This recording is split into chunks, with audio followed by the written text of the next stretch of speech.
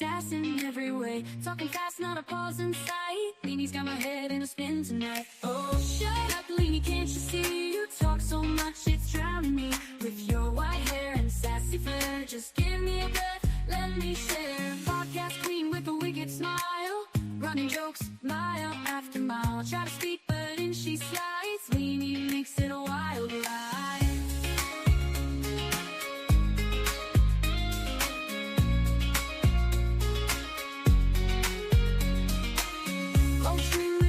Smile, running jokes mile after mile. I try to speak, but in she slides. Leanie makes it a wild ride. Oh, shut up, Leanie, can't you see? You talk so much, it's drowning me.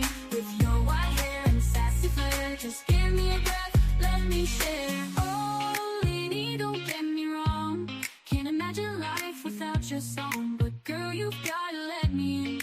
This ain't just your show to win. So here I stand with my mic in hand, trying to keep this show as planned. Leanie laughs, guess it's gonna stay a little secret every day.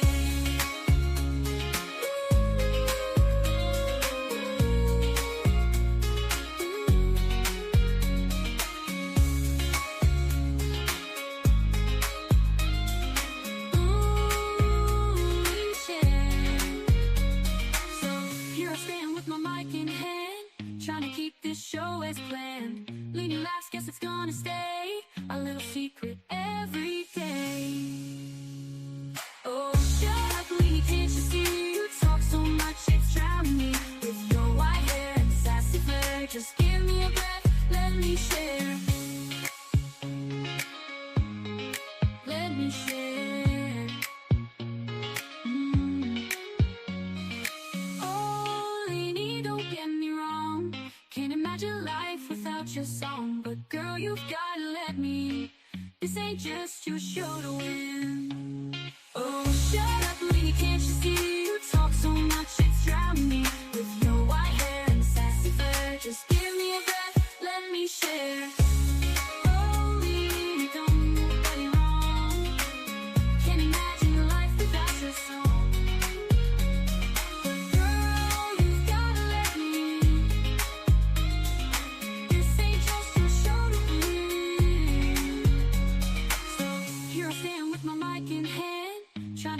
Show as planned. Leanie laughs, guess it's gonna stay a little secret every day.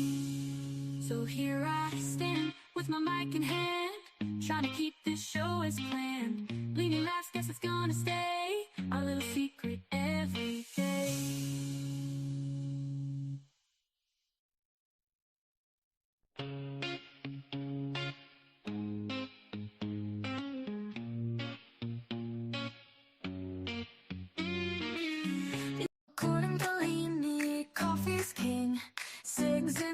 She does her thing. Maggie's got the jokes we know.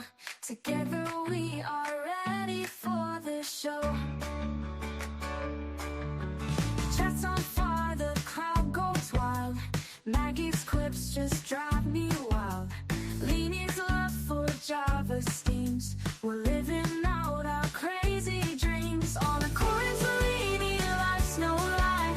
Sip that coffee, watch time fly.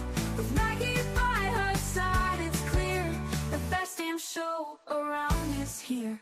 Subscriptions climbing, views so high. Leanie's truth, it makes us cry. Maggie's got that wit so quick. We tune in daily for our fix. Community that stands so strong. Laughing, chatting all day long. From sunrise to the longest nights. Leanie's tales put out our lights. On a coins, Leanie, life's no joke. Spark that cig and take a toke. With Maggie by her side, it's clear the best damn show around is here. Welcome to our channel. Join us in our discussions.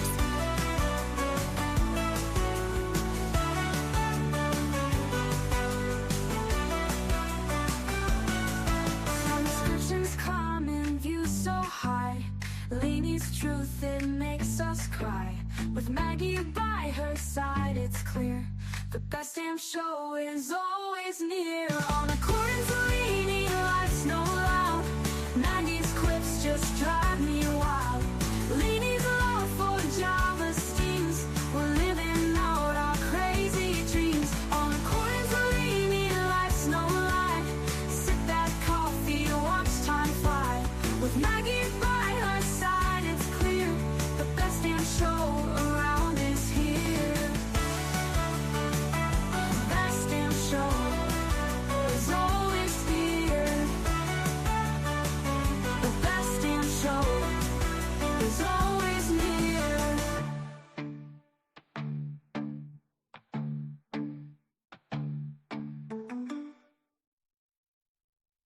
According to Leanie, coffee's king. Cigs in hand, she does her thing. Whoop! Maggie's got the jokes we know. Hello, Together we are ready welcome for everybody. the show. How's everybody doing? Maggie, you were, oh, I thought Maggie was on, I thought you were turned off. Your volume was turned off. Could be wrong, could be wrong. Hold on, dear. My earphones aren't working. Technical problem, guys. 1 second. Don't we always? It's like they just know. Lainey and Maggie are coming on. We're going to have technical difficulties. How's that for starting a good humor, Lainey? I have not read chat yet. I will jump right into it in just a second. I want to welcome everybody so much for being here. We appreciate you more than you know. Please hit the thumbs up. That's all we ever ask.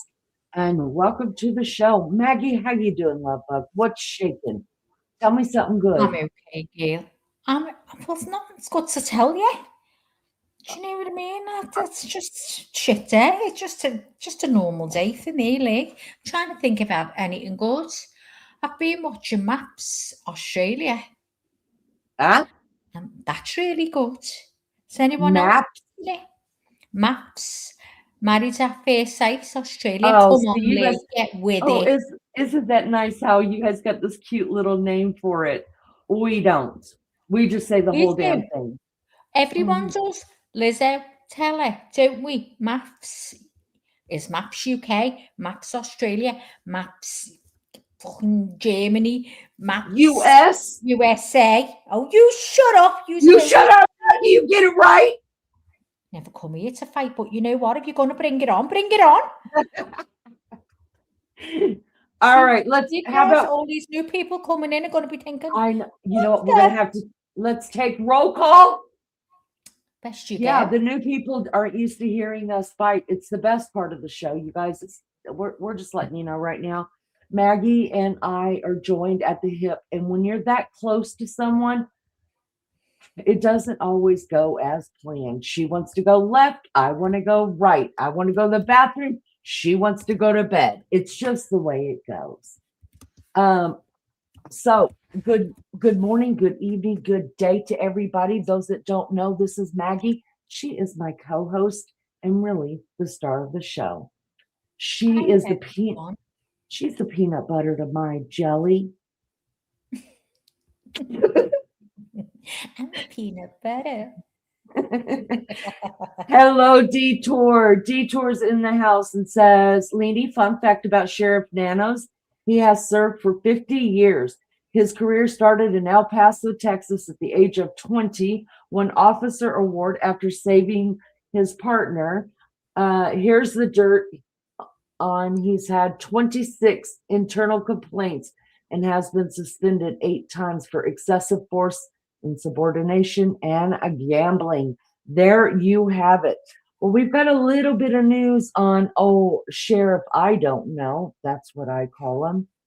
Liz, Yourself before. Can't wait to tell you. You probably already know, knowing you, but there you go. Lizzo's in the house. Listen, the mods showed up today. Let's give the mad mods a round of appreciation and applause. Woo, no fucking getting in today. Lizzo's here. Thank you, Lizzo. Tashi is here. Ben, I just call him Ben. He is here, or she. I don't even know if that's a girl or guy, but it matters not. Who else? We got John H from the good English countryside over there drinking his tea with his finger up in the air. I know it. I can feel it. Possum says, hey, y'all. Possum the cat. Oh, if you guys are not in our late night shows doing the Jodi Arias trial with us, if you could stay awake or rewatch it, I mean, not all of it. We're on for many hours, but I'm just saying chat is so much fun in those shows. And most of these people that I'm seeing in here are from those shows, and we have some kind of inappropriate answers but about this Jodi Arias case, but I think it's out of exasperation. Well, listen, I can't make excuses for my personality. I am who I am. Do not take me to a funeral. I will be laughing at the most inappropriate times. It's who I am. I know I have a problem. There's no way to fix it now. Okay, I'm set in my ways. But a lot of people here, I have noticed, have had that same dark humor that Maggie and I have. Y'all don't even know about terrible, guys. You wouldn't believe it. Aussie True Crime and Anne's Place is in the house. Good to see you, ladies. Thank you for being here. Hi, Ross. Mag says, Maggie, I don't mind. It's up to you. If you and Leanie have got some news, then you can crack on. I can't even see where you're reading that. Much news. I'm just scrolling all the way down, I'm right down there. Detour says, okay, thanks. Just wondering because I have 2 notifications. Leanie is taking a second husband. Lizzo, 1 isn't enough nowadays. Oh, hell to the no. I won't be taking another husband ever. But will I have more than 1 boyfriends at a time? Oh, hell yeah. Yeah, but I will never be committed again unless it's to an institution. I could be committed to that institution quicker than you think. OxyClean, hello, good to see you. Lizzo says, y'all hit the like button, whichever you like. Please hit the like button. Every little bit counts. The ups or the downs, it's fine with us, except for Maggie. Maggie's a little shitty. Jane Rice is in the house. Good to see you, girlfriend. Thank you so much. Murphy is getting paid today. Natasha is here. Beautiful name. Love that name. John's been watching. Thank you, John. Okay, so let me make sure dot underscores here. Hello, my friend. I just want to make sure I catch everybody real quick. Jamie's here from over there in Michigan. Chris, good to see you, love bug. Was Canny and Cameron, not tomato. Yo, you think it was Annie and Cameron, not tomato hot sauce, dude. Okay, well, listen, we aren't nothing is off topic here, except for I don't think Trump had anything to do with it, nor do I believe that aliens have anything to do with it. And other than that, I just can't remember. But those 2 things are totally, I can't run with those. I can't make them make sense. I'm not gonna try. Andy Gray's in the house. Hello. Good to see you. Thank you for being here. I'm almost at the end. Anomaly is hell. I finally learned how to hear. Anomaly is hell, I said. She's here, and I finally learned how to say her name. I've just fucked up the rest of it. All right, I got to the end. Woo! Round of applause for Team Leanie. What up with that? All right, Maggie, do some talking because I need a drink now. Cold, hard. Okay, well, I'm just saying to Lizzo, if Lizzo is welcome because she's been doing this as well. Absolutely. Lizzo, you're always welcome up here, right? I should have sent you the link before, and I forgot. She's a shit. I'm going to hold my hands up. I forgot, and you know I always do. So I'm a shit. So I just want you to know, if you want to come up, we love you up here with us because you're a dumbass and you call everyone else a dumbass, and we love that, right? And you're a dumbass. But if you're happy having a breakaway and you want to stay there, that's entirely obviously up to you. And I'm always grateful when this one isn't here. See this one up there? No, she's Let me just make the decision. Let me just make the decision. I'm not scared now.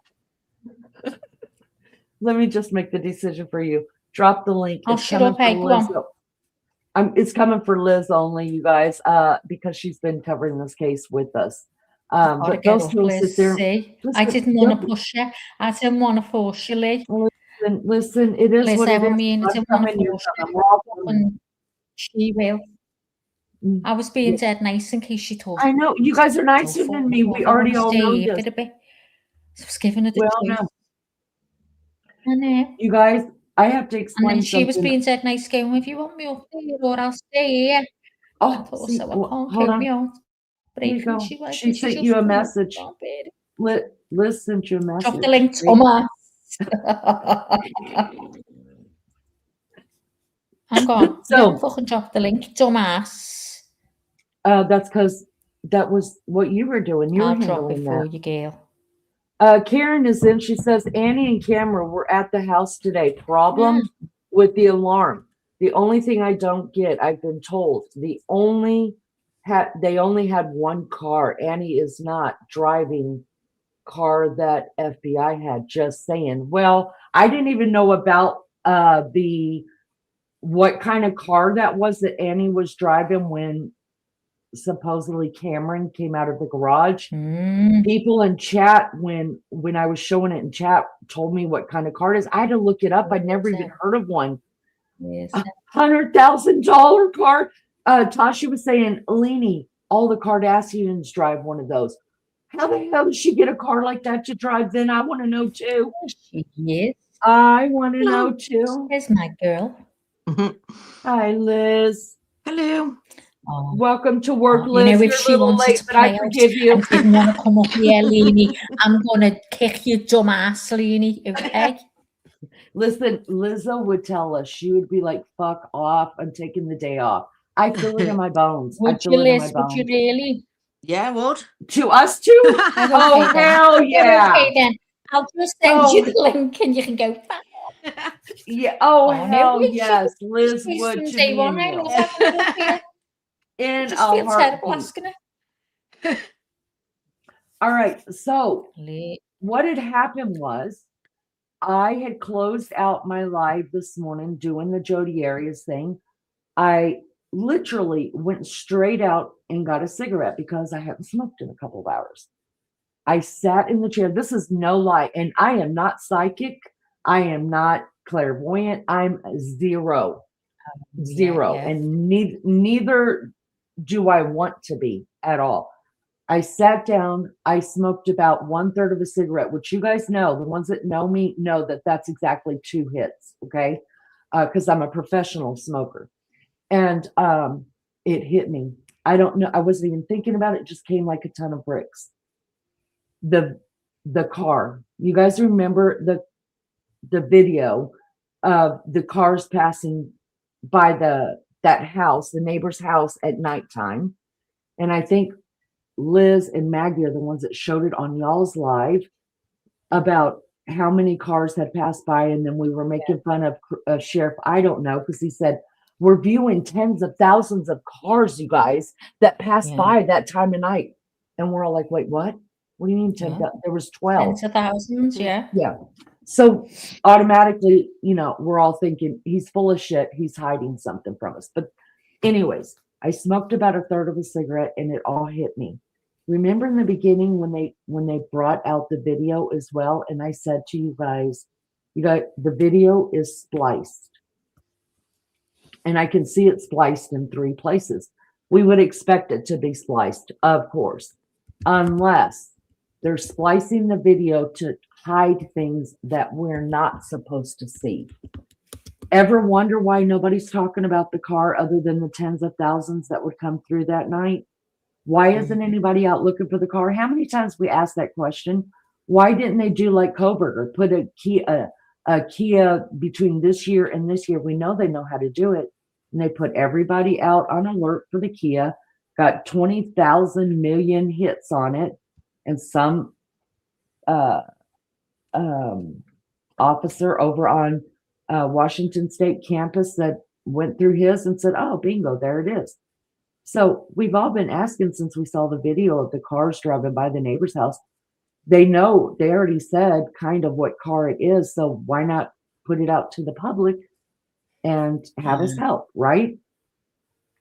Well, remember Liz was saying, you guys, there's a car parked right, wasn't it you, Liz? That right beyond him, there's a car parked right there. I sent you, did I send you the zoomed in picture so you could see it? I think it was, I didn't remember if we did it on here or if you had sent it to me in private. I haven't seen it. I think I sent it to both of you and Maggie, the zoomed in of the car. So I didn't see it, Liz. Let me have a look. When was it, Liz? Oh, a few days ago, I think. That hit me like a ton of bricks that quick. Like, oh my God, that's where the major splice is. And that's why I can't see it, but I remember Liz either talking about it on here or somewhere else, and I had seen it. And that's what it is. That car is right there somewhere, driving around, maybe around that little circle thing, coming back in and parking by the garage or whatever. But somehow that car was in that video, and the other perpetrator. Yeah. The Maricopa county attorney holds press conference. That's in Phoenix. Do you guys want to watch that? I wonder if that has, let me look real quick. Maggie, if you could talk or read chat really quick. Yeah, I haven't got that, Liz. I've just had a look through. I mean, I could miss it, I don't know, but from what I've just seen, I haven't seen it. Let's see who's in chat, because I haven't said hello to anyone. It was from the video of the guy that looked like he was trying to get in a back garden. Oh, yeah, I've just come across that, yeah. Yeah, 2 backpacks. Well, the video I originally saw was like a slimmed down version, of the full screen. So there was a bit missing from it. So I looked at the full screen version, and to the left, if you zoom in, and you have to zoom in to see it, because when you zoom back out, it's just blurry.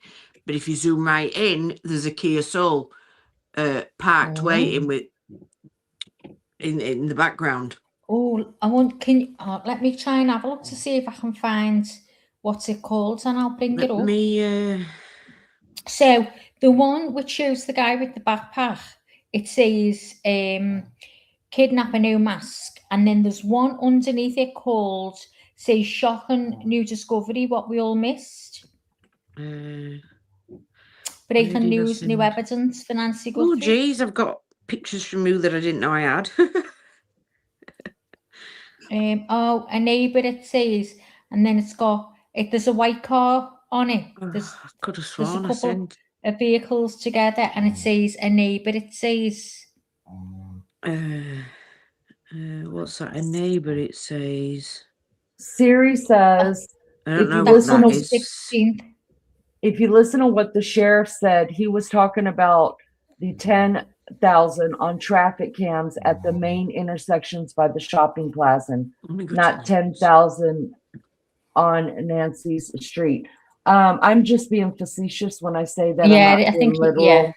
But literally, I will say literally, they asked him, are you looking into the cars that passed by Nancy's, what looked to be going away from Nancy's house, the neighbor's camp? And he said, of course we are, just like we're viewing the tens of thousands of cars that pass by there that time of night.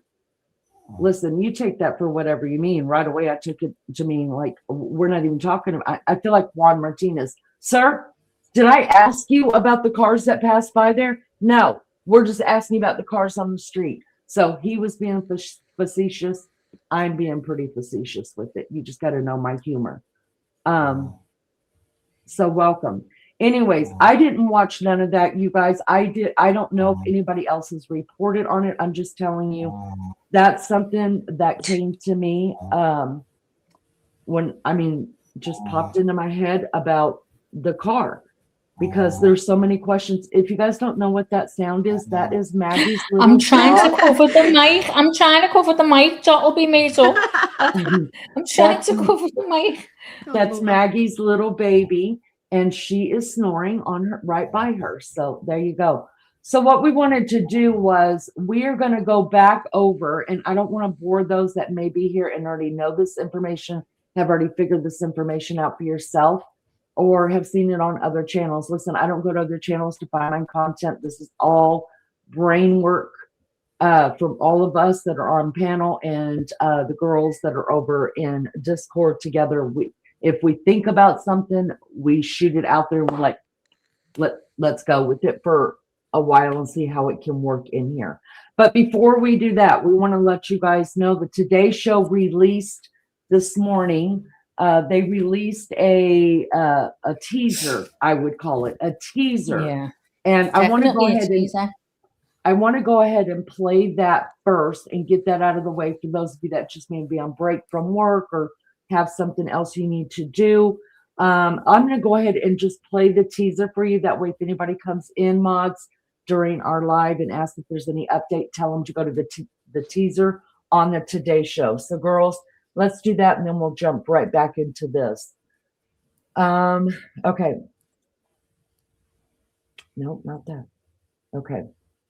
Watch your ears, guys. Watch your ears. I can't control your volume.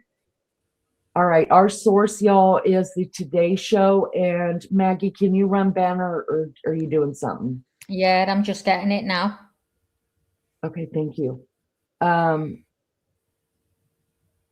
fair use disclaimer, Copyright Act of 1976 gives allowance for this content to be used for purposes of criticism, comment, news report, teaching, scholarship, and research. And if Lizzo, if you've got a minute, if you could drop it in chat. All right, YouTube, we're floating it across the stream and floating it across chat. Don't come for us. All right, y'all, take a listen to this. Take a listen. Watch your ears, y'all.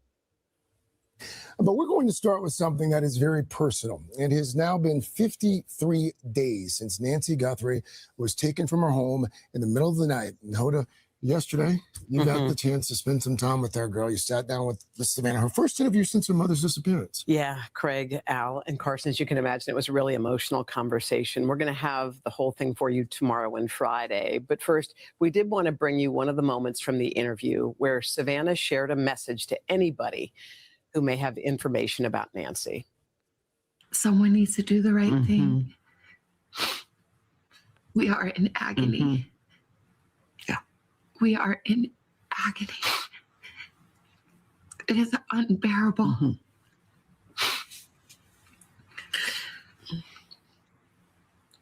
And to think of what she went through. I wake up every night in the middle of the night. Every night. And in the darkness, I imagine her terror. And it is unthinkable, but those thoughts demand to be thought. Yeah. And I will not hide my face.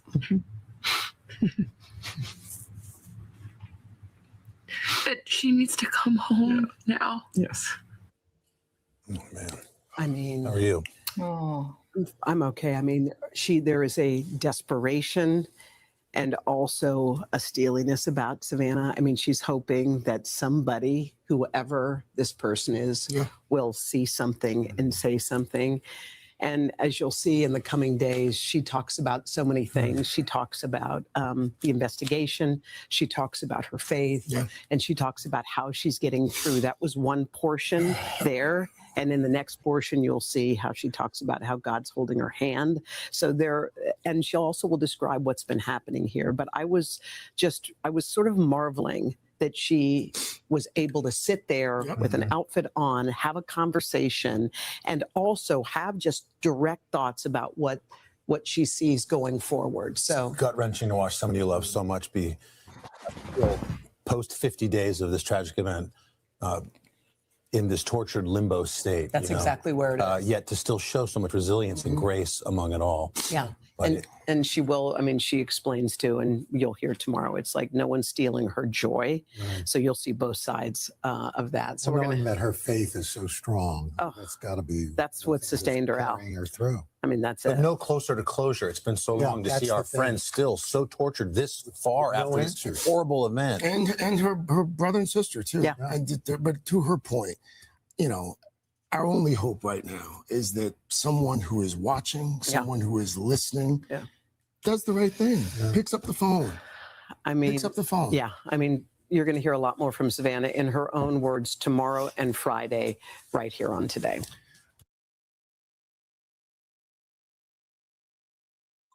Not only will you hear it only on Today, at some point during the day tomorrow and at some point on the day Friday, I will do just a short live only covering that unless something big breaks during the time.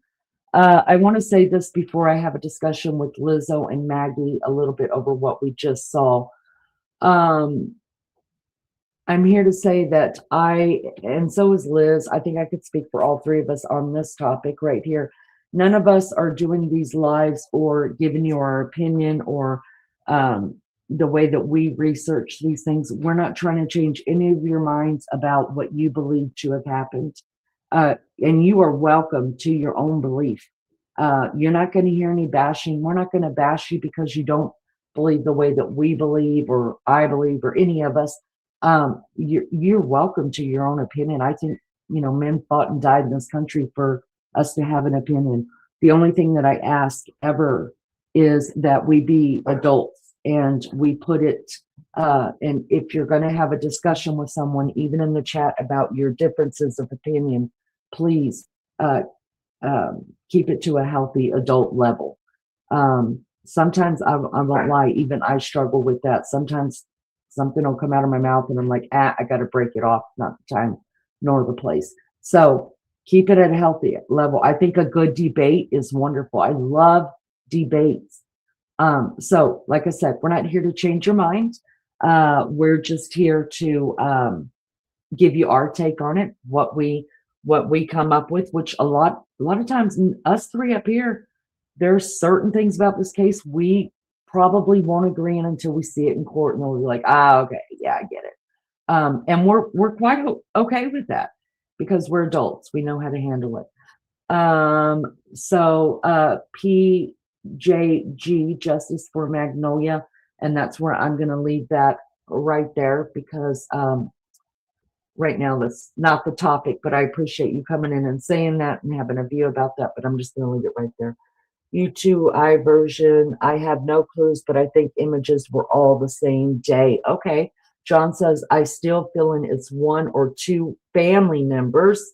Ari says, hi, Ari, good to see you. Hi, all. This case is taking too long. Completely agreed. Let's bring my co-host in and her co-host, and let's see what they say about this. There was a couple things that just grabbed out at me of just a couple words that I picked out the way that she was wording, Savannah was wording it, that made me think, yeah, we're on the right track, I think, of the family knowing she is deceased. Hi, Rican, good to see you. What says you, Liz? You got anything for me? Maybe they're off in La La Land, y'all. Maybe I think I put the English women to sleep. That's okay. I can keep going. Sorry, see. I've just got back. I had to let Jessie out. Oh, it's okay. It's okay. Siri says, fake sniffling, Vaseline by eyes for wet look, watch too many soap operas. Okay. Oh, I didn't see your comment in here. Dog needs to go out. Okay. And then Tashi says, Siri, it didn't seem genuine to me. And then I still feeling it's one or two of the family members. I have no clue. I think the images were all the same day. This case has taken too long. Siri says, feels icky that they are doing a show for ratings. Okay. What says you girls? I mean, clearly we have some differences of opinion, and hey, I don't mind it. I mean, nothing's out of the realm of possibility right now. No one knows. We haven't got a clue, have we? What? Hello, Juicy Jules. What? You're right. You're right. Check about the title. Don't know what the hell that means. Listen, you got to talk in full sentences to me. I'm sorry, I don't understand the lingo anymore. I just don't. I'm old and I'm tired of trying to work things out. Whoa, you're right about the title. Oh, I think that's what it's I don't know. like. I still get it not. Poof, smoker. Weird. The hell? Okay, I'm skipping over that completely because there are intelligent people here. I know it. Hello, best wishes. What to do Today Show? God bless. Is everything all right with the staff? We miss Jane Pauley. Oh, you're showing your age, Jason. Jane Pauley on the Today Show back in the 80s. That great girl. I did like her as well. Listen, I did watch the Today Show back in the 80s because in Germany you only get one American channel, AFN. And every freaking morning, Monday through Friday, the freaking Today Show was played. YouTube iVersion says, feels icky to me because she's used to being on script, so maybe. Anomaly says, nasty work. The family is definitely divided. You don't even see them together. It seems everyone is just accepting that their mom has passed. Welcome back, Dot. You know, so the deal is this was just a little teaser that was put out by the Today Show. Hoda is getting she's getting an exclusive one-on-one with Savannah that will be played in 2 parts starting tomorrow. 1 part on Thursday, 1 part on Friday. Tune into the Today Show. If not, and if you do that, come and tune in with us. We'll go over it and go over what we think about it. I mean, I said that. I said exactly that. And seeing her then, I felt bad for saying, oh my God, she's not shedding a tear, blah, blah, blah. But as Leonie said, she is a professional at it and she can compose herself. But I think that was genuine then. Do you know what I mean? We're not with them all the time and you don't know what's going on. It must be, I mean, I don't understand why they haven't been out searching. But is this, they haven't been out searching because they know more? Because obviously the sheriff knows more. There's been nothing as the front brother and Annie in weeks. No. I think this is the problem that we're having with the family. And I think, at least for me, let me speak for me. The problem I am having with the family is I couldn't imagine exactly what Anomaly says. She says, I couldn't imagine going back to work, not knowing if my mom was alive or not. No. I couldn't have left Tucson. Right. And I'm going to take it a step further and say I couldn't have left Tucson or done anything but stay in my pajamas and have someone throw me in a shower every now and then if my mom was missing, dead or alive. I want my mom home and I want her home now. Yeah. So I think, is that the disconnect that we're having with understanding the family or feeling like, is this real or not? Yeah. Because it's not the way any of us would react to it. Yeah, probably. Are we not seeing them at those times though? This is the way, because I've seen her like that now. I'm thinking, oh, surely to God, they're going to be. But then she travelled all the way to New York and to go and see a workmate. I couldn't have done that, Lee. But should I judge someone because they could? I don't know. I just couldn't have done it. I couldn't find how. I don't understand how anyone could do that. But when I do think people say, "But not everyone's the same." But I don't know how they could. I just wouldn't be. I just want to curl up in the corner and die if that happened to one of mine. Exactly. I cannot connect on a human level with. I just can't connect on a human level with this kind of emotion shown. I mean, now I wasn't in the public, when my mom passed away, I had to go back. It wasn't a choice for me. I wasn't a millionaire that could handle my bills for a little while, or my husband wasn't a billionaire in his own right to be able to handle our bills. Right. So I had no choice but to go back to work. I took a week off. I went back to work. I struggled. Sometimes it'd just be too overwhelming. I'd go in the closet. I'd go into my car, and my boss knew it. I was like, look, either this or I'm going to have to quit, and claim unemployment because I can't get through a whole day. I just can't. And so I would she's like, take whatever you need. And they were really gracious with me, but I find myself in the weirdest places by myself, just crying and just to catch another breath, to go back Yeah. out to my job and do more and then fall apart Real again. Yeah. Yeah. So I don't understand. But you're right. Are we judging them? I don't know. I don't know. I'm not. I mean, there's answers. It's different. She was taught never to show personal grief or stress in public. You go on as normal and cry in the dark. So I get it. And says, Okay. so it's hard. It's just hard when you feel one way so passionately. You just don't get why people are not like you. And I mean, throughout life, we've all found someone that they don't think the same as you and don't feel the same as you. And it's devastating. I guess that applies to Savannah because she's the only one that's in the limelight. She's the only one that's on TV. Yeah. But we're not seeing emotion from any of them.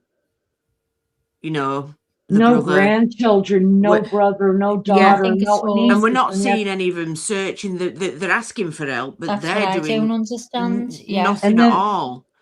They're asking for help, and then they deny the help that's being said. Hey, let us go search. Yeah, this is what makes me think and be no more.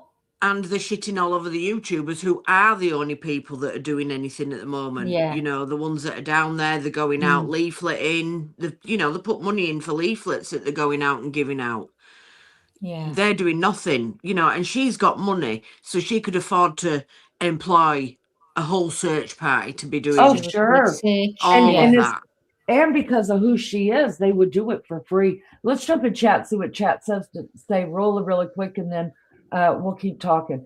P says, keep up the great work, ladies. Good on ya. Thank you so much for that. We appreciate the encouragement. Siri says, why is she rushing back to work? Not like she is a single mom and needs the money. Like I said, I think that's the struggle with a lot of us not being able to relate that way. But you know what? I'm glad Anne said this, y'all, because without giving out too much information that is not my story to tell, even though Anne has told it on our panel still, if anybody can speak to this and how people are different in grief, it is Anne, because Anne has gone through a different type of grief and the same grief, like losing her parent, but a totally different type of grief. So hearing Anne say she was taught never to show her personal grief or stress in public, you go on as normal and cry in the dark. So I get her. That breaks me. I mean, that is just like, I know there's people like that. Listen, I'm a royalist. I love that royal family. And they were walking around and I'm like, how can you walk around and not shed a tear? The queen is dead. But Anne definitely could speak to that, because I mean, she's had some really shitty things she's had to deal with in life. And I guess there are people that are either brought up like that, or you have a job that requires you to be a tough ass. YouTube says, I can't relate. I quit my bum job, but I'm not making 60 million plus. See? Yep. Good answer. This December 3rd says, Hoda, I always mess up her name. Micro expressions of delight are so obviously to me. Savannah must sense it. She is smart. Oh, so I think, now I'm reading between lines. Do you think that that the Today Show had something to do with this disappearance? Just, you can be anonymous. Just say anonymously yes, and I won't read out your name. Detour says, for me, it's hard to judge on when you see public in the case, because we only get a moment's glimpse of their situation. I get that. I try to remember, you guys. I feel like I'm just being a ninny, and I just do. 221. To remember. God bless my baby. John says, I'm trying to get through chat really well. This is why I still think it's family member or two. Kat says, and same being a man, it was doubled. Oh, I can only imagine. And look, I do give a little bit more grace to the son, Cameron, because A, a man, B, And a the job. military man. Yeah. And listen, I grew up, born, raised, married, divorced, army. Listen, them military men, I've only seen my dad cry twice in my whole life. Twice. I never even saw my mom cry that much, you guys. It broke my heart whenever she did because I wasn't used to it. So I get that, Kat. The family is so separate. If it was my family, we would be right in the case every step, no press conference. I understand that. But I also know that some of the strongest families can be broken by a death. And I know that from experience because there are people in my family who I thought there's no way you could touch our relationship. And it was my mother's death that I cannot have a relationship with them because for what I feel like they had done to my mom in the past and during her passing. Alexander the Great cried for 3 days when one of his soldiers' friend died. Wow. Impressive. Did not know that. Gotta head to work. Great stream, ladies. Talk to you later, chatters. Bye, Tosh. Have a great day. See you, Toshi. Cash Taylor says, Anne's place, I was brought up the same way. Wow. So maybe I should just quit being a bitch and have a little bit more compassion. Do you think the reason why Annie and Cameron, we're not seeing them out there, just putting this out there, do you think Savannah's separated herself deliberately from them two? So the limelight's not on them? Well, no, maybe. Do you think that, like I said from the beginning, that I thought they all three knew what had happened and they were just trying to cover it, you know? I think that's very possible because my mom didn't go missing. And I too am like you and like a lot of people in chat that think that tomato hot sauce dude had something to do with it. That's who I call Nancy Guthrie's son-in-law, y'all. Only because I couldn't pronounce his name to begin with. And so that's just how it started coming out. I wasn't being a bitch in the beginning, but now I am. But I'm like you. So that, you know, when my mom passed, it created a great division and I wanted nothing to do with them people. So I could only imagine if I thought one of them had a hand in it. Maybe so. You know, maybe if he was involved, you know, are they hushing it up because they love the sister? But she's had to go away back to New York to get away from him. Yeah, because maybe the FBI told her, look, we know the deal. We just have to be able to prove it. Knowing something and proving something is two different things. Mm-hmm. And maybe she was like, no, I can't play that game with him. Yeah. Because would you be able to do that? Would you be able, you know, like I don't believe it. Family? You don't believe it, Maggie? Give us what you got. No, I don't believe they were involved. Full stop. Okay. None of them. Nope, none of them. I had hoped so. God, me and Leanie were talking about you today, wondering where you were, really. Hello, yeah. Karen says, thank you, honest for that. And most of the streamers aren't, even from Arizona. Yet Arizona is only one Savannah think wrong of her. All right, Karen, you were in chat last night too, weren't you? It's good to have you back. Thank you. People should be united. The people united will never be defeated. Aussie True Crime says a lot of people are like that. I am as well. Anne's Place says sometimes we just feel we have to be the rock for everyone else. I felt that way when my 14-year-old brother suddenly passed away and I saw my parents crumble. I immediately understood I can't fall too. I had to be there for everyone. That's understandable. Miss Junie's in the house, y'all. There's June Sunshine. Welcome, love bug. Anne's Place, so I could only grieve for him more than a year later. Gotcha. Lucky Lady says first time here, Rhode Island. Rhode Island's. I never been to Rhode Island. Y'all want to go to Rhode Island? Welcome, Lucky Lady. Good to see you. Thank you for coming in.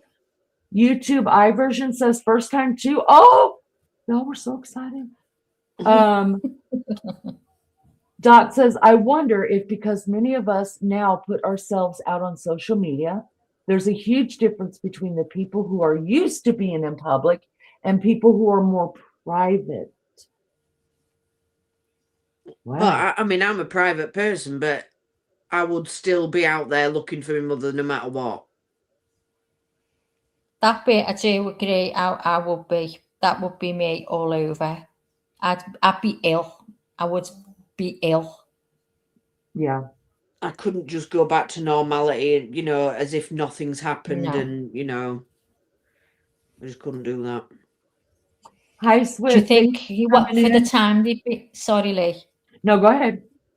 Do you think for the time that they've been quiet, because we've been saying, haven't we? We haven't heard from them. They're not saying anything at all. Do you think that's been the time that they've, in their hearts, their minds, whatever, laid her to rest because they know they may never find her? Do you think Sheriff I don't know has told them something we don't know, and that was why they were quiet, and that's why she's saying what she's saying? That, you know. But they were saying today that Sheriff Nanos, it sounds like he believes she's still alive, or she could be still alive. Because he, you know, when they said, have you got anything to say? And he said, well, just drop her off at a hospital, or, you know, no, that was last time what he said. You know, just drop her off. That's what he was saying at the beginning. Yeah, but he said it again, apparently. Oh, he right, did it, okay. What, yesterday or today, he did a little speech. Did you, Orlini, see Ashley Banfield? I haven't had time to look at anything. Well, I've got it there if you want to watch it. I've got it ready. She was talking about the blood being in the doorway. She's got someone in, and now she's found out by a good source of hers that the blood is inside the hallway behind the door. It starts there, and he was talking about nowhere else. Yeah, and he was talking about the blood, and she said the way it stopped abruptly outside, and he said obviously that could have been someone put it in a car, or a body's, you know, she's being turned a different position, or, you know, he was just saying all the different ways. And then you see the hearing of the sheriff, and you see them all getting up saying what they were saying about him. And did you know that he bashed someone over the head with a flashlight? Really bad, was bashing him. And that, you know, that the FBI guy, Lee, what's his name? Oh, Detective Cross. Yeah, he was saying he was all reading it. The thing that he's got away with for 40 years. He's going to go, Lee. He's definitely going to go. But if you want me to show you that, it's there. I can put it on. I mean, he said that they've had a unanimous vote of no confidence. Yeah. So he's got to resign. And you know, when he first came out and we watched the very first conference together, I remember I was not the first conference, pardon me. It was the first little interview he gave from his office, and they were asking him questions about the case, and he said, well, you know what? I don't know about that either. I'm not sure. I don't. And it's okay not to know. That was never my problem. My problem is if you're leading something, I don't care if it's the trash truck to an investigation in a murder case to the United States White House. I don't care what you're leading. Never let those that are working for you or under you think that you don't know exactly what's going on. Exactly. So the correct answer to everything would be, I'm not answering that question. Next. And you can't fault a man. I would have just thought, oh, smart move. I probably wouldn't answer that either. Next, let's keep going. But every person that's ever been in leadership knows yes, every person can look weak, including all those above mentioned, right? But you don't look weak when you're going into battle with your team. You don't. And so his tears at the press conference, and then him keep saying, I don't know after that, I was like, this man is incapable of leading this investigation. Incapable. I mean, he's lied about every fucking thing else. Why not just lie about the I don't knows? Just say, I'm not answering that question. And it wouldn't even be a damn lie. So I struggle believing anything that comes from his mouth. So when he says, bring her here, drop her off there, whatever, he's still pushing back on all of this when just about everybody's covered it and said, well, we'll hear it from Brian Inton later, I think. Good to see everybody in chat. First timers here. Nicey Lynn, good to see you, or Nicey Lynn. Good to see you. Thank you. Thank you for all the new people in chat. Listen, welcome. Yeah. Loads of new names. Yes, you are welcome to your own opinion here. Nobody will bash you for that. The mods will kick them right out for starting their shit. We're just real people hanging around, not trying to change anybody's opinion. You don't have to believe me. You don't have to believe none of us. But we're just coming together as adults, talking about something we're all interested in and worried about. Maggie picked up smoking again because of this case. That's all I have to say about that. So I think we've got a fellow Scouser in the house. A fellow Scouser in the house. Like one isn't so enough. Ben James, are you still there? Are you the Scouser? He went, ha ha ha, Scouser there. So I think it's a Scouser. Are you still there, Ben? Ben's got off. Oh, freaking Ben. He actually comes in at nighttime too. I was looking for our Scouser once. You could say it. Did we take that one off? Oh, hell. What's the matter? No, here it is. Us Scousers, you know, we like to look good. Things I have to do. Hi, Elizabeth from Scotland. Hiya, Katie. Trisha. Oh my God, all these new names. So nice to meet all of you. Guys with Leanie over this Jodie Arias, whatever her name is. No, there's a lot of them I do not recognize. Pink Peony says, oh, well. I get the distinct impression that they don't search for a mom because it would be beneath them. Just let the LE do the work. Mm-hmm. I just couldn't. Nanos needs to be looked at. He's been ops. Ops. I've never used this word a day in my life, nor have I ever said it. You guys get ready. Drum roll.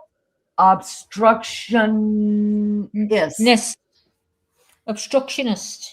I've never ever used that word before. Never even seen that word before. Never even seen it. No, me neither. Well, we're an educational channel, y'all. We're an educational channel. California. And Elizabeth is a total newbie. Can you all hit the like, please, the newbies? Yeah. And the oldies, please hit the like and sub up. We'll be made up. Larry we'll be says, absolutely made up. Kidnapped by drug cartel. Faux shout. Listen, nothing is out of the realm of possibility. Nothing. Well, there was something going off yesterday because, and I can't remember if it was in the evening, but there was helicopters. There was, I think it was 2 helicopters that went from Tucson and it flew down to the border and they were looking around the border. That's where they stayed. And then they went back. What's that place called now? It begins with M. Is it Marana or something? They went to there and then flew back down to the border. So I don't know what that was about, but there was definitely searching around the border. Let me say this to Trisha really quick. I just saw what she put in chat. She said, "Are you still going to play the Jodi Arias trial?" Yes. I'm just doing the candle at both ends right now. And I know I'm way far behind in chat, but hey, we're grateful because that doesn't happen to us very often around here. But yes, between 12 and 1, that's why I have to say 12 and 1, because whenever I am burning the candle at both ends, I could oversleep. So that's why I say between 12 and 1 Eastern Standard Time, 12 or 1 a.m. Eastern Standard Time is when I will be covering the Jodi Arias trial. And then starting next week, we go into another trial. Elizabeth is from Scotland. Can y'all believe it? Go to Blue. Anne's place went to bed. Can you guys still I'm hear me? talking and no one can hear me. I have my mic off. Story of my life. Subscribe and like. Thank you so much, Elizabeth. We appreciate. Oh, thanks, Elizabeth. You all think I'm Scottish, Elizabeth? All right. So do we want to play the let's okay, so at the end of our live, I will replay what this is about that's on our screen, which is from the Today Show. I'll give you a real quick recap of it. So Savannah Guthrie has given Hoda a one-on-one exclusive interview. They put out a teaser of it today, and then the interview starts in a 2-part series tomorrow morning on the Today Show, and then will be finished up on Friday. I will do a live, just a short live if Maggie or Liza want to join me. What time is that? Oh, timely. We have to remember when we watched it this morning. It's like when the sun's coming up my time. That's when it's on. Yeah. So it's later for you guys. It's like when I'm getting off my lives. So anyways, that's what that's about. If you can't wait till the end of the show and you just want to see what's going on, go to the Today Show and pull up the Savannah one-on-one, and you will be able to see that. All right, let's see. Thank you, everybody, for hanging out with us. Watching. Can you all come in and give us a like? Even coming out the bushes. Come out of the bushes, have a discussion with us. Elizabeth said, double tap your screen. Defo was Scouser. I know. They think I'm Irish or Scottish. But I don't mind because I love both of them accents. I think they sound lovely. I think mine doesn't. All right, Tricia says, I think the mother is dead. And I think the sister is up to something. I know they said she isn't, but my gut says yeah. So do these two. These say the same. Well, the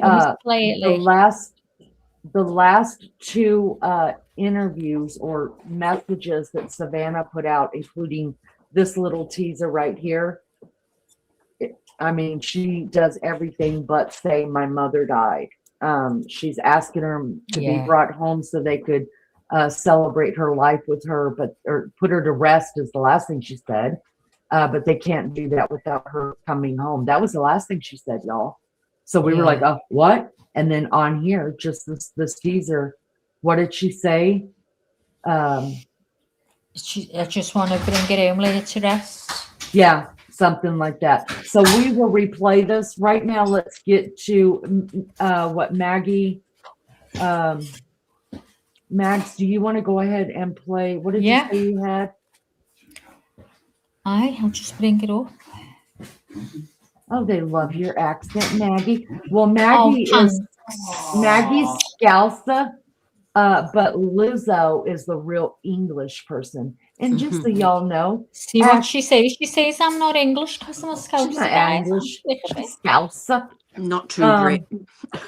That's right. Lizzo is a true blue Brit. Well, true blue is Australia. Okay.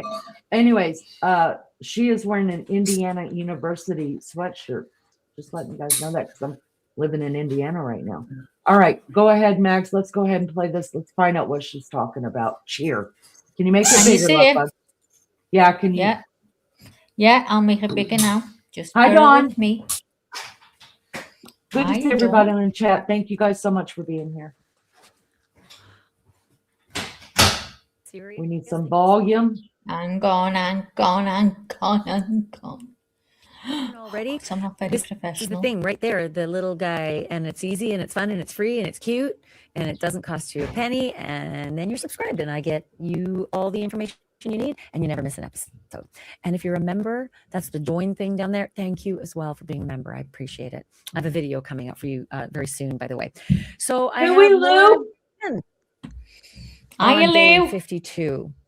of Nancy Guthrie having vanished, and this investigation, which feels very, very stalled. But I've been talking to multiple sources, folks, and I have a little bit more information that I did not know before that changes a few things. I have been mystified by what happened inside the house, right? We know that this crime happened sometime likely between 1:47 a.m. and 2:28 a.m. on February the 1st, Sunday.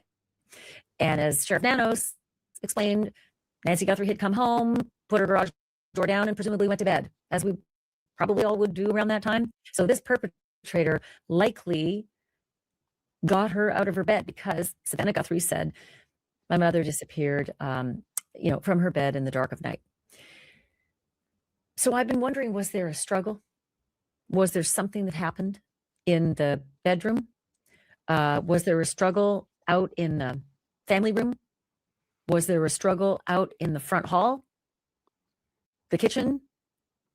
Where did this crime take place? However long this scumbag was in her home. Filthy scumbag infiltrating this innocent woman's home. Where did the crimes happen? Like, what happened in the home? And I have come to learn, I think you probably, if you follow me regularly, and thank you, that my source told me on day 3 that there was blood found inside the home. Okay. Second source of mine confirmed definitely blood inside the home. And that second source went further and told me that the deputies who'd arrived, who thought they were looking for a missing woman, maybe she wandered, an elderly woman didn't show up for her church event, and her family has called us.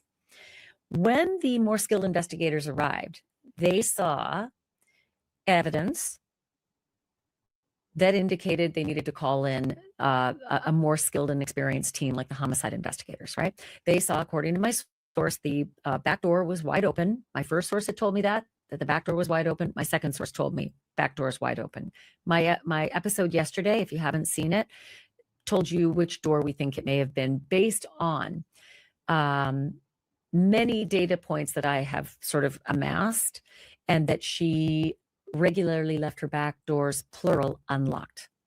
There's a back door that goes into like a storage unit or storage part or a shed part of the house that could be part of the garage, but it doesn't look like it's part of the house proper. And then there is a back door that is right smack dab kind of in the middle of the house that goes into the back patio, and it is visible from the front door. If you come in the front door, you can kind of see that back door out to the back patio is right there, and if it's open, you can see it.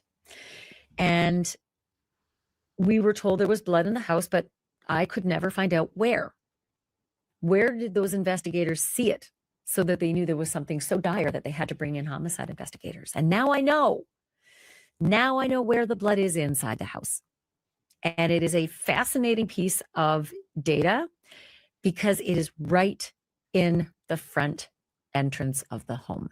Front entrance, front hallway, whatever you want to call that front entrance. We don't have a perfect photograph of the inside of Nancy Guthrie's front entrance. We have a good photograph of what's off to the left, and it is a living room. As you look off to the left, there's a nice living room and a window behind you there, and a fireplace and another window and a sliding glass door at the end.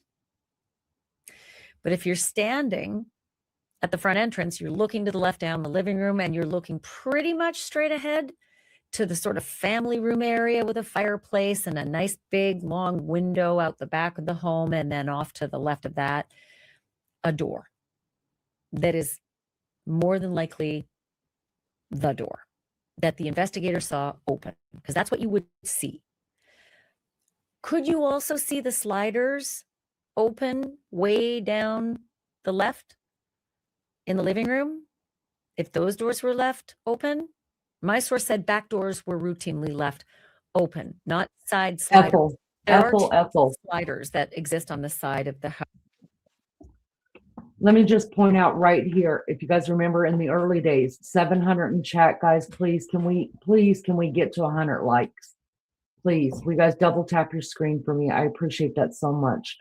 You guys, we're covering this case as best we can. This is our opinion. Do your own research. I have said from day one there are three different doors on this house, you guys. The sliders, the sliding black door that you see in the back of her little sitting area right there. That's the sliders directly behind it. Off to the side, I said there was a door, and I said, this hasn't been proven and nobody's come out and said it yet, but I believe there's another door on the other side as well. I'm not sure. I know that there's a garage blue door down past all There's the 2 foliage. doors underneath there, Lee. I think there are 3 doors underneath there.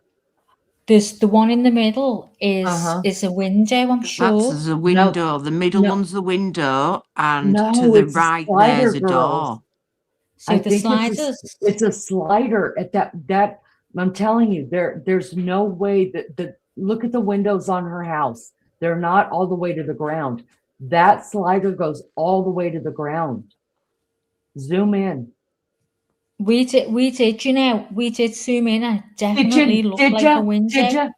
Yeah, it is. Well, see, that's what I'm saying, y'all. I'm going looking for that window now. Hang on. That's exactly what I'm talking about. We don't agree on everything, and we are okay with that because because in the minute, guys. but us 3 will argue about it because it's just what we do. But we love a good debate. Let me look. Come on, get it. Because there's a blue door to the right.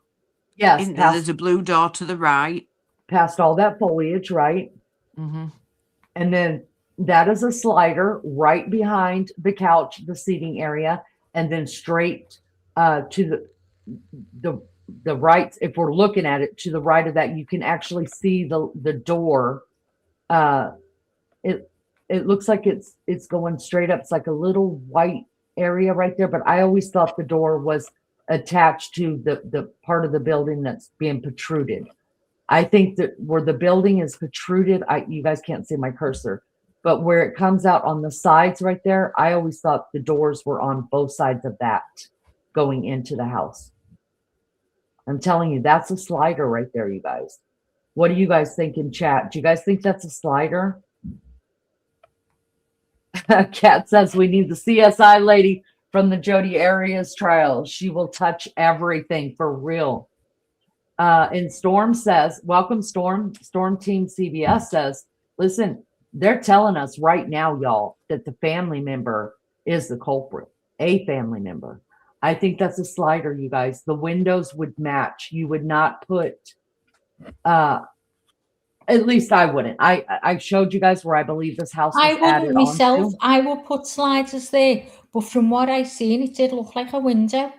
I'm trying to find it now. I'm trying to find anything now to just see. Let's keep playing this, and then we'll stop it when you find it. How about that? Yep.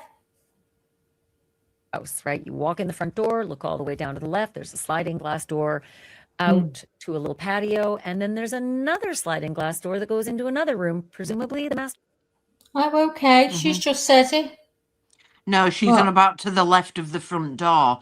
She's referring to, as you walk in the front door to the left, there's a living room. That's what them sliding doors are. And then it's her bedroom. So the bedroom, where that little patio is, the doors on the left is Nancy's bedroom. The doors in front of you, if you're looking as you would go into that patio bit, is the living room. She's just said onto Nancy's patio. Sliding doors onto Nancy's patio. Yeah, that's what she means. She's referring to hold on, the rewind left it. being the living room. Okay, Listen, let's see. She tells you right here. Stop it. My source said back doors were routinely left open, not side sliders. There are 2 sliders that exist on the side of the house, right? You walk in the front door, look all the way down to the left. There's a sliding glass door out to a little patio, and then there's another sliding glass door that goes into another room, presumably the master bedroom, maybe Nancy Guthrie's bedroom. Oh, And maybe if she you're is confused at all talking between- about. She's talking about that small patio which has the 2 sliding doors. The investigators. So I let's just stop apologize, right there a Leslie. minute. Let's just so we can all get on the same page. If you look all the way to the left of the house, you guys, there's a little patio there, and it's bricked, right? It's got a brick wall around it. Doesn't have a gate or anything to get in and out. So when people are saying, "Oh, we think they came out that slider," we know that that's not true because A, there's no blood outside there. It's outside the front of the house. That's where she came out of the house. B, there are 2 sliders inside that little area. One goes straight into her master bedroom, and then one comes in to the living room. But I believe as you walk in the front door, you can look straight out into the backyard because there is a sliding glass back door that points that you can walk straight through the house and get to the backyard. You could see it from the front door. I don't think those are windows like that's what you guys think. Right, so okay, I've got a picture here. I'm gonna screenshot it now. Hang in there, Jess. We'll catch it really quick, honey. Oh, hold on. It's going to be really small, but just bear with me, and I'll put it on now. When I play this, I'll put it up. Thank you, everybody, for being here. We've got 539 in chat total in both of them. Can we please get to 100 likes? That would be wonderful. Oh yeah, please hit the like. Because you can apparently, when you're looking from the front door through the house, you can see straight out the back door. That's right. And you guys think that that's a window, right? Well, what I've just seen now, no, because there's a blue door there. There is a back door, a blue one. Right, okay. I'm going to show you now. Thank you, June. Thank you for keeping up with that for us.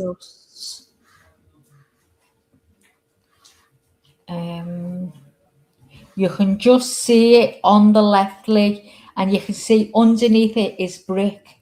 So okay, let's have a look. Let me get it on now. I've got to go into StreamYard. Let me turn my mic off so we don't get any feedback. Hold on.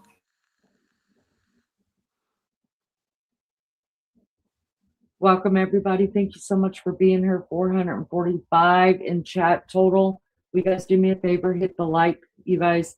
Once we figure out this back door, then we're going to keep going on with Ashley Banfield. We thank her for doing this part of the work on it. We've got different opinions as to what the doors are. I think Lizzo and Maggie believe that what I'm looking at is a window, and I believe it's a slider. I believe that's a slider. And then next to it is a door that she's talking about that was left unlocked. And that's because if you guys remember when this first came out, when the sheriff gave the very first presser on this, he said that, well, first he said that Annie and somebody else had gone to the house after she was she didn't show up to her friend's house for the Zooming of church that morning. The back door was left wide open. And then he backed it up and said it was family. So we know that one of those doors in the back was the one that was left open. I believe under that awning, there's actually 3 doors. That's just my opinion on it, though. Maggie, I can take down this so you could put that up. Yes, we have 2 chats going, you guys. I'm so sorry about that. But when we do StreamYard, where I have other people up on panel with me, I have to do it this way. So whichever chat you were in, come on down, have a discussion, and hang out with us. Hang out.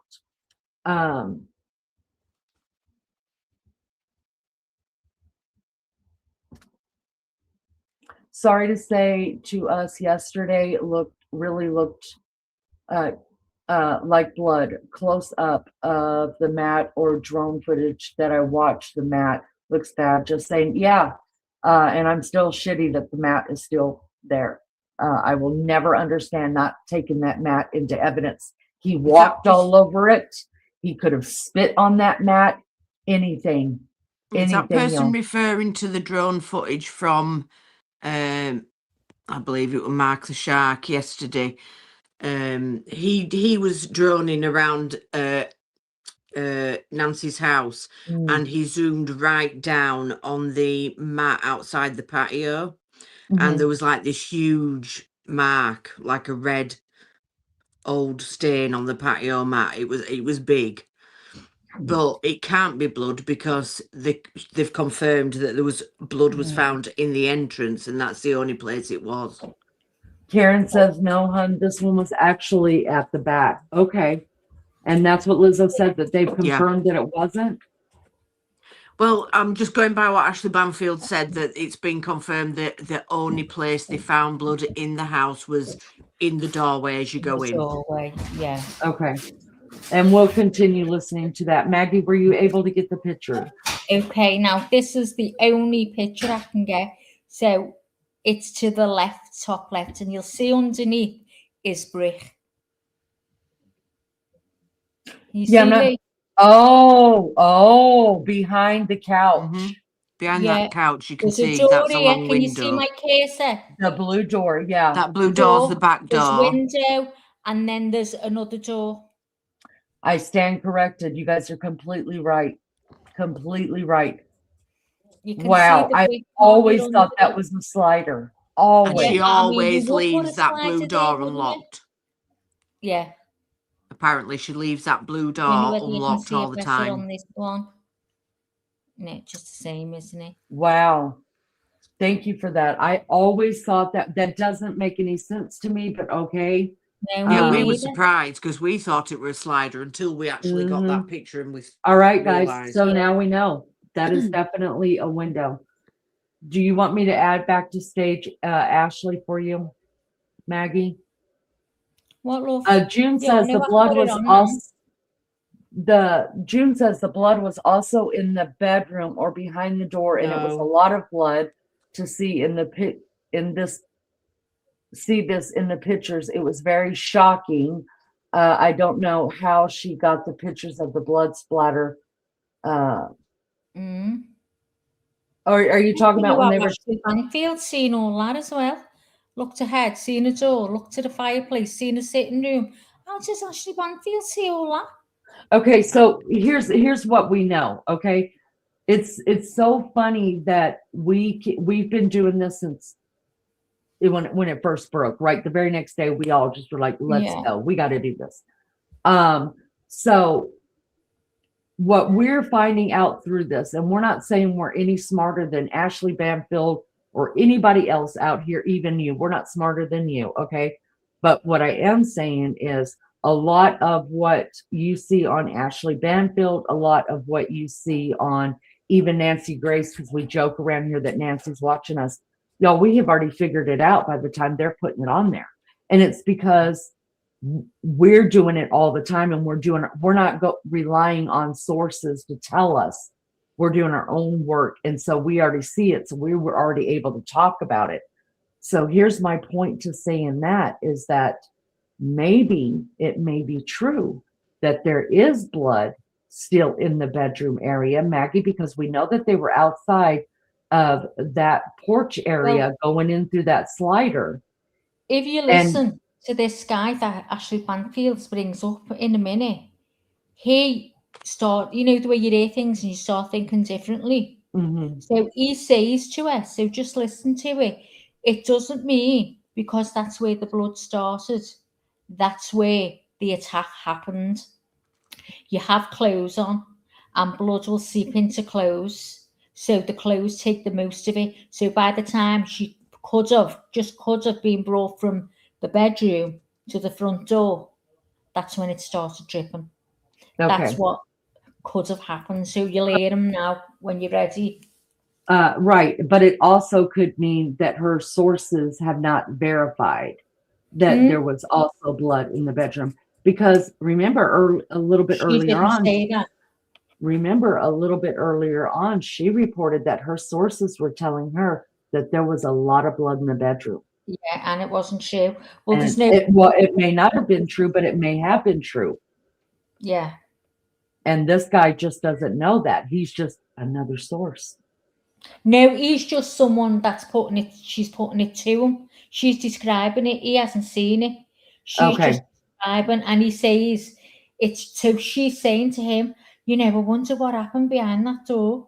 And he says it doesn't necessarily mean because that's where you've seen the blood start, that's where the attack happened.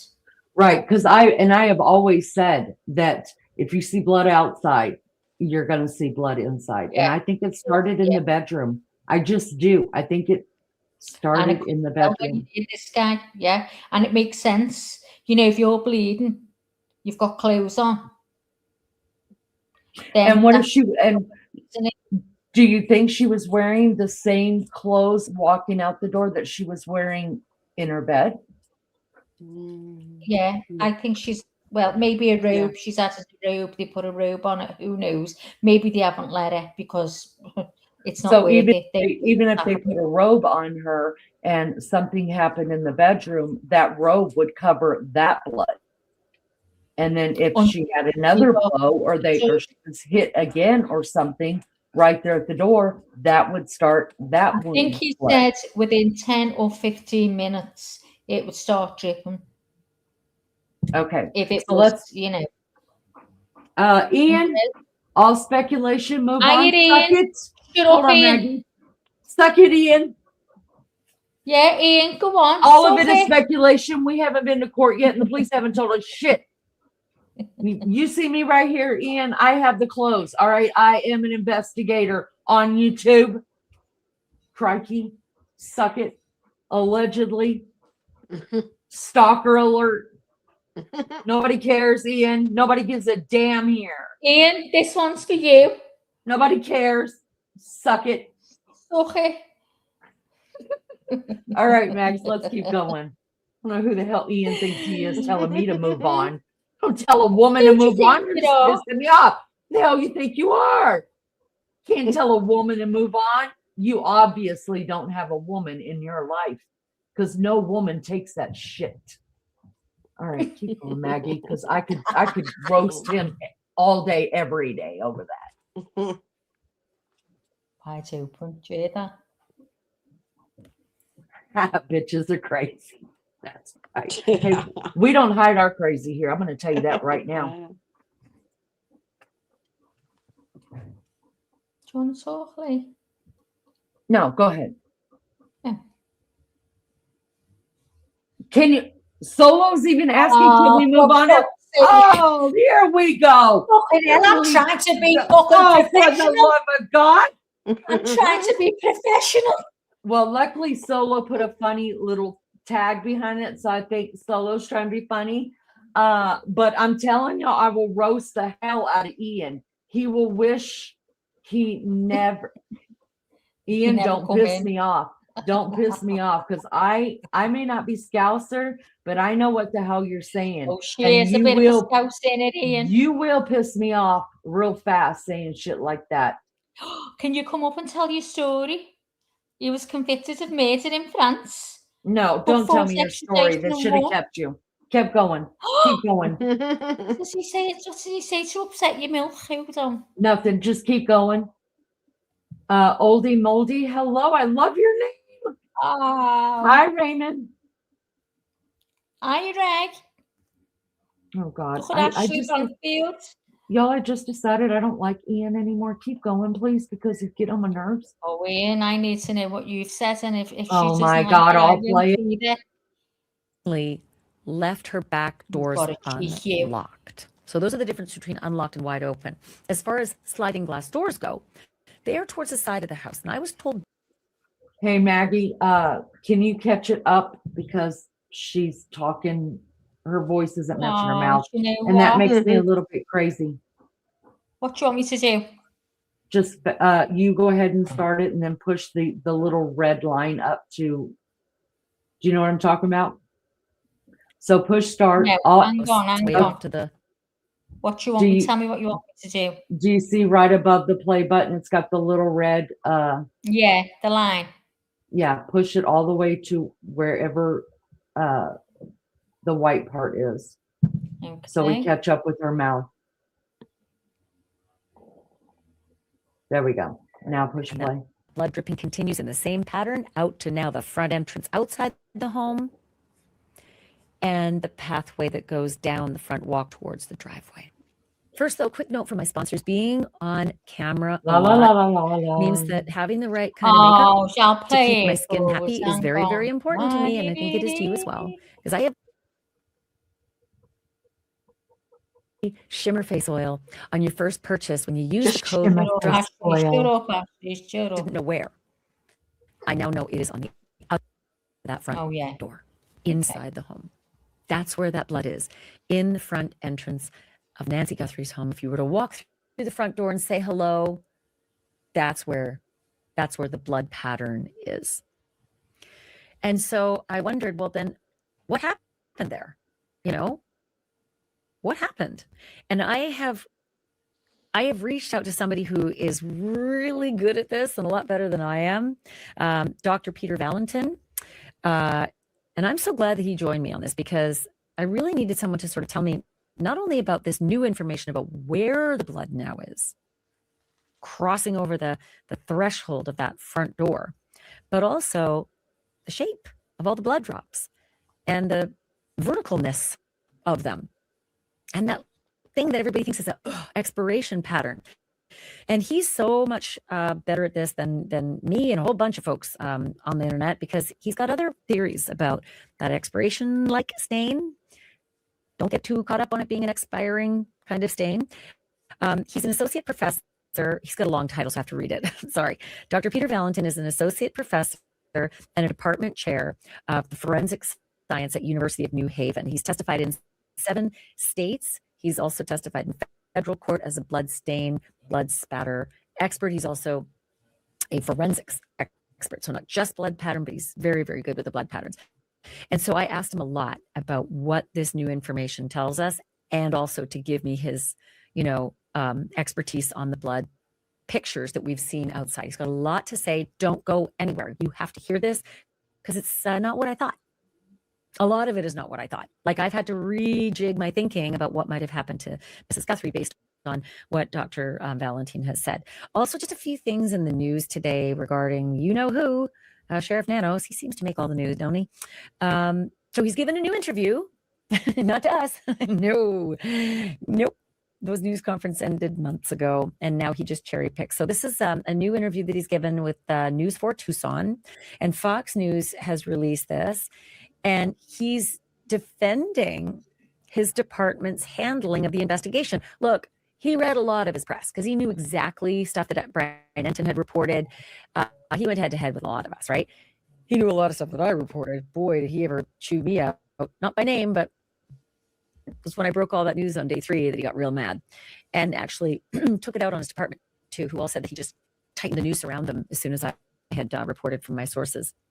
So he told News 4 Tucson that he has no regrets about decisions that he made early on, even as this case remains unsolved. Can I quote him? Here we go. Look, I have no regrets about my team and their efforts. I don't regret we let the crime scene go too soon or any of that. Do what now? Because I distinctly remember, like on day, 20 or maybe 14 or somewhere along the line, somebody asked you if you let the scene go too soon, sir. And this was your answer. Monday morning quarterback, I probably would have, but I'll say this. We processed the scene. We got what we thought was complete. My team did that. I have to have all the faith and trust in their abilities and their skills, and I think they went through that pretty well. But because another agency now steps in and wants to assist, we're just like with you, we're an open book. Absolutely. How can we help? One of the things people don't see, I heard your question about, and we left and then others can walk up. When we process a scene and we're done, we return that scene to in this case, the homeowners, the family. And we don't just go march back in there. We call the family again and get permissions to go back to the home. So yeah, there's, again, Monday morning quarterback, absolutely. I probably could have held off on that. So you did have regrets. You did admit that you let the scene go too soon and said, mea culpa, that's on me, whatever. So now why are you saying no regrets? Nope, I don't regret that we let the crime scene go too soon. Did you forget that you did regret it at one point? Like, what made you unregret it? I don't know. Okay, so then when asked, this was a good one. When asked what he would say to the person or people behind Nancy Guthrie's disappearance, Sheriff Nanos decided to say this. It's like a direct appeal. You ready? Quote, just give her up. Let her go. Take her to a clinic, a hospital. Drop her off. Just let her go. End quote. So I guess Sheriff Nanos believes that Mrs. Guthrie's still alive because it's just let her go, take her to a clinic, drop her off. Even Savannah Guthrie has issued a different tone, right? In her last statement, she said, we just want her home so that we can give her a place of final rest. I'm paraphrasing, but effectively, Savannah seemed to indicate that a place of final rest meant we want her home so we can celebrate a funeral of some kind or a memorial of some kind. And so to hear Sheriff Nanos say this, here's what I would say. And listen, what am I? But I've seen a few sheriffs do their thing. And I would say, motherfucker, we are going to find you. You can run, but you can't hide. But we are going to find you. And we will tear you limb from limb, so to speak, in our system of jurisprudence in America. We will fuck with you when we find you. So yeah, live your life looking over your shoulder, because we will find you and we will absolutely bring the full force of Pima County and Arizona and the federal government down on your sorry, stinking ass. That's the thing that I would say. Not please drop her off, let her go, take her to a clinic. Again, that's just me. But I'm not so sure that this is the thing that you want to say to the perp. I don't think he's going to do it. I don't know. Call me nuts. Stay 52. So then something else happened today. And that was that there was a hearing. Pima County Board of Supervisors held a meeting, and it's kind of like an airing of the grievances, Festivus for the rest of us. And a lot of people showed up. There were some issues that are unrelated to Nancy Guthrie that certainly happened at this meeting, but also there were some people who had some things to say about Sheriff Nanos. There were official people who came and spoke their piece, get him the hell out of there, so to speak. There was a recall effort, and there were citizens as well. I want you to hear from some of the folks who stood up and said what they wanted to say about Sheriff Chris Nanos, especially in light of the Nancy Guthrie investigation. Have a look. Chris Nanos is an international embarrassment at this point. I know that you guys didn't hire him. We elected him, unfortunately. I'm Sergeant Aaron Cross, president of the Pima County Deputies Organization. As many know, a reporter recently uncovered the long-hidden, terrible record of Sheriff Chris Nanos from his time as an El Paso police officer. This includes purportedly beating a handcuffed suspect in the head with a flashlight, for which he was suspended and nearly indicted. This record, if properly disclosed, would have likely prevented him from being hired or from becoming a peace officer in the state of Arizona. For over 40 years, this has been concealed from the department and the voters of Pima County. Because of this scandal, our organization, the largest union of deputies in Pima County, has taken a vote. We asked our members a clear question: confidence in Sheriff Nanos to continue in office, or no confidence, and call for his resignation. The verdict was unanimous: no confidence. He has lost the faith of his deputies and the community. His past renders him unfit to wear the badge. That he has concealed it for 40 years does not make the concealment right. It makes the fraud bad, his deputies and the community. His past renders him unfit to wear the badge. That he has concealed it for 40 years does not make the concealment right. It makes the fraud greater. The 300 deputies I represent speak with one voice. Chris Nanos must show the integrity he once swore to uphold. He must show the dignity that the office requires. He must resign. If he will not, then I ask this board charged with oversight to exercise every authority vested in you. The power of this board should be used, not for comfort, but for accountability. There are moments in the life of a community when those entrusted with authority must stand firm against those who abuse it. This is such a moment. We ask that this board have the courage to support Supervisor Hines' item. Pima County and the nation is watching. Thank you. I'm here to ask that the entirety of this board support the measure to hold accountable, open an investigation, and to call to question by legal means, in fact, that Sheriff Nanos lied under oath in a sworn deposition about his previous work history and subsequent discipline thereof, which is misrepresentation of office. So there you have it. Don't know how the recall is going to go. It's going to be tricky. You need a lot of signatures. Ethel. Board of Supervisors sure has a lot to process after today. Just want to say that first, thank you all for being here. We appreciate you so much. Do us a favor and hit the thumbs up for us. I appreciate you. There are a lot of people, y'all, that come in chat during the nighttime lives that we're running, and quite a few people from Maricopa County have come in, and a lot of Arizonians. And y'all, I have not heard one thing good about their sheriff. I mean, and I can speak on it sitting over here in Indiana and looking over there and being like, oh God, I feel so bad for you guys.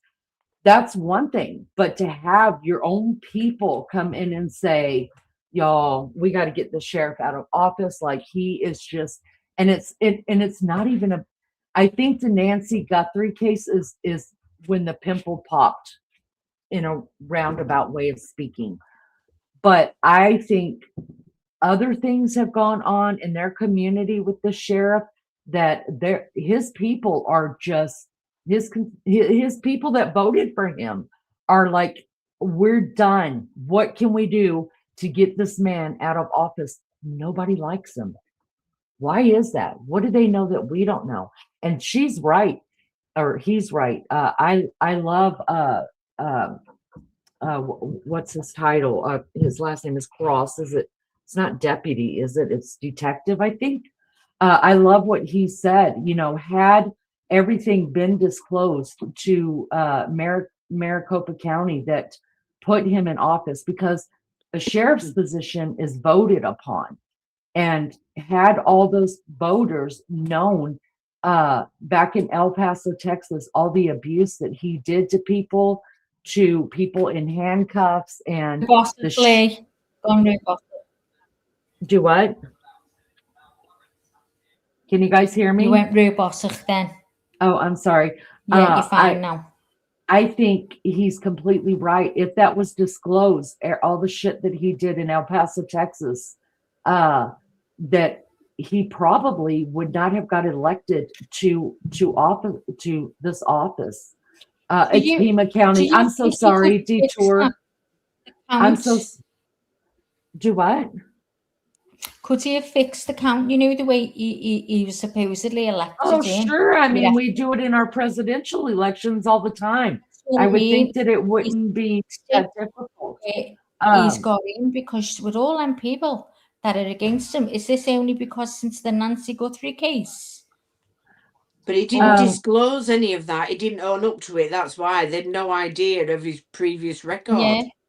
That's but Margaret is right about this. Shouldn't they have investigated him? I mean, if you're going for, I mean, one of the biggest jobs in the city, wouldn't you investigate? Yeah. You know, he's bent, he's done, he's fiddled things to get where he is. And then Raymond says, what about the cop show? Right. He signed up whole Pima County. Y'all forgive me for saying Maricopa County. We're totally head first, knee deep in the Jody Arias case that comes out of Maricopa County, and that's how I'm getting them mixed up. But yeah, you're right. I mean, listen, we know Las Vegas. We know a lot of places that have signed up for these different reality shows about police. The Tulsa Police Department does a great job with theirs. I think it's run very professional, but I have to be honest. I know that he signed the Pima County Sheriff's Department up for that reality show. I have yet to watch it because when I did the teaser on it on the show, it looked like a joke to me. It looked like, it just, it's done and over with. They were already filming season 2 when this broke out. So I don't know if they're keeping and going with him. All right. Thank you guys so much for that. Sorry, I mixed up your guys' areas there. All right, let's keep going. Let's get to the blood part of this. Let's get to the blood. Impeach him, Lee Skywalker said. I think that's what they're trying to do. Oh, good one.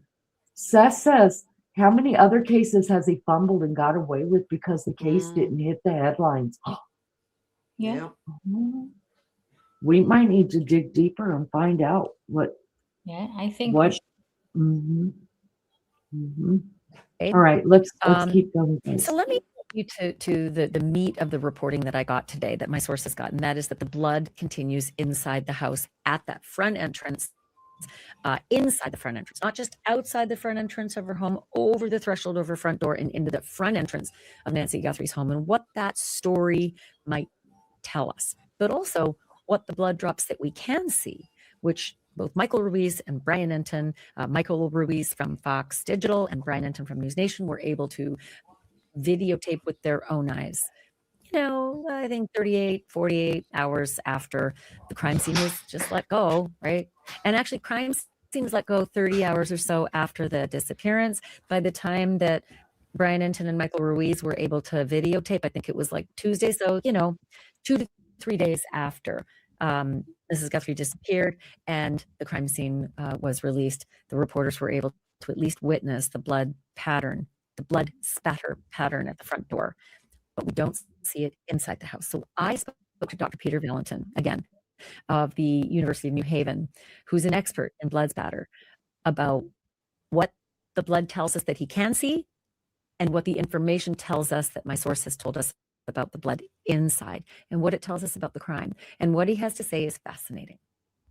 Dr. Valentin, what do you make of, first of all, just the overarching information that we've learned, and that is that the blood droplet pattern that we've all seen outside Nancy's front door continues over the threshold and inside her front entrance, but that's it, that's it for blood spatter, for blood droplets, for blood evidence in this crime scene?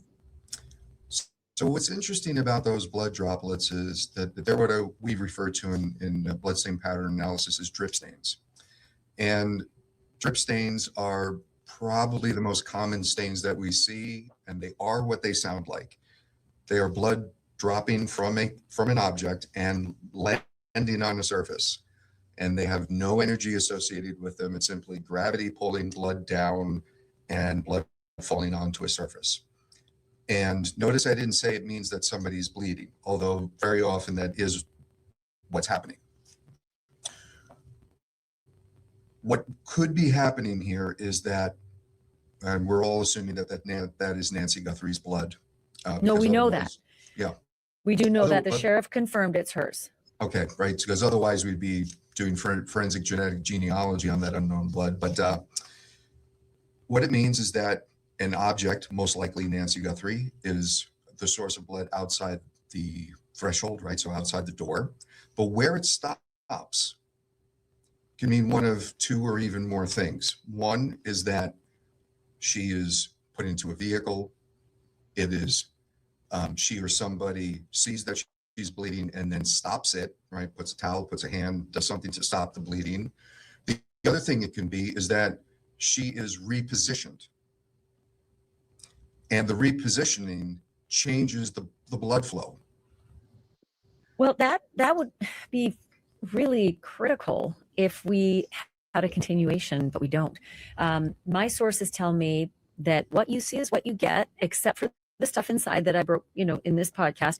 And that is that the blood droplets go down the outside entrance of Nancy's home and down the path and stop.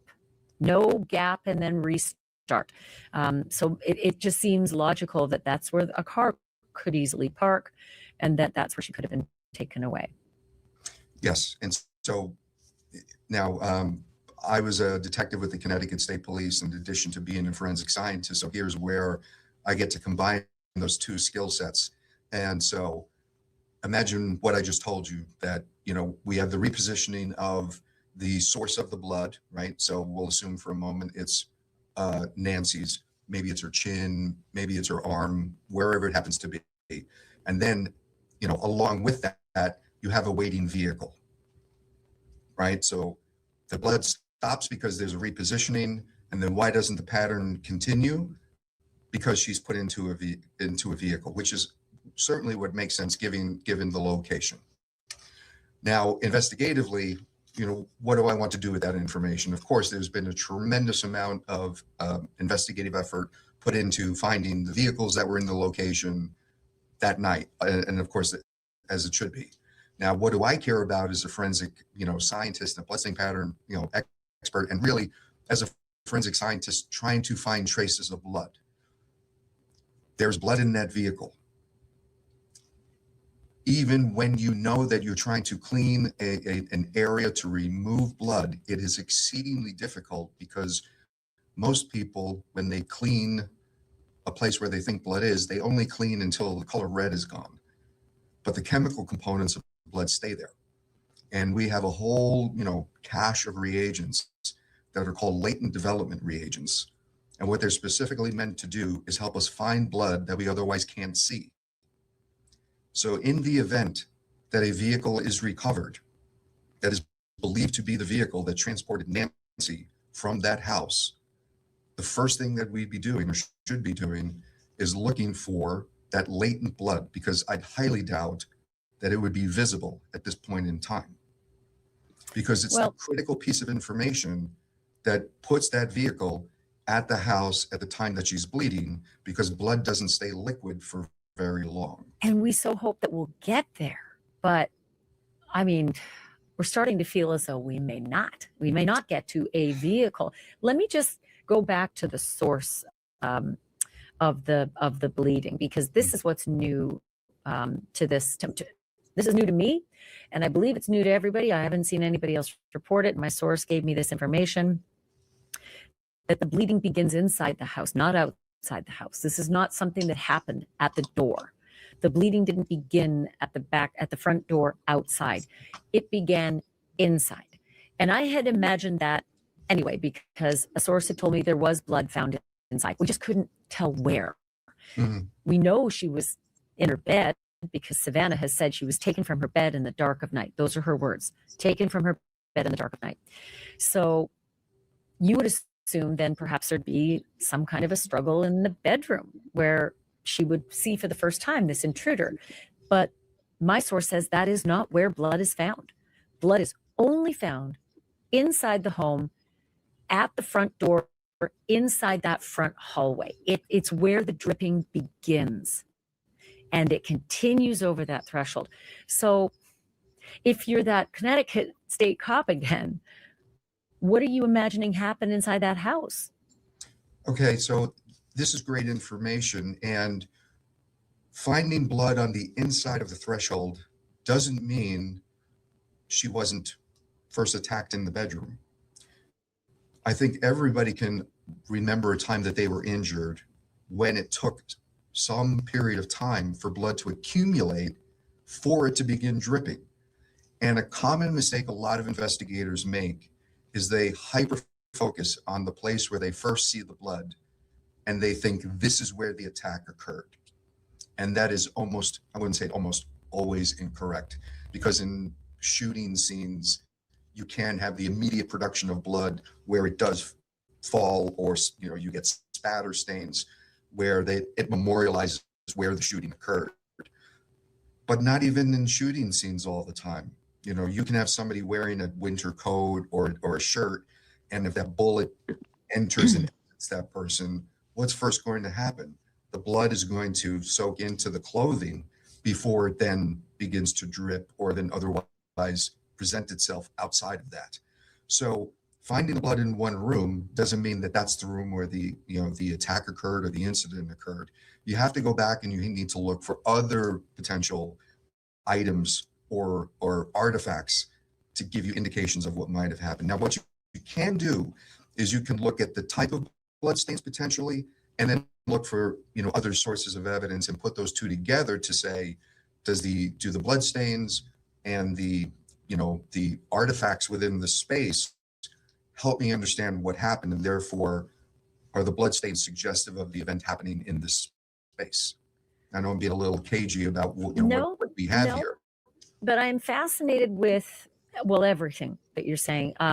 The droplets are vertical, mm-hmm. and they're undisturbed. And my source tells me that inside, as you go in through the front door and you now are standing in the front entrance of the home and the blood is there, they are identical. They are droplets that are undisturbed. There's no sign of struggle in them. There's no footprints in them. They are just quite literally a trail of blood droplets that goes from the front hall over the threshold of the front door, down that front walk, and disappear.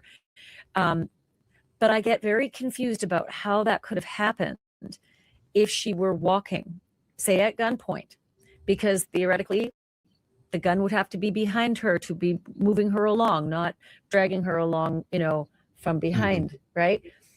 Or carried. But I mean, take your investigative lens and tell me what you think about an undisturbed trail of vertical blood droplets like that. And then we'll get to that one spot that doesn't look like a trail of vertical. It looks like an expiration zone. So start inside and then tell me what are the options here for an investigator to imagine how she was taken out of that home. Okay, so there's a few things there. We might need to slow this down because I actually do see some disturbance in the blood droplets outside the house. Okay. And what I see are called skeletonized droplets. And so if you look at some of the droplets on the outside of the house, they look partially dried. So what you'll see it's essentially a perimeter stain. So you'll see the exterior of the circle, and then you'll see an absence of blood in the middle of the circle. And what that means is that blood droplet was on the surface long enough for the drying process to begin, and then something disturbed the droplet as it was drying. Okay, Now, I can explain that. And here's the reason. I wish these were forensic pictures we're looking at. They're journalists' pictures. And I don't know if the investigators got good forensic pictures. I assume they did because they knew they were there. But these are journalists who, after the scene was released 30 hours or so later, and they may have gotten to it 48 hours and walked up and seen it and started rolling video. So you can imagine those blood droplets have now been there for at least 48 hours, and the journalists are walking. So I'm going to make an assumption about what the temperature was at the time that those blood droplets were deposited. Mid-70s, maybe 80 degrees. Well, February 1st, 1:47 to 2:28 a.m. I'm going to assume closer to 2:28 a.m. because that's when her pacemaker separates from the Apple device. So 2:28 a.m. in Tucson, Arizona, February 1st. Let's say even 60 degrees. I mean, I'm in Connecticut, so I'm jealous of the temperature no matter what it is in Tucson. That blood was not liquid more than 15 to 20 minutes. So it wouldn't have mattered when the journalist came to the now released scene. Those blood droplets had already dried. They couldn't have changed the appearance of those droplets unless they rehydrated them. And that would have been an obvious alteration. So Highly unlikely. By the way, rehydrating them, highly unlikely because they were covered over. That's a covered entrance. Yeah, exactly. So, I have to make that, because I've testified, I have to make that, acknowledgement that I recognize that there is a way to do what I'm talking about, but it's so unlikely that it's not an explanation for what it is that we're seeing. But what we do tend to see in scenes is that recently deposited blood can begin to dry, and then the movements of our source of blood, our bleeding victim, and or our perpetrator can disturb those stains and memorialize the activity. Now, these drip stains, the ones that we're talking about, they don't tell us what happened, meaning like what's the injury, what's the what happened during the attack, what is the attack, what's the injury of our victim.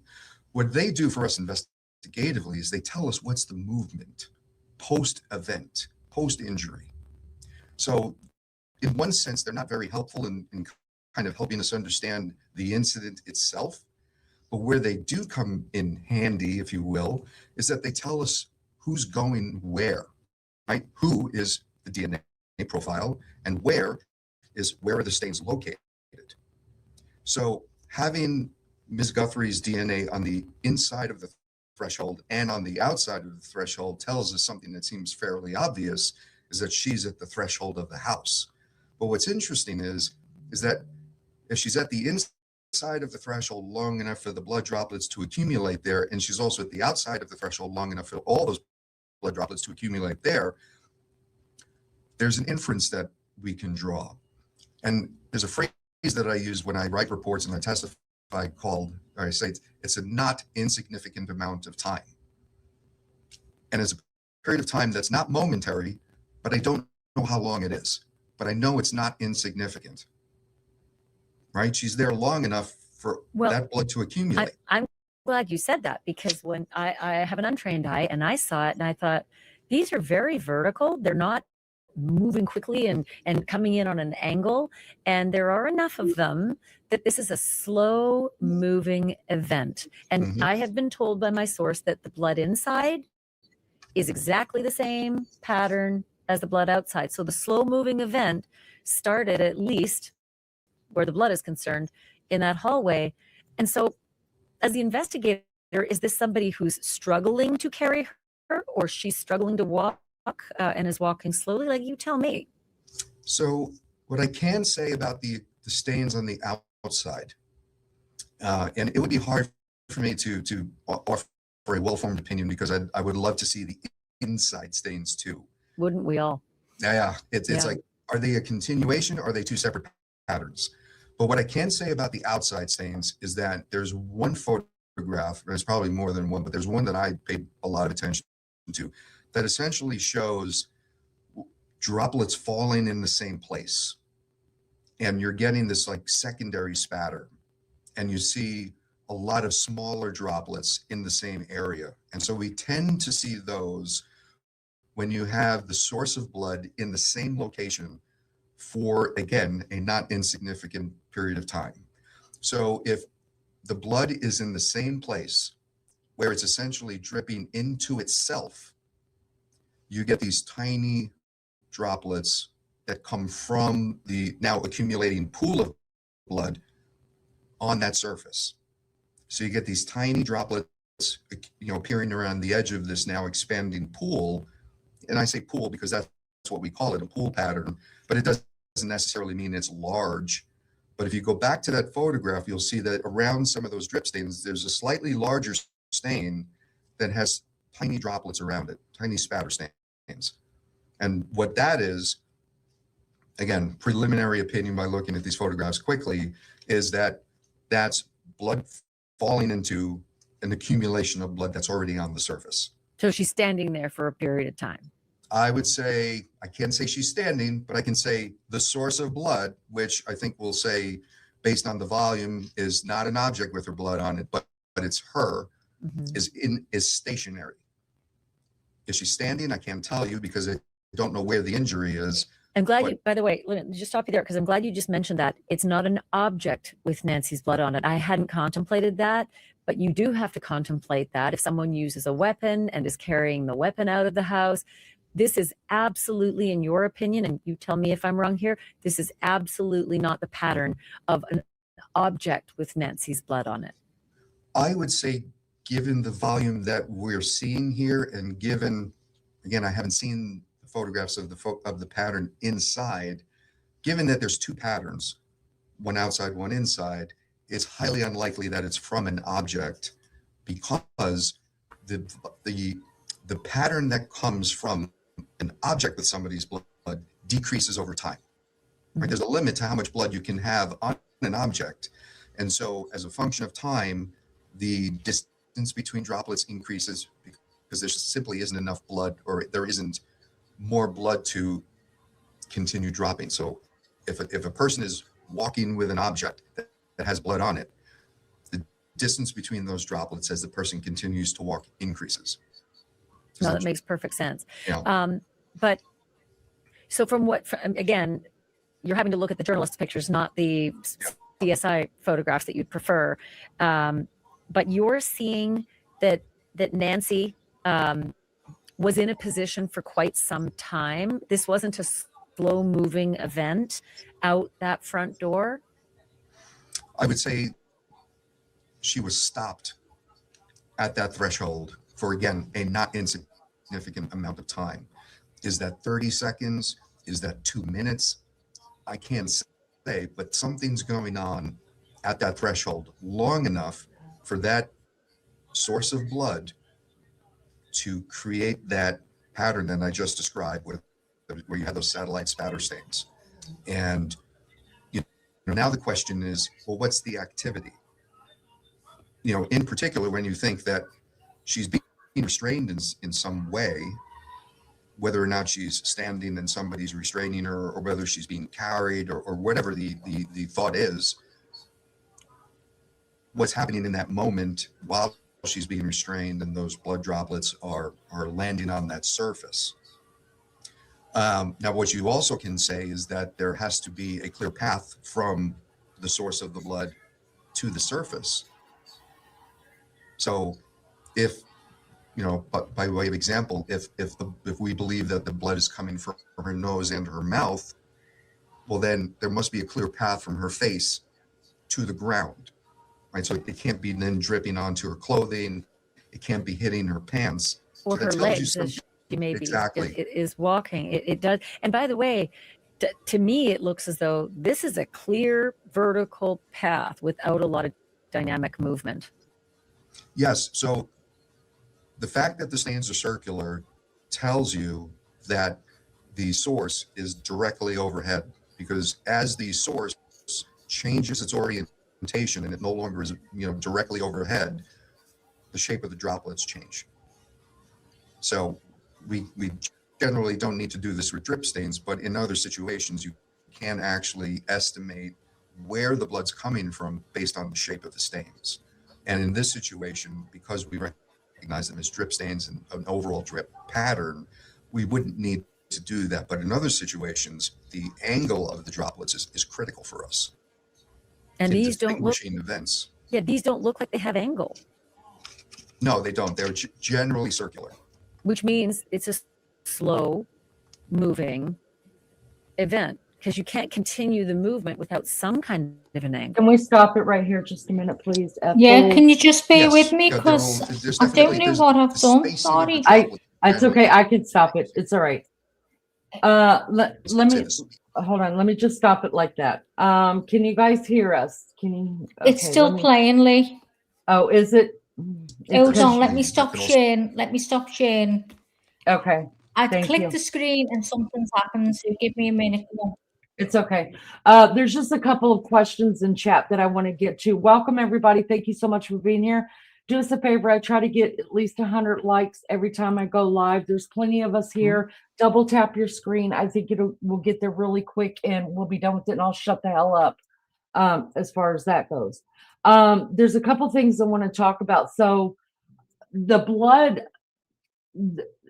I see a lot. I see all of you in chat. I'm reading chat. Believe me, and I'm trying to put them up there too. The blood that we see, and as soon as not Nancy, as soon as Banfield finishes this, then we will go back where it shows you the blood walking up to the porch, onto the porch, and then that's where you see the majority of the blood. I believe, I could be wrong. Liz, you can jump in here and tell us what you think. I think they're pulling her, coaxing her, pushing her, whatever, to get her out the door. I think once she gets out of the door, just by the way that the blood is aspirated, the aspirated blood, you could tell what's aspirated because it's like a circle-ish kind of bunch of tiny little dots of blood, all in this like concentrated little circle place where she's either coughed blood or sneezed or something like that.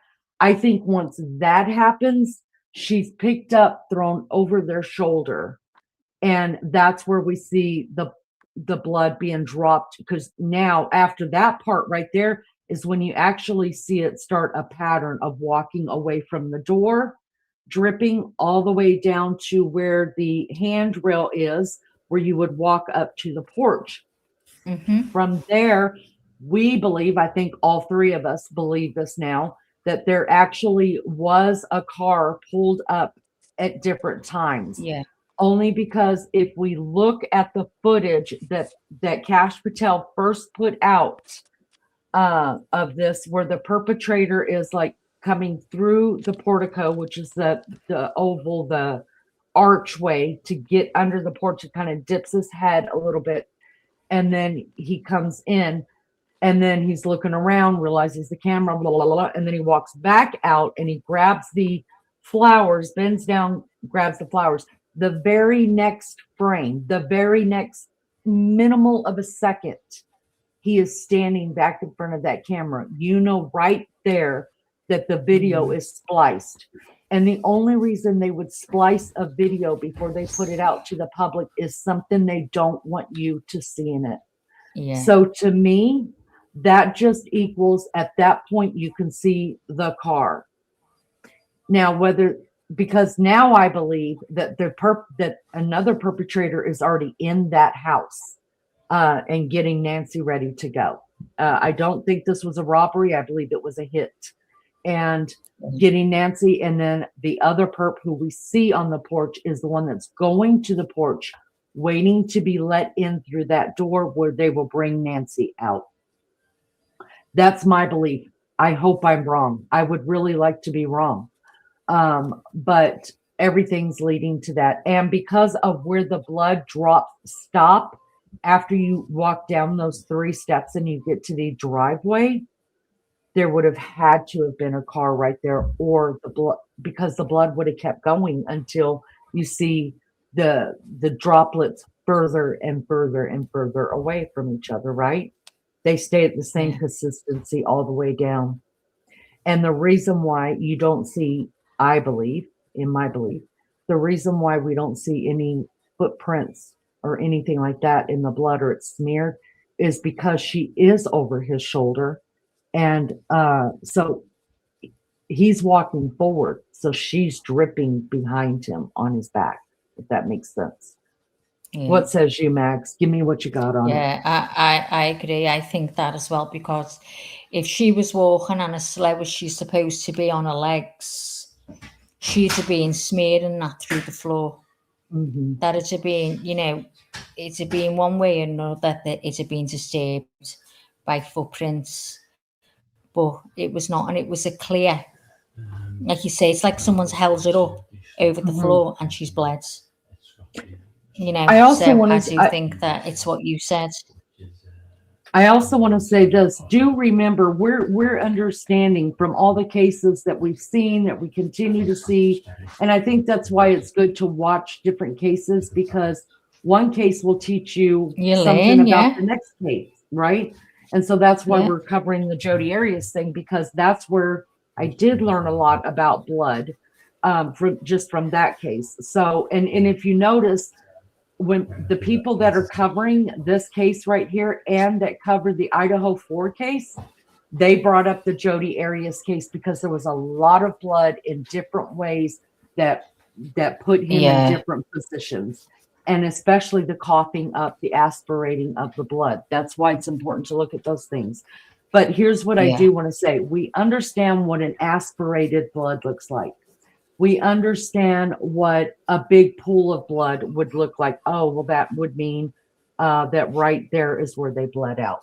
We understand what drops of blood look like. Now, we may not be able to determine what part of the body it comes from, even though I do believe it comes from her mouth or her nose, which makes sense. Me too. But we also know she was a heart, she had heart problems, and she was on blood thinners. When you're on blood thinners, which will make bleeds worse, when you're on blood thinners, I mean, we all know how that works.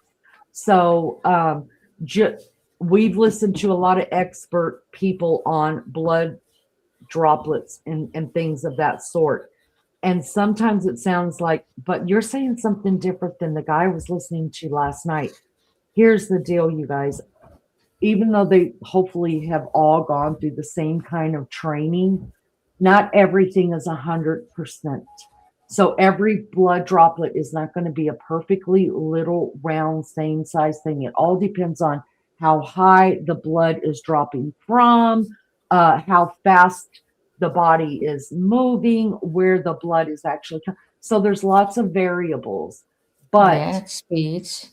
What we do know is that we are learning blood patterns so that we can tell. Obviously, she's about this far from the ground and nobody steps in it. So that obviously means, because if she's walking, you guys, she's got clothes, she's got boobs or a belly or something. That blood's going to, if it's coming from her nose, it's going to drip on her shirt first before it leaves those spots on the ground. Yeah. So the only thing that makes sense, and because there's nobody stepping in the blood, to me, as, you know, according to Leanie's private investigator here, I believe that she is over the shoulder. I Me do too. believe that. Thank you guys so much for being here. Will you do me a favor? We hit the like. As soon as we get to 100, I'll shut the hell up. I don't think Miss June will, because she is always I on, won't either. and Maggie the won't like. either. And I appreciate that so much. But at 100, I shut the hell up about And that. you can still hold down. Don't care. And then as soon as we finish up, again, like I said, with this interview that Ashley is doing with this blood investigator, or whatever analyst or whoever he is, then we're going to go back to the very beginning just to show you, because in the very beginning, it's like somebody's videotaping walking up to the doorstep, and you could see the drops of blood. And then we will pause it right there at the door. That's what some of you have asked me to do. Pause it and let it just sit there so we can look at the pattern again. Thank you so much. Oh, we're at 114. Thank you so much, y'all. I won't say another word, but Miss June and Maggie are going to keep going with it because they're my girls. They're my girls. All right, Maggie, should we finish this up and then let's go ahead and go to that? Yeah, I've got it back. I'm just going to go and share it again, which I should have just done that. Stupid, but there you go. I had to pause it at the right time because she ended up right there going into it, into one of her, you know, what she's drinks or whatever it is. So bye, Possum. See you tonight, honey. Bye, Possum. Take care, love. Little Boo Boo, we love your name. Wants to know, could it be get back to Nancy at the? Could it be to get back at Savannah because of the exposure of the Jeffrey Epstein victims? Listen, we're not ruling it out. That happened, Yep, we've heard it. We're not ruling it out. I've only ruled out two things. It wasn't aliens and it wasn't Trump. I can guarantee that. I would bet money. All right, can we back that up just a little bit, Maggie? Because I think they're going to show us. To ditch the corporate chemicals, just go to vanman.shop. That's what I'm saying. I just got to pass them. Shut up, Mary Jane Joe. You know it wasn't the aliens.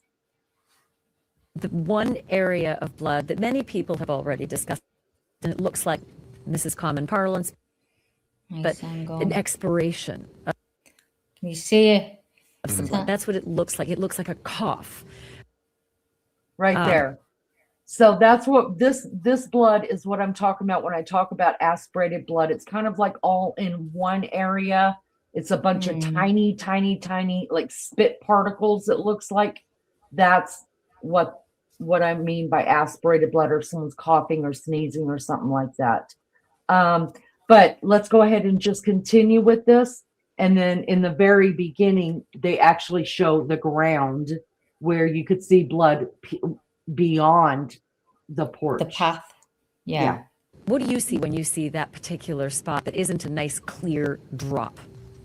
So the satellite droplets that I mentioned as being potentially the blood falling into liquid blood could be confused for an expiration or an expirated pattern. Now, the way to distinguish between these is that expirated blood tends to mix with saliva and mucus, right? Because it's coming from either our nose or our mouth. And had somebody been at the scene that either was a bloodstain pattern analyst or knew enough about BPA to have somebody consult and look at these things, that blood could have been tested for the presence of amylase, which is the enzyme that is in our saliva that helps us digest starch. And that would allow us to distinguish blood coming from this area from other blood sources on our body. And that helps us understand something about the dynamics if we recognize where the blood is coming from. I can understand that, but I also just sort of see amidst all these direct vertical drops, there's this what looks like a spray. How else could you get a misting of blood but for expiring? Well, I don't see enough detail in that photograph that I could necessarily infer that it's a spray. So there is a pattern that we call a projection right? Where you have blood accumulating generally in your mouth and you can project it. Or, and this is not what I see here at all, you have a breach of a major vessel and you project a large volume of blood. And that's not what we have here at all.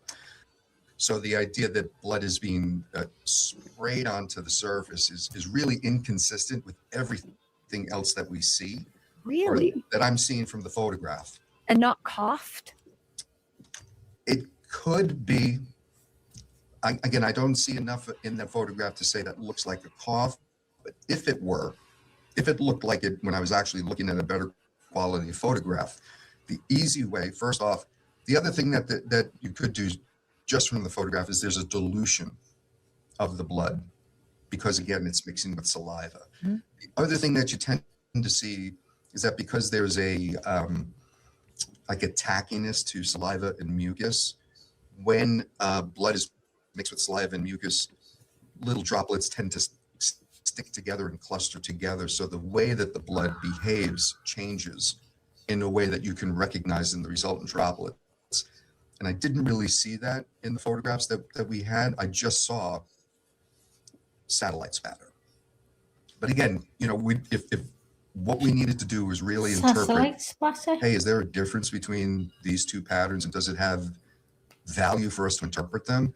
You know, you would take a photograph and really zoom in and see, are there differences for between satellite, these two? sorry to interrupt, but for the satellite spatter, don't you need a source that is your direct source that sprays out to the satellite spatter? Because it doesn't look like it in that one misty blood pattern. So your source of blood actually is the blood that was already on the ground.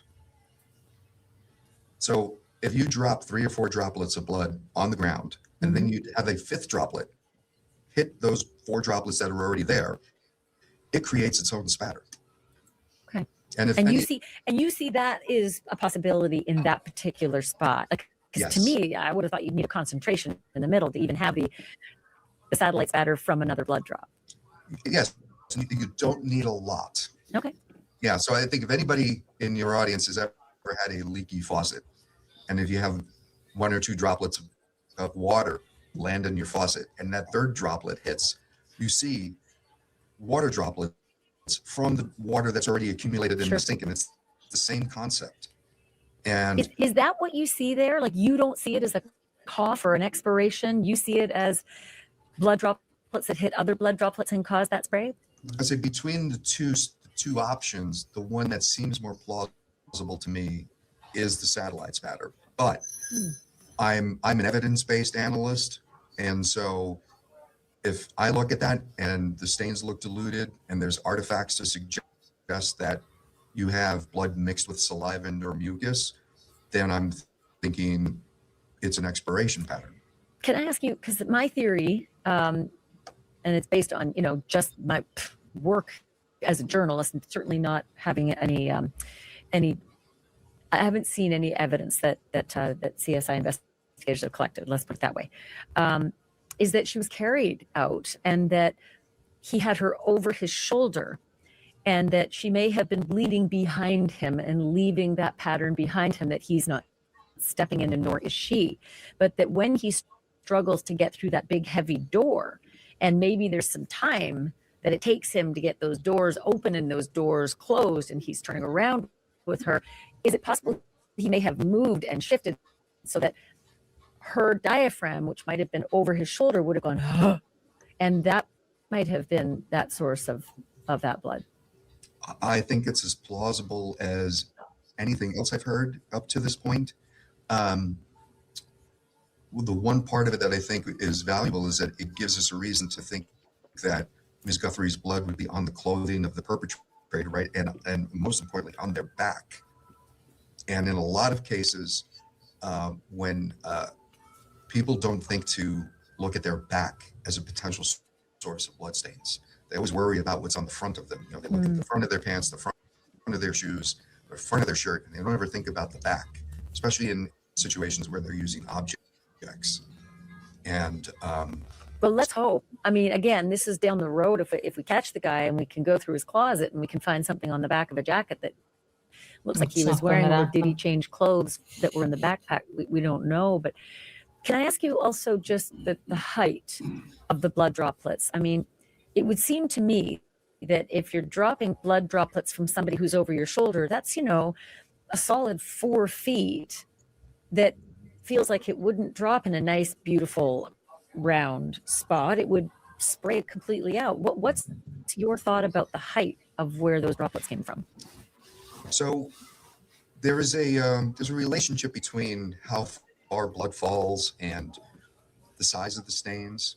So if we were to drop blood from, a few inches off the ground, it makes a very nice, neat, smaller droplet. And the higher we go, the bigger the droplet gets. But there is a limit to how big that droplet gets, because there's also a limit to how big a droplet can be in terms of volume. The droplet can only be so big because surface tension holds it together, and there's a limit to that surface tension. But blood can only go as fast as its terminal velocity. Much like a skydiver can only go so fast towards the earth. So once we get to blood's terminal velocity, which is about 3 feet off the ground, it doesn't matter how much higher they were above that. There's no difference in how those blood stains look. But Ashley, what's just as important in assessing how blood looks when it's hitting something is, what are the characteristics of the surface? Is it smooth? Is it textured? Is it porous? And so, these are ceramic tiles, and, they might look smooth to us when we're looking at them on the photograph, but there's probably a texture to them that, if we were to touch them, that actually disturbs the blood as it's trying to make a neat circle.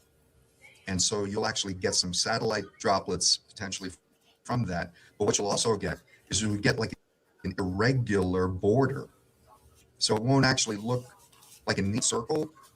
It'll look like how kids draw the sun, with the little beams coming off the edge. So you get what we call like scalloped edges. So you'll see a bit of that.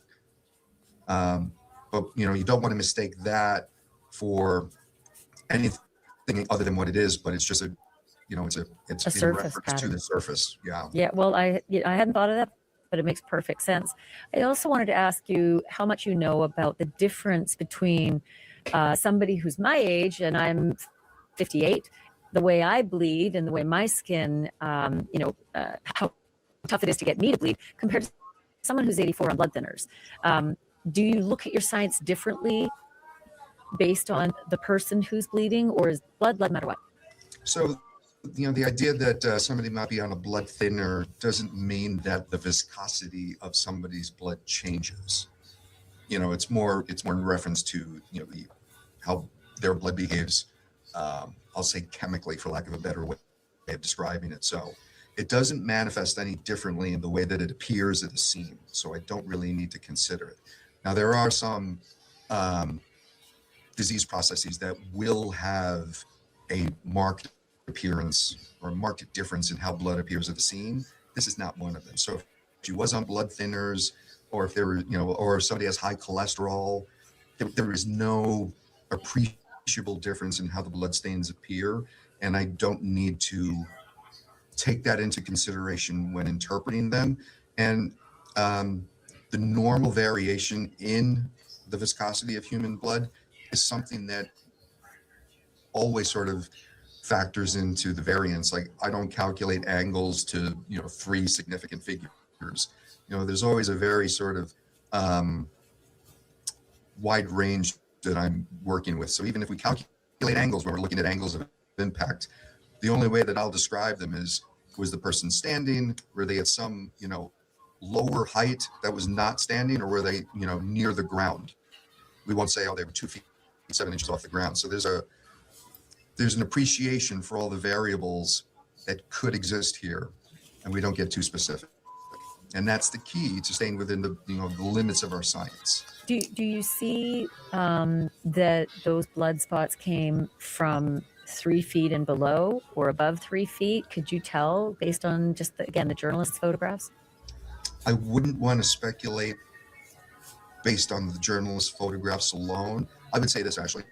If I had to form an opinion about that very issue, I would actually want to conduct some experiments and drop On that tile. on that tile. And that would be the best way to form a scientifically derived opinion. Do you think, Dr. Valentin, that might have been what they were doing when they put that white tent up for, half a day or a couple of hours at least out in front of her front door, I think 2 or 3 weeks into this crime, that suddenly they might have been doing those kinds of experiments under that tent? Yeah. Somehow I doubt they were doing that part. If I had to speculate, I would imagine that they were using other reagents, maybe an alternate light source, and they were looking for late evidence, right? Evidence that they hadn't found during their first pass through the scene. Because you only find the evidence. I know this is going to sound very simplistic and cliche, but you only find the evidence you're looking for. And if you go to your scene with the wrong sense of what your scene is about, you could walk right past the evidence of what actually happened.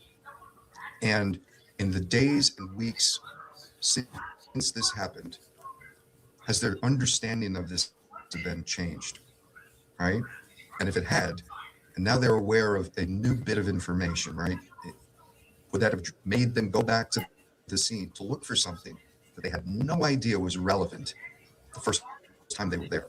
Well, when that tent came down, guess what was missing? The bracket for the camera that was her doorbell camera, her Nest doorbell cam. It had been up for 3 weeks and suddenly they decided it was worth taking down. And I kept saying, well, if this guy's putting a bite light in his mouth, well, there's DNA all over those gloved fingers. And then he's messing around with that Nest cam and the bracket. So I was astounded that it wasn't taken earlier, but it ended up being taken.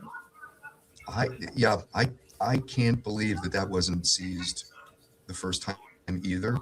And I mean, you could say, well, we didn't know what was on the video immediately. Still, so you knew he took the camera. But you also had the blood evidence right outside the threshold. And so you should have immediately just looked around the threshold and say, well, what's small enough that I can take this with me and bring it back to a laboratory where I can examine it? Take evidence with you that turns out to have no probative value. What did you just spend? Man hours, right? You spent some time looking at it and it turned out not to have probative value. You wasted nothing. What's your opinion of them leaving that half moon welcome mat right there? I think it's still there. I honestly, I don't know. I haven't seen a picture recently, but my God, that half moon welcome mat was there for weeks. It's the same thing. To me, that would be a treasure trove of potential trace evidence. Now, would that have been an absolute nightmare for a trace evidence analyst to shake that out over their bench and get tens of thousands of pieces of sand and, detritus from the environment? Absolutely. But within that, might there have been 1 or 2, 3? Could there have been a carpet fiber from the vehicle that the perpetrator drove to the house? Or his mud from his home on the bottom of his shoe. Exactly. Yeah, and no, I was very frustrated. And again, I'm not a CSI expert. I'm just a little crime reporter, but I've seen enough of this stuff that I have noticed that is usually very valuable. I couldn't understand why it wasn't. I want to just pull on one more thread before I leave it, because we went on a little bit of a tangent, worthwhile tangent, and that was the nature of Mrs. Guthrie's injuries. When you see those blood droplets and knowing what my source has said about the continuation over the threshold and inside the front entrance of that house, is that a grave injury? Is that somebody grabbed her too hard on the arm? And, when your skin at 84 is so fine and you are on blood thinners, you can easily cause a bleeding injury just by holding somebody too tightly. Is it a punch? What is it that you think it could be? That's a difficult one. So this is not something I would write in a report or testify about, but I would say investigatively, if we were like we were in the command post and we were talking about next steps, I don't think this is a lethal injury. I don't necessarily think that if she hasn't shown up in an emergency room that, that she's not surviving this, right? Because sometimes that's the issue, right? We have scenes where we can recognize that this is a catastrophic injury, and that if the person does not show up in an emergency room, we're dealing with a different kind of case. This isn't that. However, she does need medical attention of some sort. Do we want to go to the drugstores and see who's buying gauze and, hydrogen peroxide? There's all sorts of ways that you can take this. I mean, clearly it's survivable. But what are we combining it with? What else happened that I don't have physical evidence of? Right. Exactly.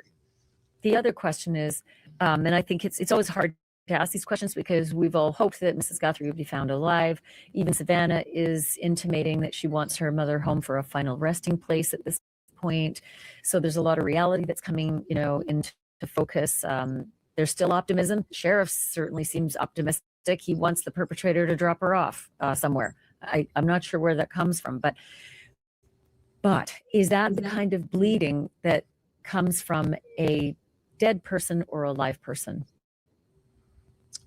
So I would not have a way of distinguishing between those two, at least not from what I've seen in these photographs. And, and I share your feelings about all of this. It's so frustrating. And, my heart goes out to the Guthrie family and, the simultaneous national coverage of, their mother's disappearance, but at the same time, perhaps even needing this coverage to keep the spotlight on this case. Because I remember working cases that had no coverage, that I didn't understand why, and cases that had international coverage, and I didn't understand why. So I can appreciate the double-edged sword here. And given what I saw, you would not be able to distinguish whether or not the person was still alive or not. But perhaps there are other aspects of this that we're not privy to that that potentially could change my opinion on that, but certainly not based on the photographs I could say anything. If Mrs. Guthrie was killed inside the home and this perpetrator removed her body and left that pattern behind inside and outside over that front threshold, what kind of a circumstance would cause that kind of a blood pattern? Because we don't bleed after we die. Well, it's not that we don't bleed after we die. It's the matter of there's nothing creating pressure in the way that we would if we were still alive. I can create a source of blood in somebody who's dead if I simply reposition the body so that the injury is lower than the rest of the body, so that you have this passive pressure, for lack of a better description. Gravity. Exactly. So you could imagine if you had somebody on a stretcher and their arm was hanging off the side of the stretcher, that could create it. And so you'd have scenarios like that. But aside from that, I mean, it is suggestive of it. There's just not enough there so here I have to exercise some restraint and say, scientifically, I have no way of distinguishing between the two, but investigatively, what would I say if I saw that? I said it tends to lean in the direction of her being alive. And then the other question I'm going to ask you, and this is a really hard one too, more on your Connecticut cop hat here, because you have to noodle all the possibilities, all the theories, all the scenarios in order to, move along in an investigation. Knowing what you know about this crime scene, knowing about this blood pattern going from inside the house over the front door and to the outside of the house and being the same all the way. And knowing what we've seen on the front doorbell cam and that my source says the back door was left wide open. What would your theory be about what happened to Mrs. Guthrie?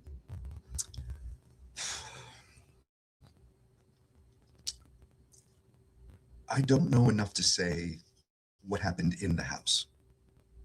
I mean, your guess is as good as my guess, is as good as anybody else's. And I'm a person that is really driven by physical evidence. And physical evidence tells a story. And let me explain it this way. When you open up the door to Nancy Guthrie's house, that house tells a story. How does she keep her house? Like, what level of order is her house normally? what would draw my attention is what are the alterations to that normal state. So if you tend to be a person who keeps your house neat, where are the disruptions? Where are the disturbances to that otherwise neat state? Now, that's not to say that you could have, you weren't attacked in the place that still looks neat, but I'm drawn to the changes to the status quo, right? Most people will say, signs of a struggle. But I guarantee there are people listening to this, the whole house looks like a sign of a struggle. That's how they live their day.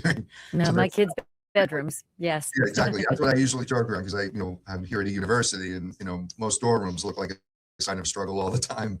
So we can't really look at things that simplistically, right? You're looking for a change to the normal state. So I would have to look at that house and let myself get drawn to what looks, I'm not going to say out of place, because that's not really the way to think about this, but what looks recently changed, right? That she didn't have a chance to bring it back to the normal state. But I can't let myself get drawn to that without first walking through and looking at everything in a methodical way. It would be like reading a book and skipping to page 276. I wouldn't have any sense of who the characters were. Mm-hmm. So I will understand what's out of place once I digest the entire scene. Then I become really well versed in what is the normal state for that house. And it's only when I do that that I can really sense where in that house are the areas that I now need to focus on, because I work with physical evidence. So you could swab that house and get 1,000 exhibits, and they're all useless because you didn't apply the right frame of reference for how you're going to do this. I could do it that way and find 3 places there that clearly look like something happened here based off subtle cues, and find 20 swabs, and those potentially are more probative. And in a lot of cases, people will walk in, whether it's ego, whether it's to be right first, people will rush to figure out what happened instead of hanging back and letting a scene like that essentially talk to you, right? By soaking it in, working the scene methodically, and then letting that drive the process. Do you think that happened here? In almost every case like this that I've seen, and in the cases I've worked that have had this level of scrutiny, the pressure of multiple agencies having to cooperate, the pressure of the media, and now exacerbate all of that by the pressure of a famous family being involved, it creates unforced errors. And errors always complicate things. Yeah, but the sheriff is saying that he doesn't regret anything. He doesn't think he made any errors. He doesn't think that he returned the scene too early, even though I think in week 2 or 3, he admitted that he had done that. I'm not 100% sure why he's saying these things, but in your estimation, do you think that the investigative, teams let that house tell them the story, or do you think they told the story too quickly? I feel very confident in saying that first, they let the house go too quickly, unless the Guthrie family was beyond adamant that they wanted the house back, and I can't imagine why. I would hold that house for as long as I possibly could, particularly because this is one of those very few cases where forensic evidence is leading the investigation. In most situations, we conduct our investigation and forensic evidence is running in parallel, or forensically, what we're doing is we are confirming what we're figuring out investigatively, right? We're almost like a lagging indicator of what you figure out investigatively. This is one of the very few cases where everyone's waiting with bated breath to know what the forensic testing results are so that we can figure out what to do. Mm-hmm. And this only happens in maybe 5 and 10% of the cases I ever worked, where everybody wanted to know what I had to say about what to do, because if the forensic testing doesn't give us useful information, we're stuck. And that doesn't happen very often. This is the word that keeps coming up, is stuck. Yes. That or stumped. And I guess I'll leave it there, because I feel as though as we learn more, I'm going to be calling you again to see where these new puzzle pieces fit in and if they take us in a new direction. Dr. Valentin, thank you so much. I really appreciate this conversation. No, it's my pleasure, Ashley. Thanks for calling. So there you have it, folks. Day 52, not a good day for Sheriff Chris Nanos, gotta say. All righty. We can shut that off there. It was live. Sorry, guys. There's new lights being put on my car, so I keep having to run over there and push the brake and back up and go forward and back up. Anyways, no, unfortunately, sadly, Nancy has not been found yet. We're still trying to, we're still here. We're still looking. We're still this. But I will say this. I'm not letting the sheriff off by saying that maybe the family were adamant about having their house back. Everybody knows. It doesn't matter. If your house is a crime scene, do you think if you standing outside of it going, we want our house back, that they're going to give it back to you? No. But there's no way you'd say that anyway, Leonie. If your mother's being taken from a house, then you're going to want them to keep yours for as long as they need. That's exactly right. That's exactly right. And I remembered, I don't know if anybody saw it in chat, but I remembered Nancy Grace was the one that said, hi, Jeremy. That's Leonie saying that, not Nancy Grace. But she does say hi to you because Nancy watches us. She loves us. And she's our boo thing, y'all. Nancy Grace is our boo thing. But anyways, I forget what I was saying. Oh, shit on a biscuit, y'all. That's what happens when about you get old. the crime scene, getting opened. It was going to be good. I'm sure it was going to be like the best thing I was ever going to say. That's what happens when you get old, y'all. But anyways, yeah. It was about the family, them saying that the family wanted the house back. Yeah, the family is not going to do that. And even if they did, that's not the way crime scenes work. That's not the way the police work. I don't. Now, this police department, or the sheriff that's leading this thing, I'm not letting him off the hook by saying the family could have said, been adamant about wanting their house back. Well, wouldn't we all? But we would all also want you be in there and you do what the hell you're going to do. Oh, what I was going to say was that Nancy Grace is the one that actually said her sources say there was a lot of blood inside the house. That's why I took it to believe that it started. That's when I started saying, you guys, it started in her bedroom. That's what I thought. So she's on a biscuit, the great one, Julio. Hello, dear. Julio, hello. Shit on a biscuit, girlfriend. Shit on a biscuit. Yeah. He could have thrown her over his shoulder. In that house as well. I'd be terrified as to crash. Leonie, go with it. Right, I would all by myself. I'd be like walking around. Wrong with people. Isn't something wrong with her saying she go and sitting there on her own? After that happens, I would be petrified. I would be tearing apart that house piece by piece with a pair of tweezers after I plucked my chin hair. God, I would be pulling every little fiber out of that carpet and sending it in. Test this. See what I mean? I'm okay now, Ray. Thanks. No, I wouldn't. I'd say no. I couldn't even go back in that house again. I just couldn't. In fact, listen, Nancy. Savannah and brother and sister and Tomasco hot sauce dude. If you guys are listening, if you want me to house sit for you, I'm your girl. Let me just go in there and house sit because I'd go in and be clinging on. I'd be clinging on to Savannah and my husband. I'd be terrified. I'd be side-eyeing, looking out me sides of my eyes.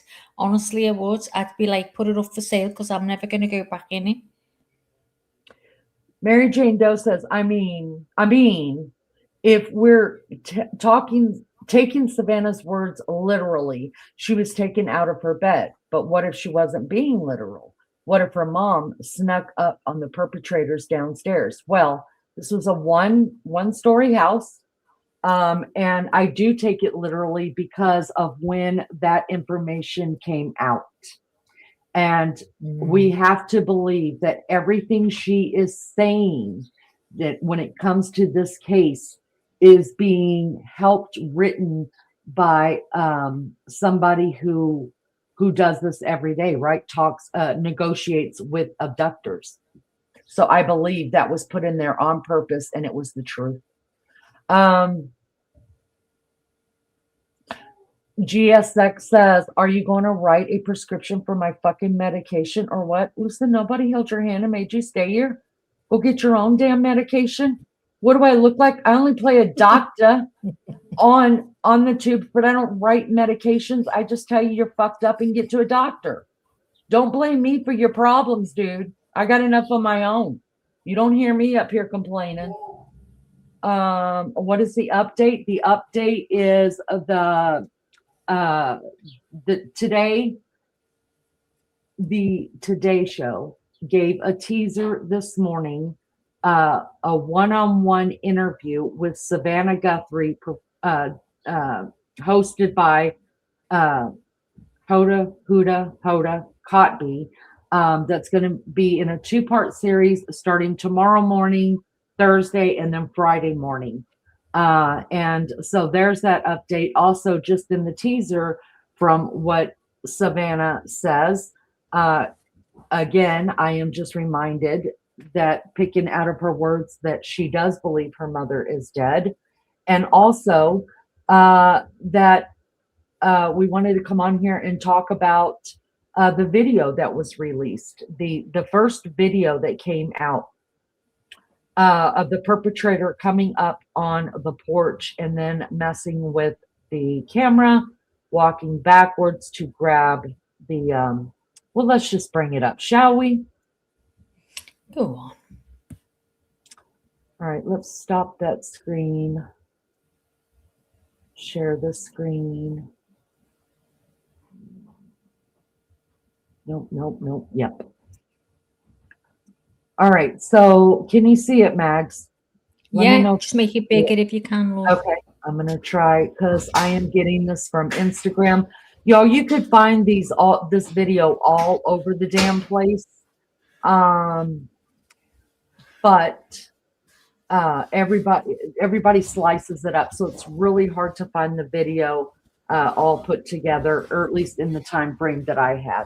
So this is Instagram. This is ABC coming out of LA. And let's look at this video again. I want to show you where I can see that this video has been spliced or pieces cut out of it. There's only one reason to cut a video. Let me see if I can't make this any bigger because it's because where it's at. Okay. There's only one reason, you guys, to splice up a video, and that is they take out the parts that they do not want us to see. So it's not letting me go back on this because, like I said, it's an Instagram thing. But it's going to play again. So we see the dude walking up to the door right here. He's walking up to the door. Oh, hi. Oh, hi. Oh, shit. This is still working. Son of a bitch. I thought we cut this off. What the hell is going on? Y'all, I'm just telling you what the guy's thinking. All right. All right. Bends down, picks it up. Right here. Take a look. Boom. Now we're automatically there at the camera with it in the camera's face. So obviously at that point, there was a piece of it missing. Now, Kash Patel did put out 2 other videos that were related to this. One was of the perpetrator. We can see him coming. If you're looking at him from Nancy's door, he is coming from the left side of the home, the side where the garage will be. And our Maggie says that she believes that the car is actually over there on that side. I say behind the bushes. behind the Because you bushes. can't Yeah. see it from the street. There's bushes No. there. He Right would at the have parked- side of the garage. Right. He would have pulled like right in front of the garage and you couldn't see a car there to the street. We've already looked at that. I say it's quite possible that he parked, you know how the way that the pool guy came in on the other side of it, if you're looking through Nancy's door out towards the street, the pool guy would be coming in the right side. There's not a drive there, but he comes in just a little place that doesn't have a bunch of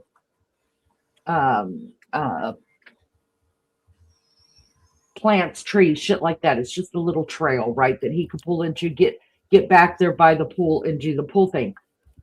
The reason why I say this is because we've got very, very limited video. The pictures that were put out, the 4 pictures that were put out, we know was put out. They're stills that were taken from the video. Okay, the Nest camera's not sitting there snapping pictures. They've got the video. They stopped the video in places just like what I just did. I stopped it right here. So this is how we have this picture. That's what they did for us. So obviously we're not seeing the whole thing. He could have walked from the pool area on the right side, came around the door, kept walking across, going, just kind of walking around, figuring out his feel for things. I believe that is a walkie-talkie in his pocket or something that he could talk to the perpetrator that went through the back door and is already in the house. And when and then when he walked up to the door, maybe there was a red light or green light that showed him, oh shit, that thing is still on and we got to get it off. We got to take it with us. So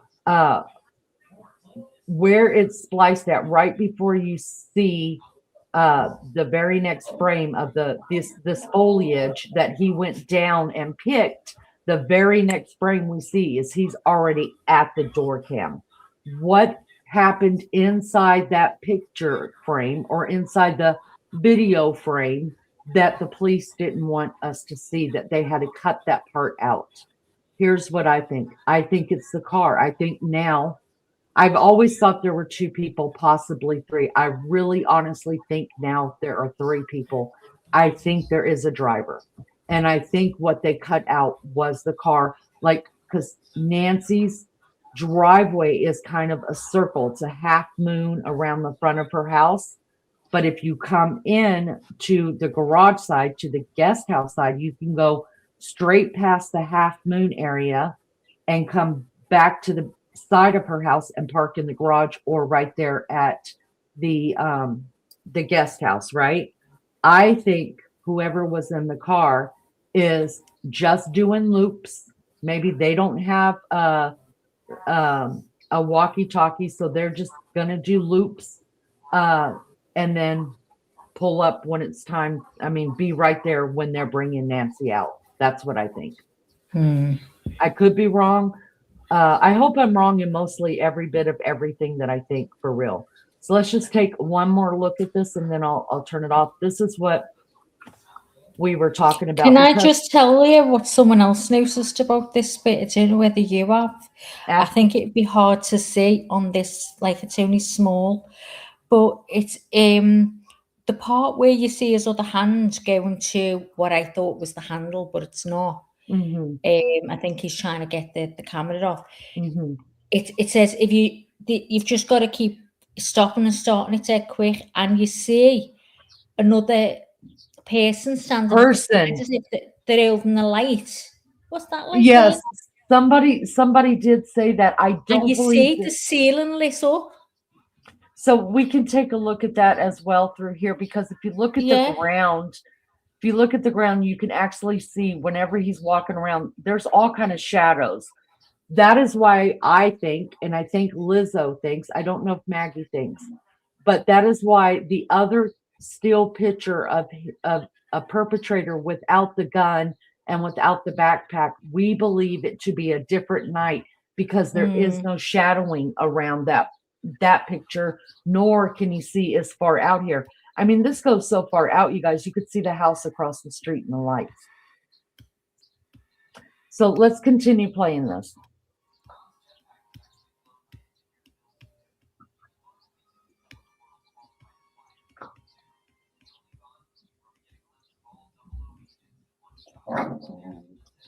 Sorry, my dog's in the background.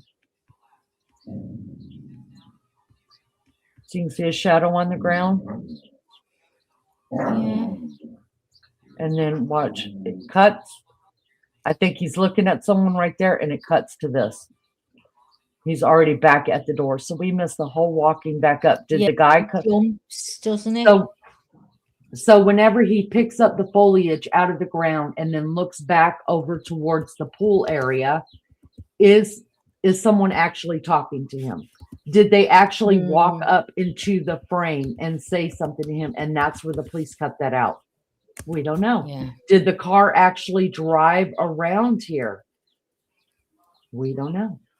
But they definitely cut something out. And the reason why I say car is because I think the perpetrator's already in the house. The other one. The reason why I say car is because remember when the footage came out from the neighbors who saw like 12 cars coming and going down the street, and one of them was coming away from Nancy's house 8 minutes after her defibrillator quit reading on her Apple Watch. And everybody's like, that's what were they saying it was, Maggie? What kind of car did they say? I'm not looking at chat, so I can't see. Crap at remembering cars. What did they say? It was one of those weird cars. Oh, God. It's a Kia, right? They said that it was a Kia. Does somebody know? Yeah, a Cube or a Kia or something. A Kia Soul. Thank you, Anomaly. Yeah, a Kia Soul. A Kia Soul. Nice. So remember, everybody was saying a Kia Soul, a Kia Soul. You know, here it is. Here it is. Remember in the Brian Koberger case, as soon as the FBI was able to figure out, bam, that is a Kia that is between the years 2012 to 2014. Put it out there and give it to the public. Somebody will know. And they got like tens of thousands of calls about those cars, right? That's exaggerating a little bit, but they, you know. And then finally, it was someone at WSU, a security officer there, that said, bingo, I've got it, you guys. It's right here. The reason why I think that has not been put out is because they already know. They already know who's driving the car. They just don't have enough evidence for a conviction. That's what I think. Raymond says Nancy Grace interviewed the light behind him. It is a house under construction. He looks at it. Watch. There's actually, yes, that because a lot of people say those lights back there are a car, and I'm like, no, they're not. No, they're not. No, they're not. Because I was watching a certain creator all damn day long, and when they pan around to the other side of the street from where Nancy lived, bada bing, bada bang, there is a house right there. That's not a car that's there. But there are people that swear up and down that they could see a car out there. And listen, you do you. Right, Lee, I've got a bigger version of what you've got here. Do you want me to put it on? Go ahead, love bug. I'll take that right on out. Yeah. Yeah. You should have brought up a bird's eye view of the layout of the home, explaining your theory. I did many times. I have done Google Maps. I've also gone to Zillow, and yes. I've also gone to Zillow and all of the different realtor sites. And because the house was bought by Nancy Guthrie in 1972 or 74, there are no pictures of the inside.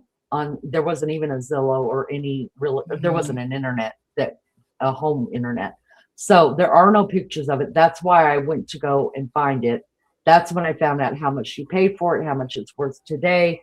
And then the Google Earth, you can zoom down on our house. We've got plenty of pictures of it on here. We've covered it extensively. You can definitely see where the house has been added on to from its original state. And it was built in the late 60s. I hope that explains a little bit of it. All right. Let's go ahead and Lizzo, welcome back. If you want the link, let me know. Go ahead, Max.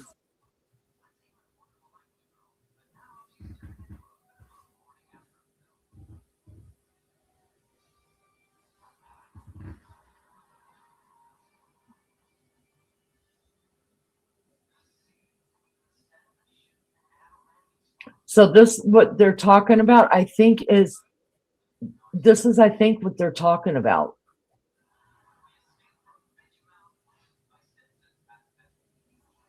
See, automatically. Somewhere here, when he puts his other hands. See the light there on the right? Okay, you have to rewind it and stop it again. Okay. Okay, the right as I'm looking at the picture, or the right? Right, you're looking at his like- right hand. You're looking at the sides of his right hand. But what I'm saying is, am I looking out Nancy's door and to the right that way? Right, so as you're looking at the screen, you're looking to the right. Okay, got it. Okay. Let's see. Yes, it is, John. Oh, well over 1 million. Yeah, well, See it's about there. 1.1. See there on the right, Lee? Can you zoom in that for me, please? Because I haven't seen this. Hang on. Can you see it coming into view now? Yes, up here on the right. If you'll use your cursor to show everybody, because we'll be able to see. Can you see my cursor? Yep, I can see it. Okay, so here you can see the light coming into view, like someone is holding one of those, the mouth lights, whatever they're called. Okay. So just watch it in the minute. Just keep watching. So I'll go back here. Get ready. So he's got his in his mouth and it's shining straight ahead. Keep watching. See? It's a reflector. Well, Rewind what? it. It's on his. It's the reflector. It's on his yes. back. There's 2 reflectors on the front of his. If you stop it right as it's coming into screen, and then stop, you'll see the reflector right there in that picture on his right side. That white strip that's on his chest At the top. That's this one's by his hand. I know his hand is up, like where the reflector would be, because that's where the camera's at. Just play it, and then once you start seeing it come into view, slow. See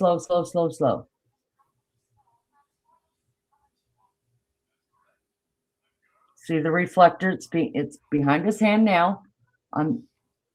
It's behind it. You can see the strap right there's the reflector. Just show it again. Keep going. He turns back. Keep going. Okay.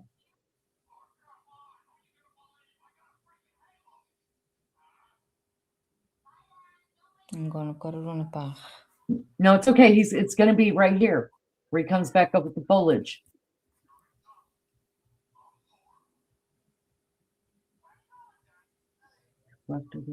Oh, stop. See that come from up above and went down, Lee? That is different. I thought immediately, I mean, when it's going fast, No, it looks like you a damn see it reflector. Let me watch it again. Right, let us get back to where it was on this bit. I mean, unless his What's body John saying? is turning in the back, unless his body is turning, Right. then No, it it's definitely too low. looks like a reflector. It's too low. Okay, first, when you say too low, you see where his hand is being held? If he pulled that all the way back, it would be on his chest, not down at his hip. So it would be, his hand is actually where the reflectors are on his chest. But it's not, up. I don't agree with that. I think you can see that coming in from an angle. You can see it coming in. Okay. But just let's see. Going. See that? That wasn't on him, Lee. What says you, chat? Okay, we see it coming into view. Yeah. Yeah, get ready. I'm going to. You're going to have to stop. Yeah. No, that is okay, not go on back. him. Go back up a little bit because the light did change. And if you could pause it, like, okay. Can you see that's coming in from in front? Now pay it just a tiny bit. Play stop. No, we missed it again. That come from up to down. You're right, it did. But he's got his hand over the camera now, and it's only visible from the side there. And his body is to the left, in front, not to the side. That come from up and then went down. That's not on his body. Can you back it up just a little bit? I'm trying to get this, there's a shot in between where you stopped it before it coming into view. Okay, stop right there. And then where you keep stopping it at. So don't stop it when it comes into view. Just let it play almost to the end, but not there. Oh, shit. Oh, you know what I'm saying? It almost looks like an eclipse. That's the part that I want to see. The shape to me, I'm with little boo-boos. I think it looks like it was still there. He's moving, Lee, and that is still Watch. I'm going to let it play now. Do you see what I mean? It's like someone's holding it. It was still. He was moving everywhere, and that wasn't moving. I don't know. Maybe a light anomaly from a reflector. It comes from Lizzo says, but you see the reflectors right before. Yes, I get that. But if he's okay, so see, that's why I need it stopped right there, like where it looks like there's an eclipse on it. Right there, stop. Oh, you just had it. There? Yeah, go up just a little bit. Play it, just hit play and stop real fast. Stop. No, you just had it. Stop. Can you blow that up? Right, hang on, it's moved again. Every time I come off it, it moves. Right, hang on. It's going round. Can you see it going round? TP thinks it's another light. What it means, Diane, is some people say that this was somebody else standing on the porch with him, and they've got a light in their mouth, that is actually another mouth light that came into view. Now, it could be. We know this has been spliced. But, Lee, and what's making me think so much more that it is somebody else is because he's fiddling with that camera and he's having difficulty with getting that camera off. So it's like that other person has come around and is holding the light for him. Could that have been the car driving and then parking down just a little bit where it's out of view, and then they come up and they're already... You could have seen, what's he doing? Well, you know, why is he taking this time? John, the mouth is glowing because he has a mouth flashlight in his mouth. I forget what they're called. A bite light. It's called a bite light. A bite light, yeah. Keep his hands free, and that's how he's able to see us through the bite light. Think the family knows it's been spliced. Oh yeah. I don't think that the FBI came out and said, look, here's where it's spliced, here's where it's spliced. You have to do that for yourself, but it's not hard to, if you just slowly go through it, and then all of a sudden, like, that body movement didn't make sense, or the step looked like it's out of place, or obviously if a whole section of like 5 feet of him walking is missing, that's how you can tell that where it's spliced out. And actually, I have found 3 places on here that it has. I think Savannah and her siblings are in on it, and the sheriff's department, not out of the realm of possibility. Little Boo Boos thinks that it's a reflector. I'm saying someone else in the house helping Tim to put the light on the camera. Okay, so there's a good thought. Is the light coming from the house? Somebody's bite light in the house, shining it out there, and something just got the reflection off of it. Or they've come through to open the door, and they've seen he's said, like, maybe pointed to him, there's a camera, and they've seen him struggling to get it off, so they've helped him with the light. I think it's definitely someone holding the light. Okay. Because it's the way it comes round the front. Hiya, Mel. They came with Nancy, and there was a pause for the blood to drip, maybe while they waited for the car. Nadine says, you are sick. You think the kids are in with it. What the hell? Well, it wouldn't be the first time, Nadine. It wouldn't be. And everybody's entitled to their own opinion.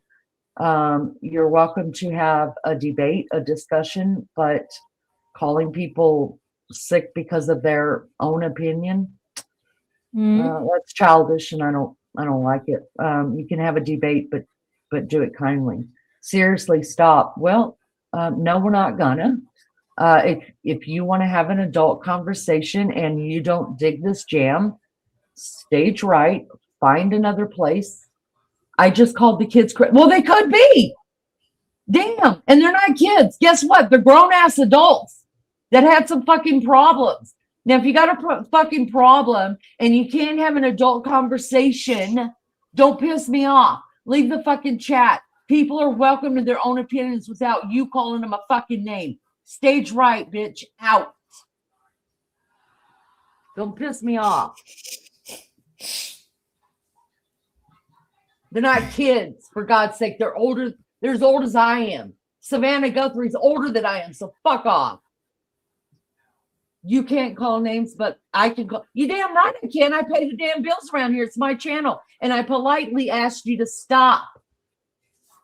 And what'd you say? You stop. We'll find somewhere else to go. Go light up another channel for yourself. Go start your own channel. Here, let me help you out the door since you don't know how to get there. Let me show you where it's at. Unless my mods got to you first. And you have no idea how calm I really am being because you don't know me. Bye. Maggie, you're going to have to, I mean, this has been spinning for a lifetime, honey. I know. Well, I left it because I didn't know whether you wanted to. You know what I'll do? We can me to carry on. Thank you so much, whoever got that for me, because I do have my YouTube open up, which is the only place I could go to mod for myself. But mine is way far back in chat, so I couldn't even see her. Do you want me to carry on playing this then, Lee? Yeah, I really want to get to that part, which is probably neither here nor there, but do you want to get it up on your side and then you can stop it where you think would it be easier to do it that way? No, let's just try it one more time, and if it doesn't work, it doesn't work. Maybe we can get still pictures of it. I could sit there and click, click, click, click, click, click, click, go all the way down, and then get the pictures, and then we can talk about it. I don't want to keep you guys too much longer. What we're saying, you guys, is if for sure somebody else is holding a light, then we know for sure, not just guessing, that there's more than one perp. Which I think at this point, does everybody believe that there's more than one perp? Does anybody believe that there's only one perp? Does anybody believe that anymore? I think pretty much everybody believes that it's at least more than one, right? If anybody in chat believes that there's only one person, let us know. I would be really interested to find out.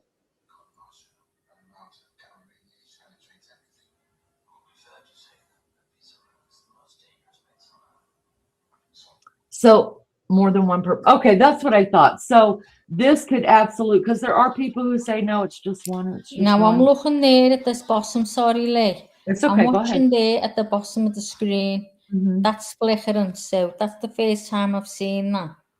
Is it flickering because there's a bug going through the light? Can you see it? I'm thinking. Yeah, it looks now like look little... where he's standing. I see. Now, just remember where he's standing. See the light? Yep, it's coming through. It's like someone's holding a little flashlight, a little, you know. Yeah, I could see where. Yeah. And it is, so you can still visualize where his body was, nowhere near that light. Okay. That's his hands. But then when we get to that part, it just to me looks like a straight up reflector. That's why I think. But from what? On what? Because that's not nowhere near his body. Because the way he's using his hand, right? His body's gonna be moving. Just do that hand motion with your one hand. He's using actually is he using his right or his left hand? let's look at that. See, does he hold the flowers in his right or his left hand? No matter what, he's going to be moving his body, like moving that around. And I just would think maybe the reflector caught the light, or no, it's the way it moves. It comes from the top down. It comes into view. There. Yeah, it does look like someone's there. Now, the only thing that this will make sense is possibly the part that we can see the big splice, the big splice out of this video that they released to us. Is that the time that the perp came out the front door and helped him get this off of there? Or did he come around the corner and come up on the porch to help him get it off of there? You know, is there a car driving around? Because there's a big portion of that when he bends down, picks up the flowers, turns around to walk back up. All that is missing. They go from being down below the step to next, we're automatically back up by the door with the flowers. All that is missing. Now, that's probably only a 2-second thing, but it's still, it would be a big deal to watch. Maybe there where we think that he's tic-tacking to someone, maybe he's sort of giving them the eye to say, come over, that's a sign in his hand like that. So he could have come over then. Oh, and okay. He's seeing what he's doing, and you'll see. Thank you, John. Okay, yeah, it does look like he is using his, no, it's his left hand. This is mirrored. It's his left hand. So if you're facing the door, right? Am I right, guys? I could be wrong. Yeah. Because I'm directionally challenged. Yeah, so if he's looking at if he's looking door, at that's his the left door, hand, he's got the it flowers is his in. left hand. Yeah, because it's mirrored. Which means, is he Yeah. left-handed? Or is he right-handed and trying to shake the camera off of it while he's got the stupid foliage blocking I his keep shit? thinking, is that a hole in his glove? Not, is it? A lot of people say, but they say that it's on the other glove where the ring was.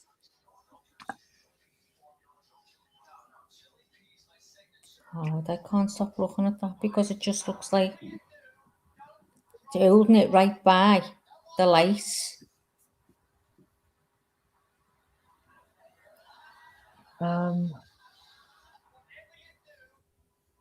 Okay, so Anomaly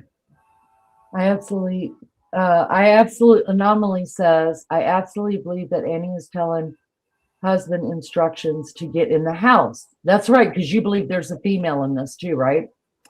And I believe it. I mean, I think it's 2 males. I do, but me too. Who's to say? I mean, yeah, it's anything's possible right now. But Kash Patel is the one who released who's the deets on the perpetrator. That's what we said. Why didn't he have something? He's probably got it all in his bag. When he just, if he didn't know it was there and then realised it was, crouch down and get some tape-outs to cover it. Yeah, good point, John. The other person could have walked up when he was trying to cover the camera. Liz said he would have bent down for the reflector near his shoulder to be there. His arms moving, but the light stays there. Gotcha. I want to look at that on my own and just kind of break it down a little bit. Yeah. But I mean, that would be cool. And I think that we'll know for sure, of course, because if they ever get to court on this, y'all, if they ever get to court on this, they're going to have to play the whole thing, right? Without the splices in it. Oh, I can't wait.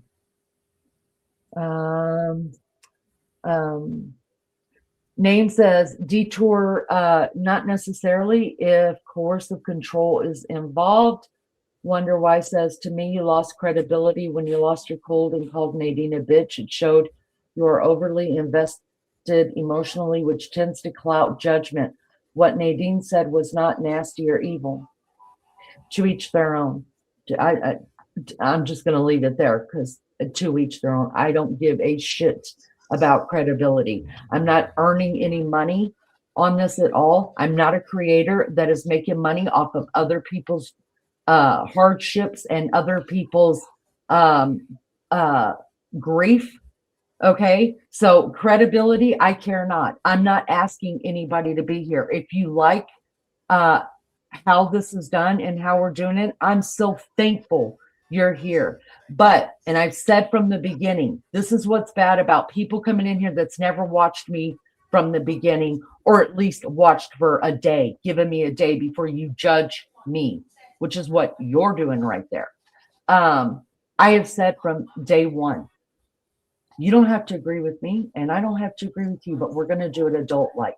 And if you're going to keep coming at me, and if you're going to keep coming at the people who disagree with you, because we're saying, some of us are saying we believe her children are involved, you're allowed to say that, but you don't come in here saying it the way you said it, the way she said it. Go back up and read what she originally said. Okay? And I'll call anybody anything I want to. You could call me whatever you want to, but you're going to call me that walking out my door.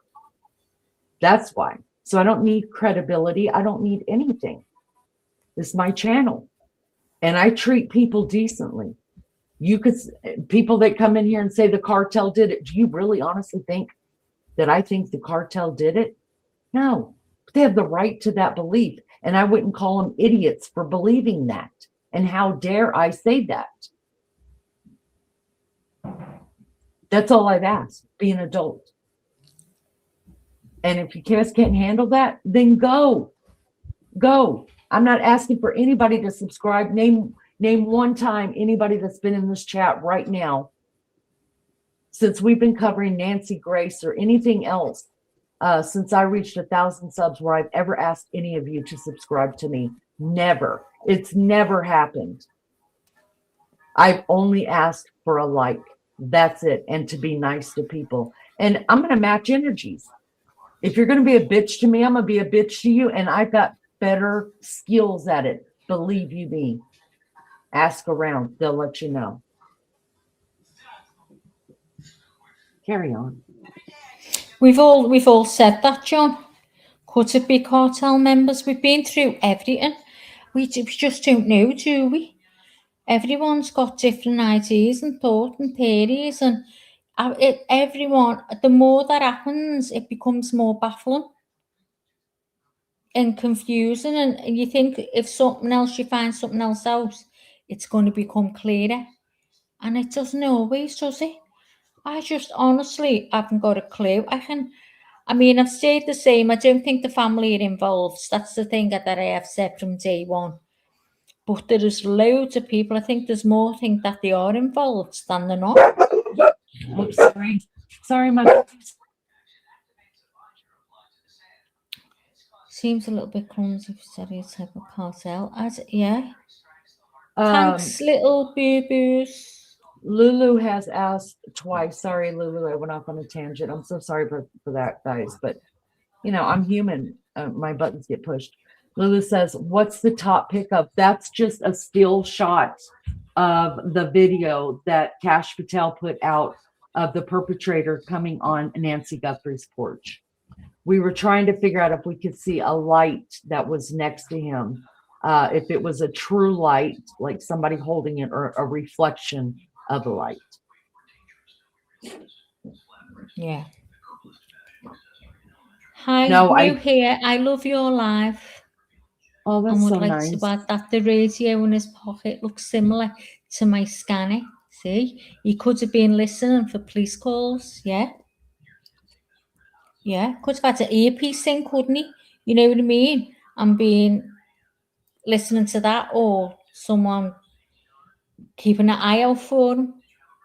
You know that, so people are talking about the jammers, right? That's supposed to scramble a Wi-Fi and stuff. Y'all, this is the God's honest truth. If I'm lying, I'm frying. I never even heard of a jammer before this. Me either. Never. I didn't know that could. Y'all, I'll tell I you. thought a jammer was someone who dances or something. Me too. I mean, I can break it down and really jam. I'm telling you that right now. John says, Leanie, you know, a lot of drugs run in southern Arizona. You know, I never gave thought to it, John, to tell you the truth. I know I-10 is a really, really bad interstate that we have because it goes coast to coast, right? And I know a lot of trafficking goes through there, and I never thought about it, but you're right. I mean, that's a huge drug run, right? Yeah, it's sad. It's sad. Wheezy.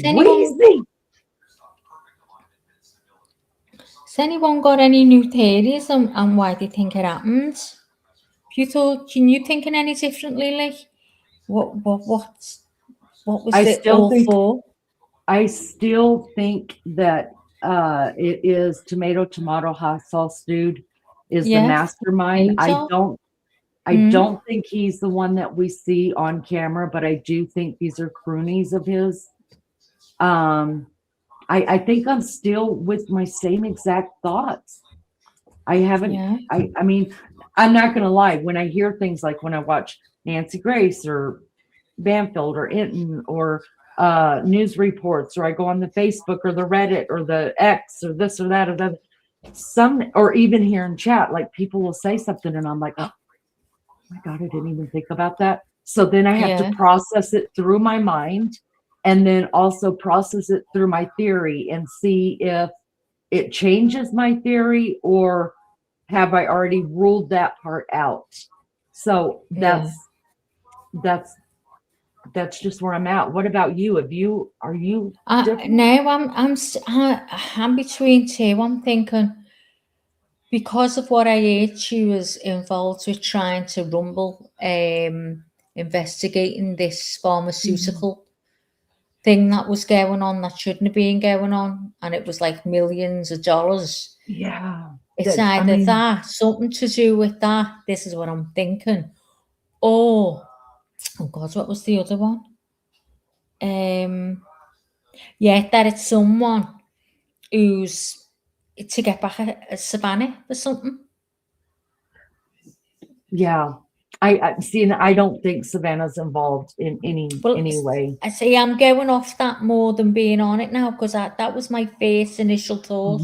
It's someone, a lunatic fan, who she's hate or something she said they don't like. Maybe they think, why is your mother so special and our mother isn't? And you just don't know. Or I even thought, which I've told you, that it's somebody really poor from a poor place and the mother needs it, what is it called in the chest? Oh, the pacemaker. Yeah, the pacemaker, and they can get it done cheaper by someone who I don't know, knows what to do. Maybe someone that's been sacked from their job as they're being found doing, and he's doing it's like foreigners, we call it foreigners, meaning on the side. So I first let's say hello to Missums from Australia and the outback. I am welcome.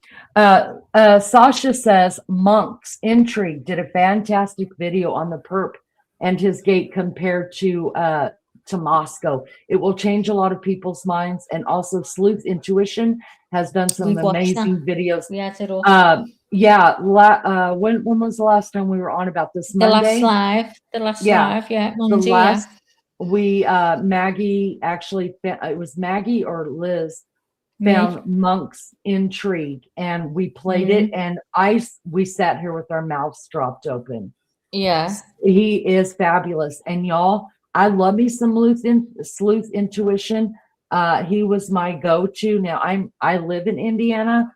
And Sleuth doesn't, but he was my go-to whenever I was not really covering. I didn't really cover the Delphi girls. I did one video on it, and I think I did one thing just giving the whole background of the case and stuff like that, and then we watched the verdict together. But Sleuth, I've got a video of my dog Newt, my golden retriever. He would sit there in front of the TV and just watch sleuths. So I took a short and sent it to him. So yes, both great creators. We love them. But thank you, Sasha, for coming in. Great people. Yeah. Great people. Is there a way to tag someone to respond to their comment directly? Does anyone know? Do you mean just in here? I don't think there is in here. You can tag someone. If you do it on here, you can respond to that person directly. If it's in the chat, you mean somebody in the chat, Green? Oh, it wasn't Green that said it. TP Pelton fan. I heard Nano dated Nancy a while back. Nano did, Joyce.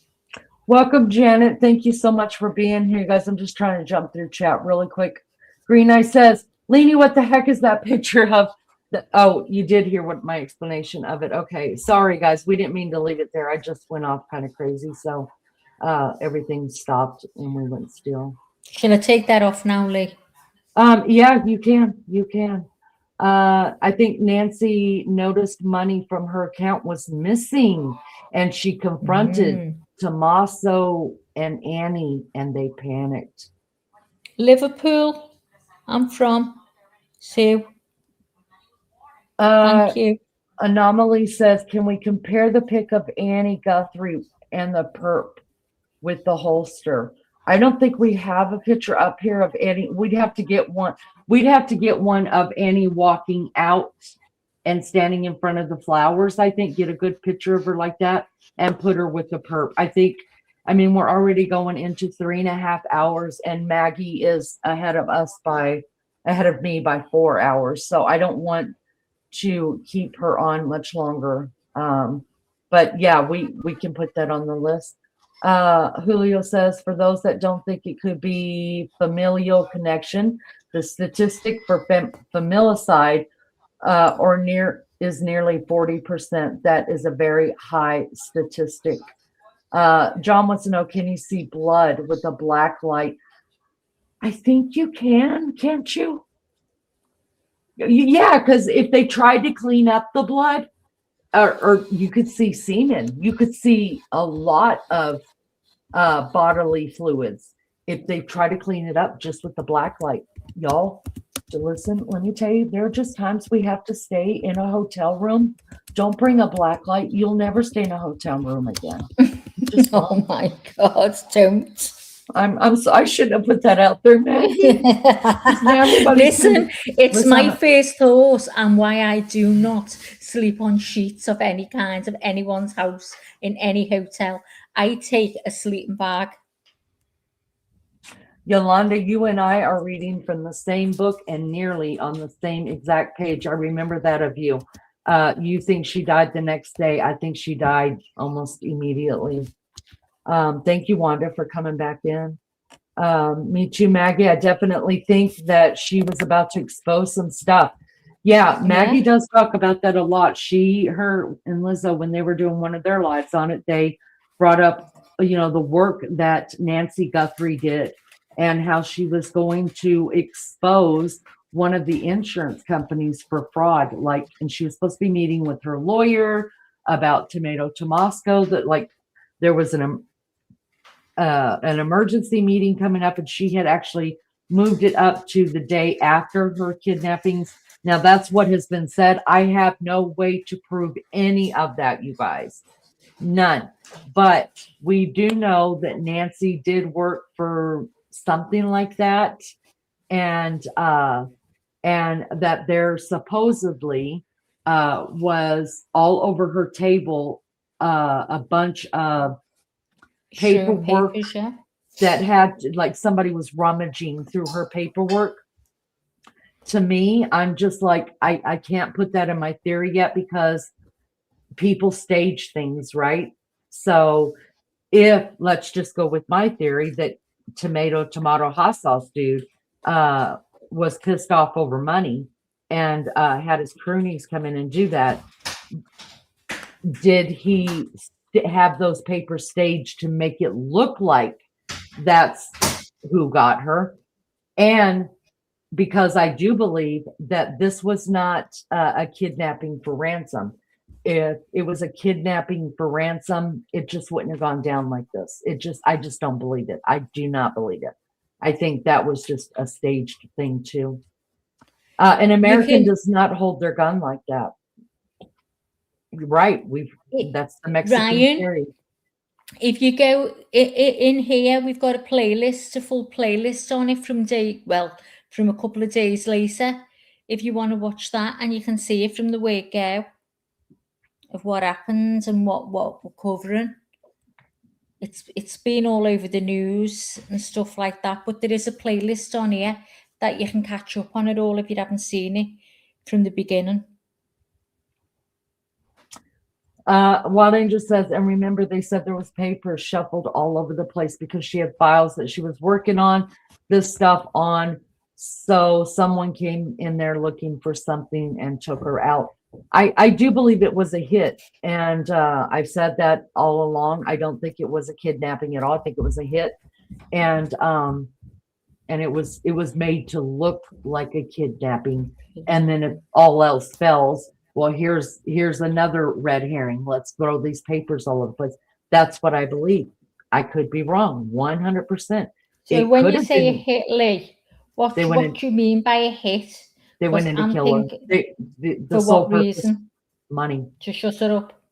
No. No. Money, because I am of the same belief as Dolores right here. So her Tommaso S.'s house was going into foreclosure. I don't know that, but and this right here, Green Eye says Mr. Tomato shouldn't have been gambling.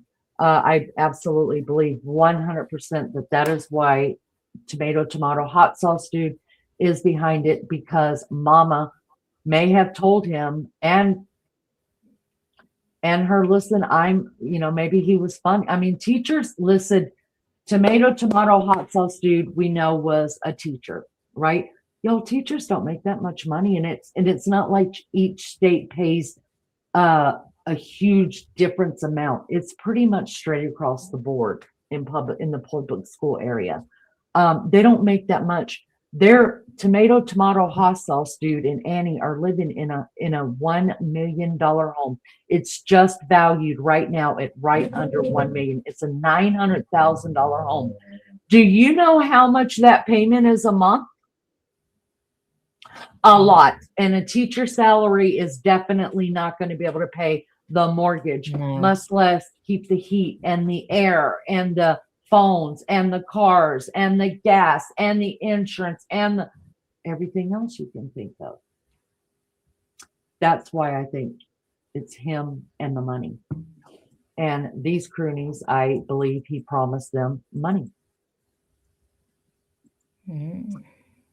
Tommaso made Nancy take an Uber so he had control over what time she went home. Yeah, but we also did hear that she didn't drive at night. But again, that has not come from the family that I know. It hasn't come from the police. I think we've all assumed that because for some reason she did take an Uber. Liz said that she did that. Oh, really? Really? I did not know that. I don't know where I didn't hear it now. TP says it could have been a kidnap for ransom, but she died before they could provide proof of life. Well, the problem with that is, yes, that is a high. By the way, your dog is damn cute, TP. Aw, little Yorkie. My Yorkie hated me. Peed on the table all the time. It was terrible.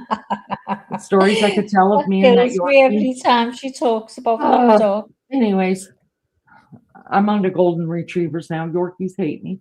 But anyways, I'm not saying that's out of the realm of possibility. Nothing is really.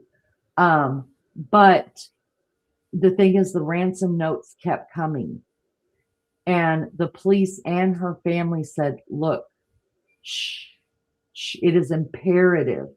It is life-saving medication that she cannot live without for very long. How long did we get ransom notes for? That's why I just don't believe it, because I don't think they ever provided proof of life. And that's why if you go back and you listen to Savannah Guthrie's messages that she was leaving like once a week on her Instagram and that we were all playing, you can definitely hear a change in the tone and the change in the words.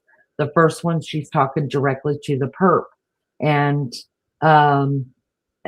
appealing to their kindness. The second one is kind of like that, a little bit more. The third one is, okay, we're finally gonna pay, proof of life. We're gonna pay. The fourth one, we are very aware that she could be dead right now. We need to celebrate her life. And it just goes on and on until we're at the teaser today that we got from the Today Show, that they're going to have a 2-part series starting tomorrow, ending on Friday, where Hoda Kotb is having a one-on-one with Savannah. So it will be interesting to see if we get any more nuggets of little information, because let's just face it, she's the one that told us. Some people were saying, well, she must have went to the door. She might have let somebody in. Well, you're not going to let somebody in if they got a face mask on.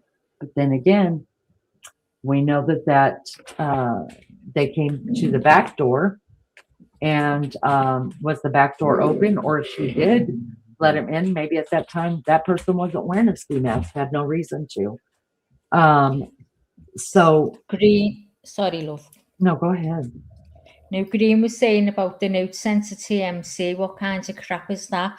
It is I've crap. been thinking, yeah, but what if, Lee, that they went through the anonymous tip line? That's how they did it. And it has stayed anonymous, hasn't it? Well, as far as we know. That's why I think it was done. No, it was sent to TMZ, to Harvey Levin, the owner of TMZ. Oh, I thought it was sent to the tip. It was sent to the anonymous tip line. No, then it would have never reached TMZ. TMZ is not even a news organization. They're the paparazzi. That's how they made their name, going around and covering the Kardashians and where they're at. So it became bullshit immediately when TMZ got involved. Bullshit, at least to me, it did. Sue says, is it true that Miss Guthrie worked on a medical fraud and that's why she was targeted? Maggie? Yeah, well, this is what I heard from day one, that she was investigating into a pharmaceutical company. And we heard that, I mean, I can't even remember where that came from, Lee, did you? That inside, you could tell that the perp had been having a route around. There was paper strewn across the table of her finances and everything else. So, which made me start thinking, so is this why it happened? To shut it up? Because that's what she was supposedly involved with. She was trying to expose something that was going on in a pharmaceutical company, yeah. Bye, Detour. Hope to see you tonight, honey. Bye, A love. couple people have asked exactly why would they take her if the motive was just to go in and do a hit on her for the money. I think that's also a part of the red herrings. So now they've got her dead, right? The reason to take her is to make it look like an abduction and then to make it look like a ransom. They're just red herrings, and it's buying more time to do whatever they're going to do or finish doing. That's why. I just think Tomato Tomasco hot sauce dude wasn't smart enough to realize that if you don't have a body, it takes, depending on the state you're living in, it takes no less than 3 years to declare a body dead so you could draw insurance. But then again, look at it this way.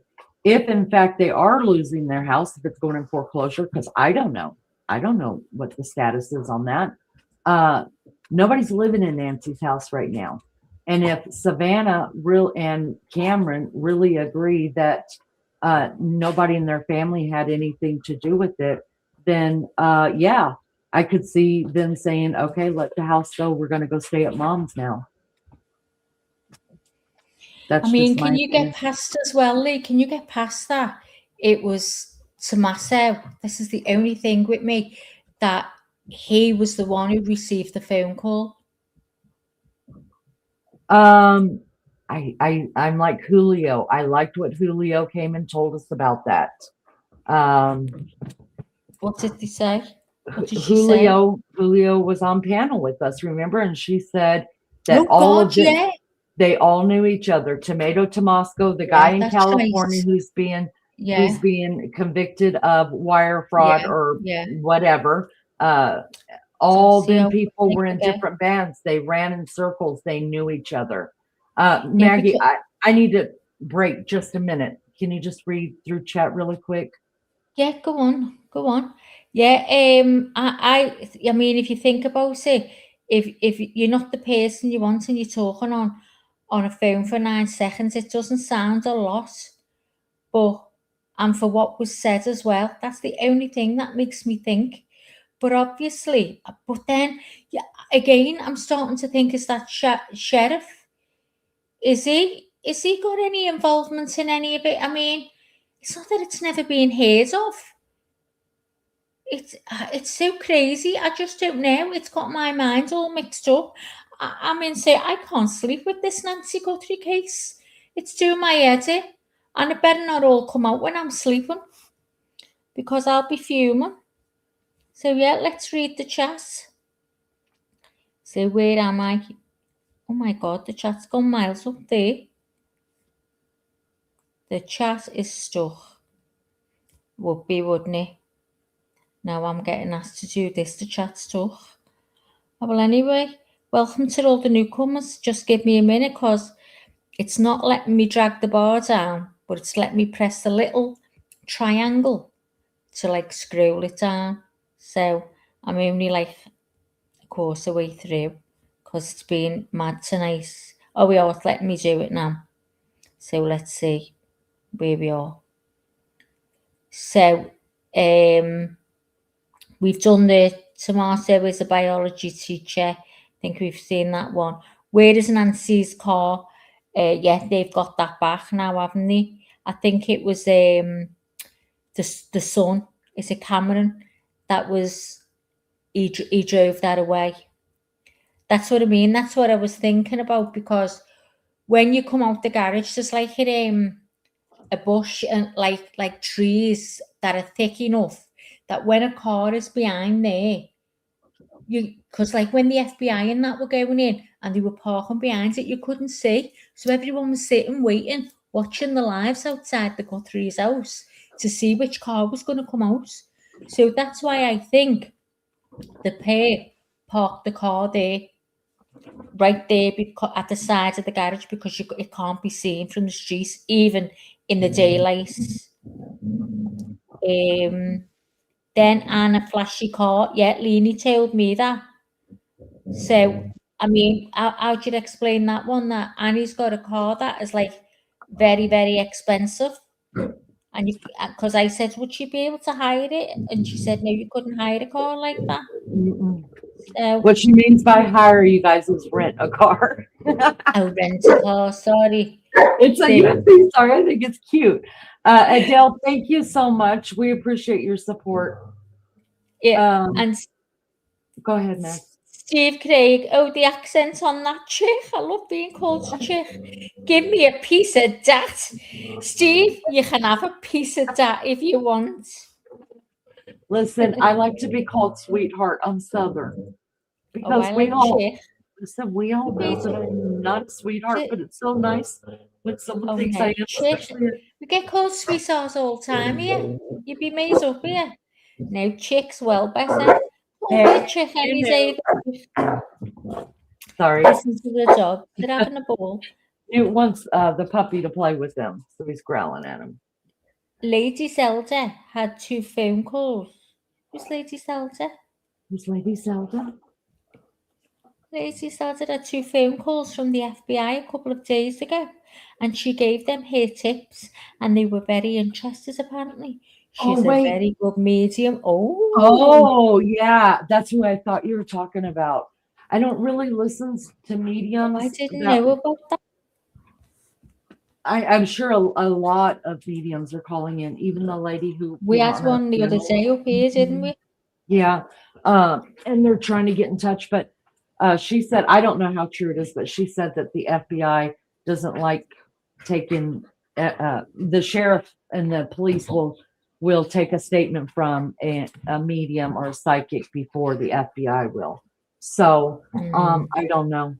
I don't know, but it was a good show though. If you notice all the Oh, look. information. Oh, TP, you and your Just cute little because dog. I'm glad I found you. Thank you. Well, we're glad that you come in here and we found you. Yep. Thank you so much. That's so kind. And thank you for your super sticker. We appreciate that. Listen, Oh, you guys, all money always goes to Maggie, nobody, Lizzo, none of us have ever taken a cent from this channel. Not that I have to say it, but I am always on the up and up because I think money is the root of all evil. And I am not about hiding shit or being something that I'm not. But any money that's ever come into this channel, we always have paid StreamYard so that we can have people on panels, so that we could bring up stuff, things like that. And StreamYard's gone up just in the 2 years that I have been streaming. And then like we did play, what was his name, Maggie? Yes, the last time we went live, the guy who the girl said, what was his name? that's the one. That was Monk. Monk's Intrigue. Monk. Yeah. So people like Monks, if we play their videos or their work, I always take money out of the According to Lean account. And sometimes it's only been like $10, honest to God, but I always send that creator the monies and thank them from all of us for letting us use their stuff. I'm always very honest about it. Even though the way we do it, we've never got a copyright strike, but why would I take credit and take money for using their stuff, you know? So we've always done that. In fact, when that hurricane came up and went all the way to North Carolina, South Carolina area and flooded all that, I found a really great boots on the ground guy that was out there talking to these people and trying to help find them missing from the floods and stuff like that. And while I did that live, I'm not lying. If I'm lying, I'm frying. Y'all ain't going to hell for nobody, okay? Just not. Can you look at the little dog on the picture on the screen? Oh my That God, live, is it a boy or a girl? that live, we made over $700 on that live. I sent every yeah. bit of it to him, every bit of it. And I showed the receipt on here because I don't ever want anybody thinking that this channel, my channel, is going to profit off of somebody's tragedy. Now, things that are long past, long gone, whatever, like right now, I'm covering the Jodi Arias case in the middle of the night for those of us that are addicted to crime and stuff like that. And sometimes I remember to monetize it and sometimes I don't. I'd rather not monetize it because then I have to just hurry up and skip through all of the ads. And so I try not, we have to actually click the monetization off or it'll just play. So if I forget, it will play, but we've never monetized not one word that we have said about Nancy Guthrie, and never would I. Never would I. Now, if it's a case that's already been closed up, you guys sealed up, you know, like they're doing their thing, then if I feel like monetizing it, I will. But really, it's just dumb. In my book, no, I don't like it. Now, I'm not any other creator that wants to monetize off of their work. More power to you. You get no judgment from me. I'm just saying, for my conscience, I don't want to do that. And we don't do it. So thank you guys so much for being here. Sunburst, good to see you, love bug. Leslie says, I always thought it was a family. I'm right there with you, Leslie. Yes, Sue, the love of money is so evil. It's so evil. I don't like it. Mhm. And I got nothing to hide, y'all. We got nothing to hide over here. We ain't even hiding our crazy, y'all. This is who we are. Like us or hate us. We're just the Leanie and a Maggie. Why do some people Good for believe so yourself. strongly that her daughter and her husband? I Oh, don't. shame. Yeah, Maggie doesn't believe that. I don't believe it for 1 minute. I've never ever had the feeling that it's any of them. I do believe that tomato hot sauce dude is the mastermind. I think Lizzo believes that he has something to do with it. In fact, I think Lizzo believes that it may be him on the porch. I don't believe that part though. Yeah. Watch And the Month's Intrigue. yes, y'all, please watch Month's Intrigue.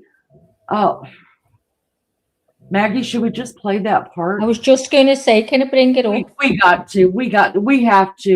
We don't have to play his whole lie. And then Lizzo, do you mind dropping his link in chat? Will you do that for us? Y'all, please sub up to this guy. We've only watched, well, I have only seen one video of him. I think he's fucking brilliant. The way that he put this together, and he's got a sense of humor, and I dig that about him. But when I'm not lying to you, I sit at a desk when I'm doing lives like this, and my mouth, I couldn't speak a word. I just sat there with my mouth open because now Maggie can do everything he does. She's good with making videos and pictures and stuff like that. Me, no. I want to be able to turn it on and go, go, go. But the way that he put this together, tell us what you think after you see this. Tell us what you think about it, because I was floored, and it got me really close to thinking, oh my God, is that really Tomasco on the porch? I mean, I had to sit and think about it. You won't believe it. You guys, thank you so much, girls. There is his channel. Like I said, I've only watched one. I can't vouch for who he is or what he is or whatever. But what he did on that video that we watched on here that Maggie is pulling up right now. So brilliant. I've got it ready. So what he's explaining so far is about your gait, and everyone's got one. The way you move, everything. And so he's got the perp now on in the porchway, what we've just watched. And as he's moving around, he's explaining about his body and everything. And then you see Tommaso with Savannah and Annie going to put flowers outside Nancy's house. So he's telling you to watch certain things. So just keep watching. Y'all, it's so good. Very good. Listen, I would rather delete everything me and Maggie has set up to this point, because this man is so much better than we are. Sasha says this channel's so refreshing, not the financial gain. Thank you, ladies. Oh, you're welcome. Nobody cares around here, Sasha. We don't care about the money. This ain't our job. We're just on here because we don't. Well, I don't. Yeah, we're just like all you. We're just like you. that's We it. just got together to talk about it. We're just gabbing. We have the Are gift you of gab. ready? We were told. Yeah, we're ready. Let's go. I kissed the blondie. I've got it. Here goes. Sleuth intuition, mass perp. Sleuth is. It's not on our screen, Max. Sleuth is magnificent as well. I love him. I absolutely love him. And we could drop Sleuth intuition. Even I don't think I've played any of his stuff, but we can still drop his link in chat, because I think he's an up and up guy. I just really do. Good. The way he's done this is amazing. Right. Can you see that, Lee?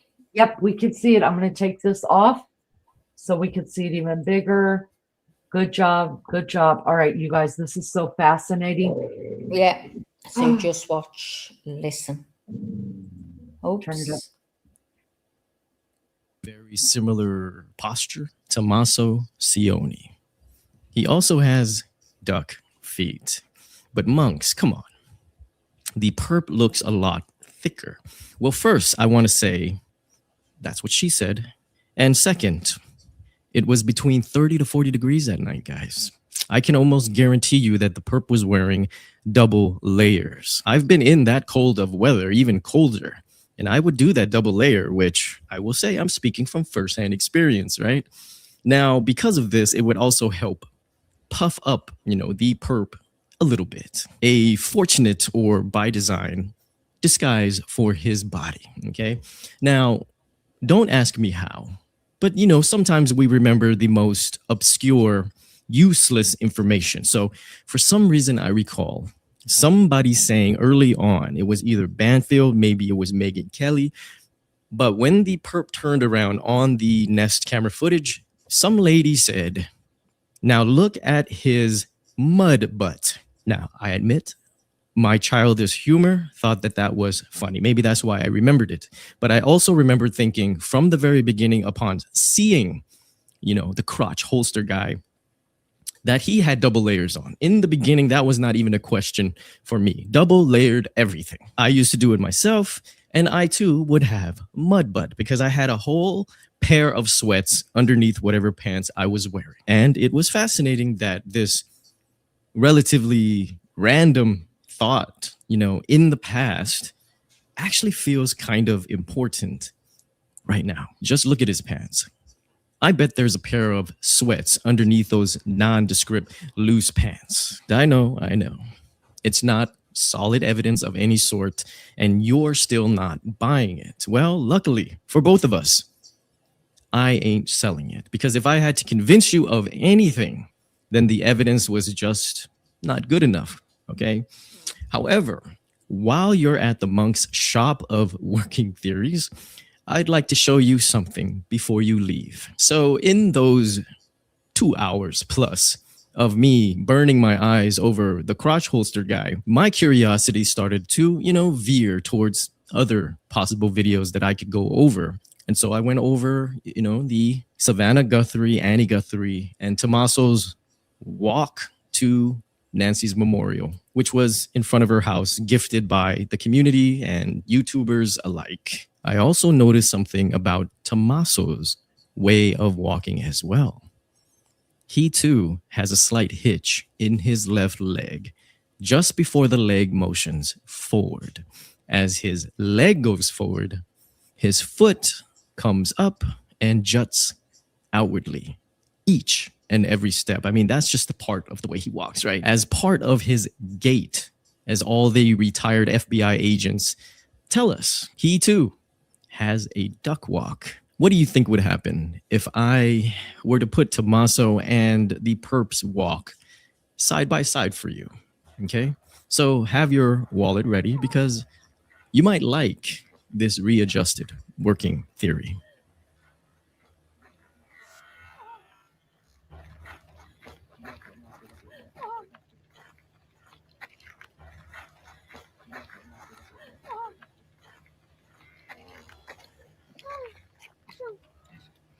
Now, of course, walking like a duck doesn't mean the man's guilty by any stretch, right? This has to be something that the FBI has already looked into, Crazy, right? right, you But you know guys? what I'm learning about this case? I'm learning a lot about the FBI, that the FBI is just cool. Badasses. They are the cool kids, just are like the cool Tommaso, they got on those shades. And the FBI, they just simply share nothing with the public.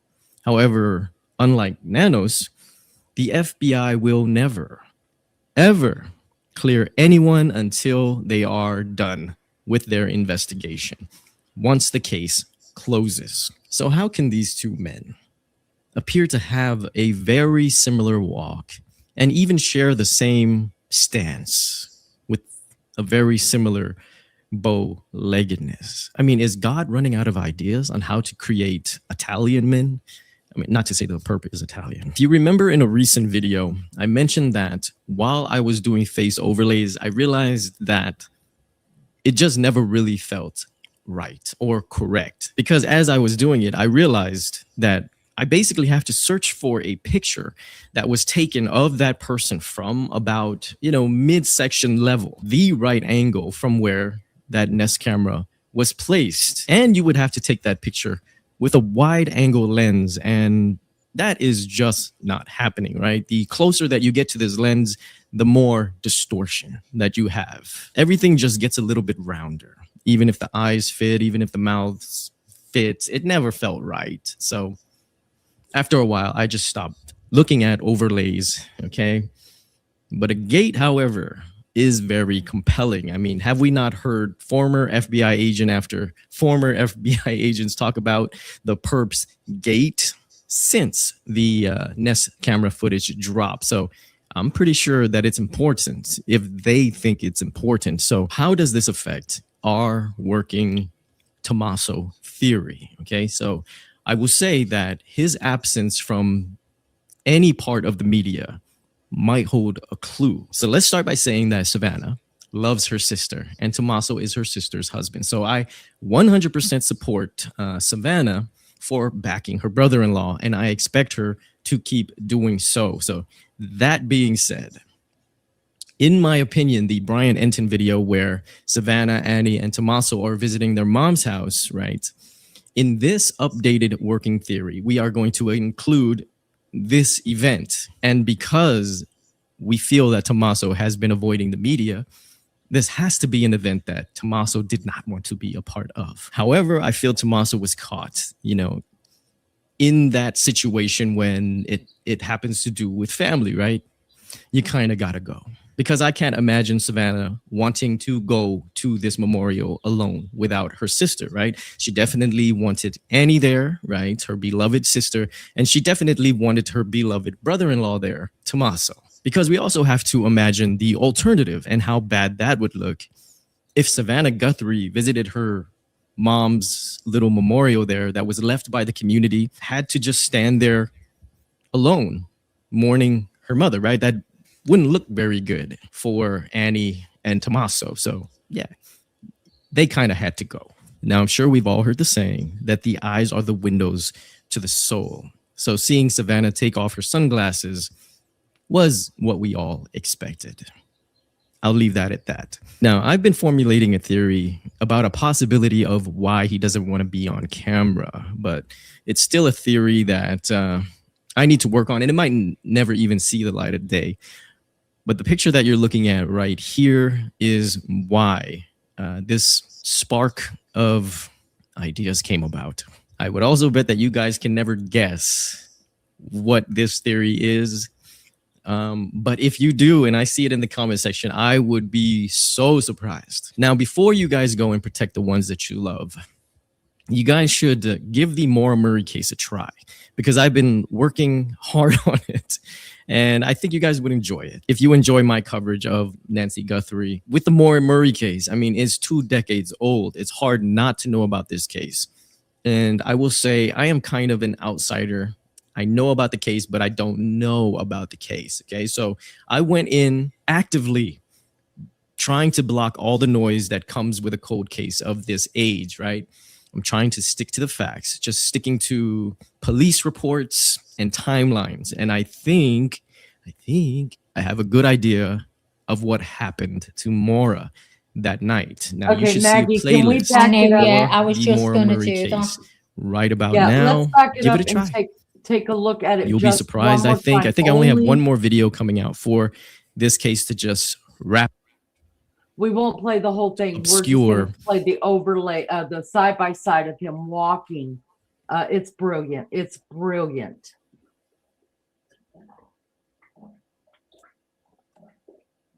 I just want to see how soon he does it, you see. Now, we might want to play this because somebody did say in chat they believed it was Luke. So we might need to play the front of this and then just so people understand the players. Okay. If you have time, Maggie. If you don't have time, No. I can Or carry his on. bandmates stop using. Sorry, Lee, I didn't mean to play that as you were talking. Oh, no. It's okay. I just want to make sure you're okay because I feel bad. Yeah, no, I'm okay for now. I'm okay. All right, love. Their Let's just old quickly do this and pictures then we'll- to try to overlay, on the perp or Something to that effect. It was not a positive comment, to say the least, okay?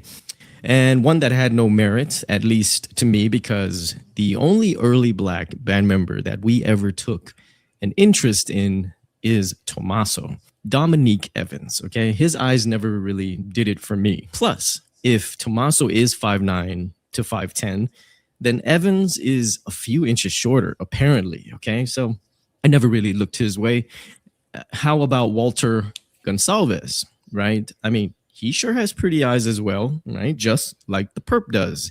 But even he hasn't sparked any interest, and I'm not even sure why. I always found Tommaso as an interesting character because, I mean, he is the last person to admittedly see Nancy alive, and then he proceeds to just withdraw, behind a cloak of mystery. I mean, imagine the countless interview offers that are presented to Tommaso, right? And I'm pretty sure they would provide any type of conditions that he needed or asked for. And still, there is nothing. We know he is not shy, right, of the limelight. So it basically comes down to maybe he just doesn't want to, which is, I will say, perfectly fine. I would do the same thing if I didn't want to do something, okay?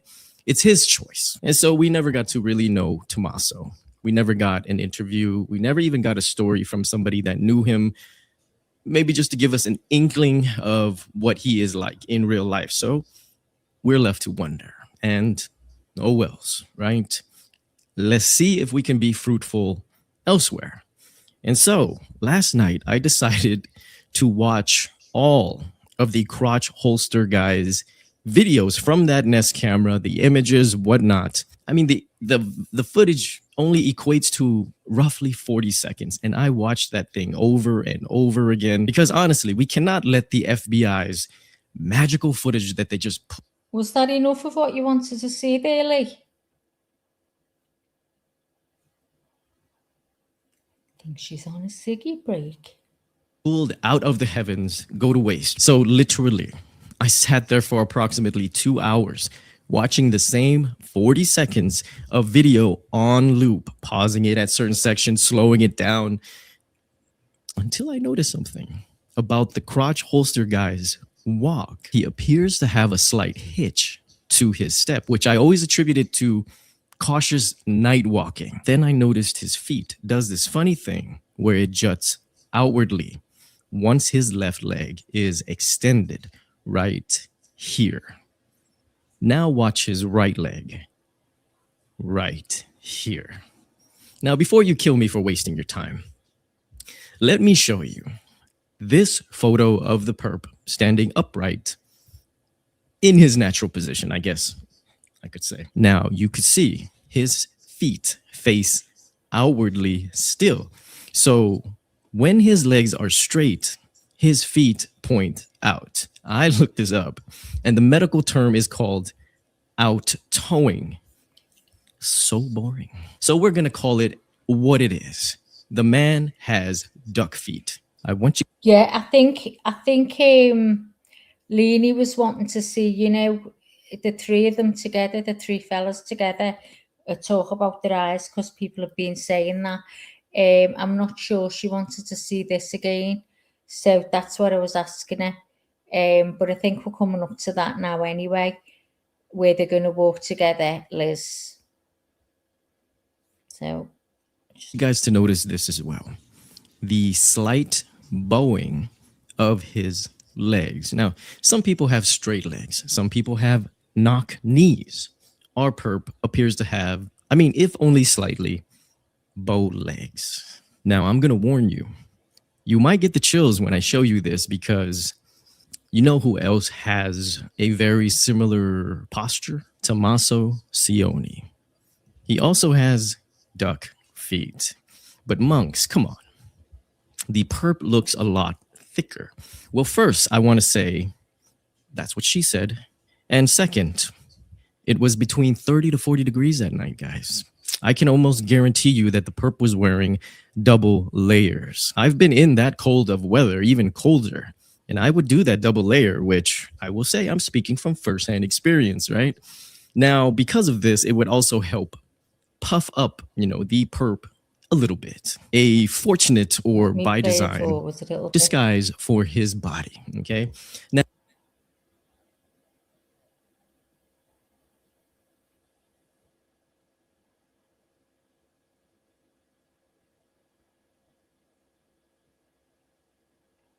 Realise he talked this long.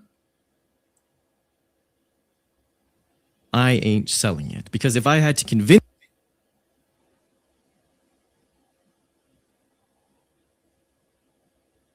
possible videos that I could go over. And so I went over, the Savannah Guthrie, Annie Guthrie, and Tommaso's walk to Nancy's memorial, which was in front of her house, gifted by the community and YouTubers alike. I also noticed something about Tommaso's way of walking as well. He too has a slight hitch in his left leg, just before the leg motions forward. As his leg goes forward, his foot comes up and juts outwardly each and every step. I mean, that's just a part of the way he walks, right? As part of his gait, as all the retired FBI agents tell us, he too has a duck walk. What do you think would happen if I were to put Tommaso and the perp's walk side by side for you? Okay, so have your wallet ready, because you might like this readjusted working theory.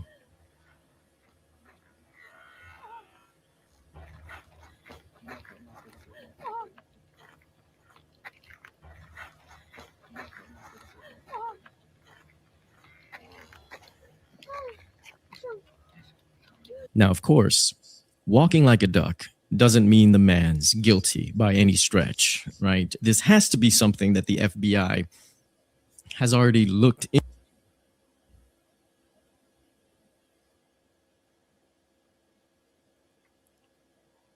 So how can these two men appear to have a very similar walk and even share the same stance with a very similar bow-leggedness? I mean, is God running out of ideas on how to create Italian men? I mean, not to say the perp is Italian. If you I think that's it now, isn't it? right or correct, because as I was doing it, I realized that I basically have to search for a picture that was taken of that person from about, midsection level, the right angle from where that's it on that one. Yes, so isn't that interesting? I remember coming across that and I sent it to to Lizzo, and she was like made up with it. Because normally I send people stuff and they've seen it like 6 months before.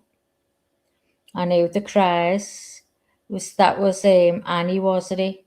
She like sort of went to pieces as soon as she seen the flowers, which I do believe that, people can be overwhelmed with things like that. They just break down. I mean, like I say, I don't believe that any of them are involved. I mean, when I seen that about the gate, I was like, oh my God. So Sharon says, if it walks like a duck, acts like a duck, it's a fucking duck. Do we know how tall Tommaso is? I think he's 5'9", and that's the size that they say the perp is. So, yeah. Nicole, he really does have the same walk. So crazy. Sherry says, wow. Debbie says, good work. Oh, this is stuck again. And Maggie says, fuck a duck. Yeah, so it's Monk's Intrigue. That's him, the guy who's done it all, which was brilliant the way he's put it together. So the guy in the middle, his eyes look really similar. Wasn't it Tommaso that was in the middle? I think it was. Well, on the first one. Yeah, he did a great job in his videos. He grabs weeds, then look backs towards the light behind. He sort of, we say tic-tacs, he sort of bangs his wrist, doesn't he, with his hands, like it's some type of sign. He's looking back, and because I didn't pick up on that first. Sambu said, yeah, I was just looking at that. He has bow legs. Harry says, we all know he did it also. I have a suspicion that she was in on it. Well, I was looking at her feet then when it was showing his coming out, and his is exactly the same. Sharon says it'd be interesting to learn that no percent of the male population is bow legs and duck.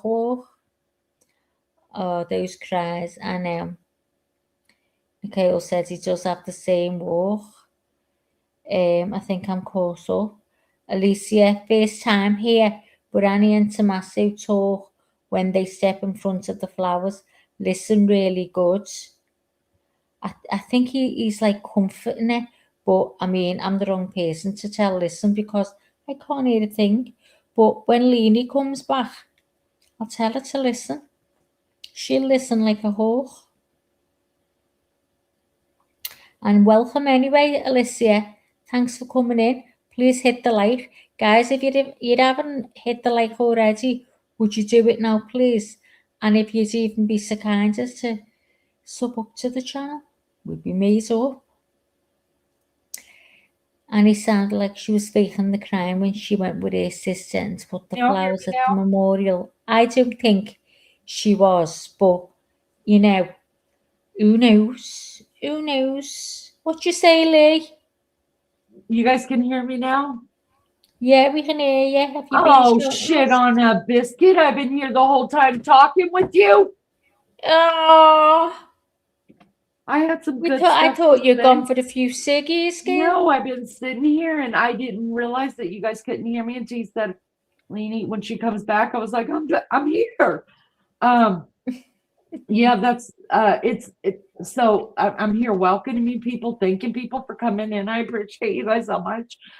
Yeah. This Someone guy wanted to listen when they were talking, putting the flowers on. She said, listen very carefully. You can hear them talking.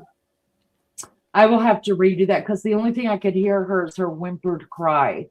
Because I couldn't tell at first, okay, was this coming from Annie or was it, I could tell it's female, but I wasn't sure if it was coming from Annie or Savannah. And then I realized it was coming from Annie. Hey, All the True Crime is back. But you guys listen, will the mods mind dropping Monk's channel one more time into chat? I have not visited his channel yet. I have subbed up to him. I haven't visited it yet. I don't know what it's about, but he looks like he's got a great sense of humor, dry. I dig it. Sarcastic. I really dig that. And I mean, I thought that was just amazing work. Yeah.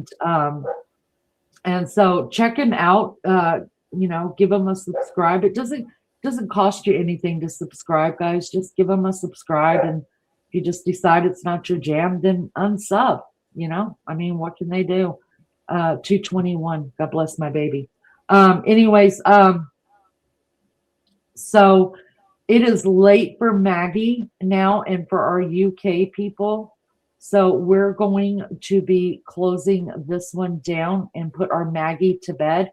Mags, let me know if you want to go live same time tomorrow. We'll go ahead and Good with me, Gail. That's good. All right, if you wanted tomorrow, just make the same time, same place. Same time, same place tomorrow on the Nancy Guthrie thing. You may have already seen it because Savannah is giving a one-on-one interview with Hoda Kotb on the Today Show. It is going to be a two-part series. The first one being tomorrow, the second part being on Friday. And so maybe you will have already watched it. Maybe you will wait like I will and we'll all watch it together. I don't know. But regardless, come in. Even if you watch it, come in. Tell me what you think. Tell me if you think it's sincere. We did watch the teaser at the top of the show, you guys. Some people were saying those are fake tears. Some people were saying, oh God, I feel so bad for him. Come in tomorrow. Let us know what you guys think about it. I love nothing more, like I said, than to have a a chat together. I love that. I love a good debate. You don't have to agree with us, but we're going to be adults here. And I read the room. If you're going to be shitty, as some of you that have been here have seen, I will be shitty right back. That's just the way that it goes. I respect everybody in the beginning. I welcome everybody in the beginning. What you do with my respect afterwards is on you. But we don't. 99% of the times when Leonie has a fight with someone, I don't fight with people. I end the fight. They come back. They always end up being the best Being mates. best friends. Yeah, for some reason. They come in pouchen, right? And Leonie being very, very nice. And then Leonie loses a shit and then they'll come back. They love it. They love it. Everybody who's always said, I couldn't stand your ass, ends up being really good friends of mine. Like, take Anne, for instance, Anne's place. She thought it was a complete cunt, y'all. I mean, it is difficult though when people come in and only hear a tiny bit of you and then just judge us for it. And sit around, read the room. Yeah, I mean, like you say, I hear comments in it and see posts that I don't agree with at all. And I think no chance. That's so wrong, and I don't like some. But everyone has got their own opinion. Yeah, and I still put it on the screen to say it, right. And I still put it on the screen, even if it's not what I think. I'm still gonna if chat's going slow and we're not looking at something. I always try to stay in touch with chat. I always try to put your guys' comments up on screen because I just think people get overlooked so much in chats and not bashing any creators on that at all. They just have really big channels. And while we're a small channel, like we can just sit around and have a discussion. That's my jam. You do talk to the chat because you get a lot of big channels.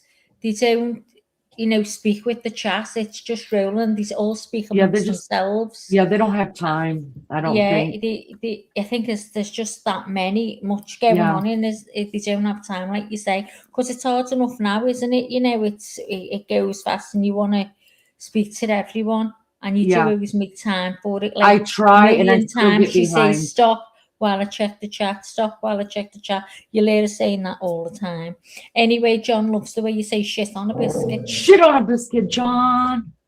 Sasha Hedges, she's from the UK too. Hello, Sasha. Whereabouts in the UK are you from? Let us know. Sharon says, have a good night. I'm going to listen to Disco Duck. What's Disco Duck? The duck walking. She's going to go over there and hang out with the monks. Just remember, you were a love bug first, Sharon, before you were a monk. Everybody here is a love believe bug. in us. Sasha is from Suffolk. She's have a great night, TP. So good to see you, honey. You posh, Shat. Just like that Lizzo, she is posh as well. Sasha, you say Sasha, I say Sasha, and Sasha sounds posh. And you sound posh, Sasha. Sasha sounds posh. I bet she has high tea. I make it sound terrible. Sasha Hedges. Sasha, do you have high tea? Because these hooches that I hang out with, they never even heard of high tea. Please tell her you do. Or she'll get on all night about high tea. She thinks we dress up in dresses, wear hats and gloves. Yes. And have high tea every day. Yes. Vanilla, I'd be needing double mangiare. Sitting having high tea every day and a piece of cake. Of course, look, Sasha's agreeing with you. Of course. Thank you, Sasha. Then I'll come visit you in the UK because I'm going to have me some. Listen, I'm inviting myself over to Clarence's house. I'm going to hang out with Chuck, King Chuck. And I know Chuck has high tea. See us before you see him, Lee. And I'm going to be like, and he's going to love me. He is going to love me. And his wife is going to be like, who is this trollop? Anytime, Sasha says, anytime. And why is this trollop dressed in jeans and a t-shirt at our table? I'll be like, ma'am, I first don't know how to dress anymore. And second, I don't have the clothes that you people, they're going to take me and they're going to dress me like Bridgerton. It's going to be lovely. You too, Jeremy. Good night, yes. love. Good to see you, Jeremy. All right, guys, we are done with this one. Yeah, Thank you guys so okay. much for To showing bed. up. Maggie, you have a good night. We love you I dearly. will. You Love are you the too, salt Gail. of the earth. But I've got a bit of a confession and I've got to speak to you after the show. So, Oh, okay, can't wait. Can't wait. I'll end it real quick so we can get on and talk. speak to you later. Bye, everyone. Have a great Bye, day Mag. or a good night, Love you. wherever you are. Love you all. Bye. See you tomorrow. Bye-bye. Thank you guys so much for being here and for helping support the channel just by hitting the like and for listening to me and Maggie and sometimes Lizzo trash talk and just for coming down and chat and giving us a hello. I love meeting new people. Maggie, all of us love meeting new people, and that's the best thing about this platform is just the people. It's you guys. That's it. Anyways, tonight I have a live. I will be scheduling the live as soon as I go gossip with Maggie for a minute. I will have a live starting between 12 and 1 Eastern Standard Time. And the reason why it's such a broad spectrum is because I will go in there and take a nap. And once I can get my ass moving and get me some coffee, then I'll get out here and start that live. We are going over the Jodi Arias trial and we are up to closing arguments on it. So if that's your jam, if you like all that, come and hang out with us. We have a great chat, a great time. And so that's what we're doing in the overnight things. If that's not your thing, we will be back tomorrow, same time, 4 p.m. Eastern Standard Time tomorrow, going back over more things on the Nancy Guthrie case and also covering Savannah's 2-part one-on-one interview with Hoda Hotbeat. All right. Thank you all so much for being here. We appreciate you. You guys are the heart of the channel. You mean so much. The Mad Mods, you guys rock the Casbah. Thank you so much, guys. We'll see you next time. Be good or be good at it. Bye, y'all.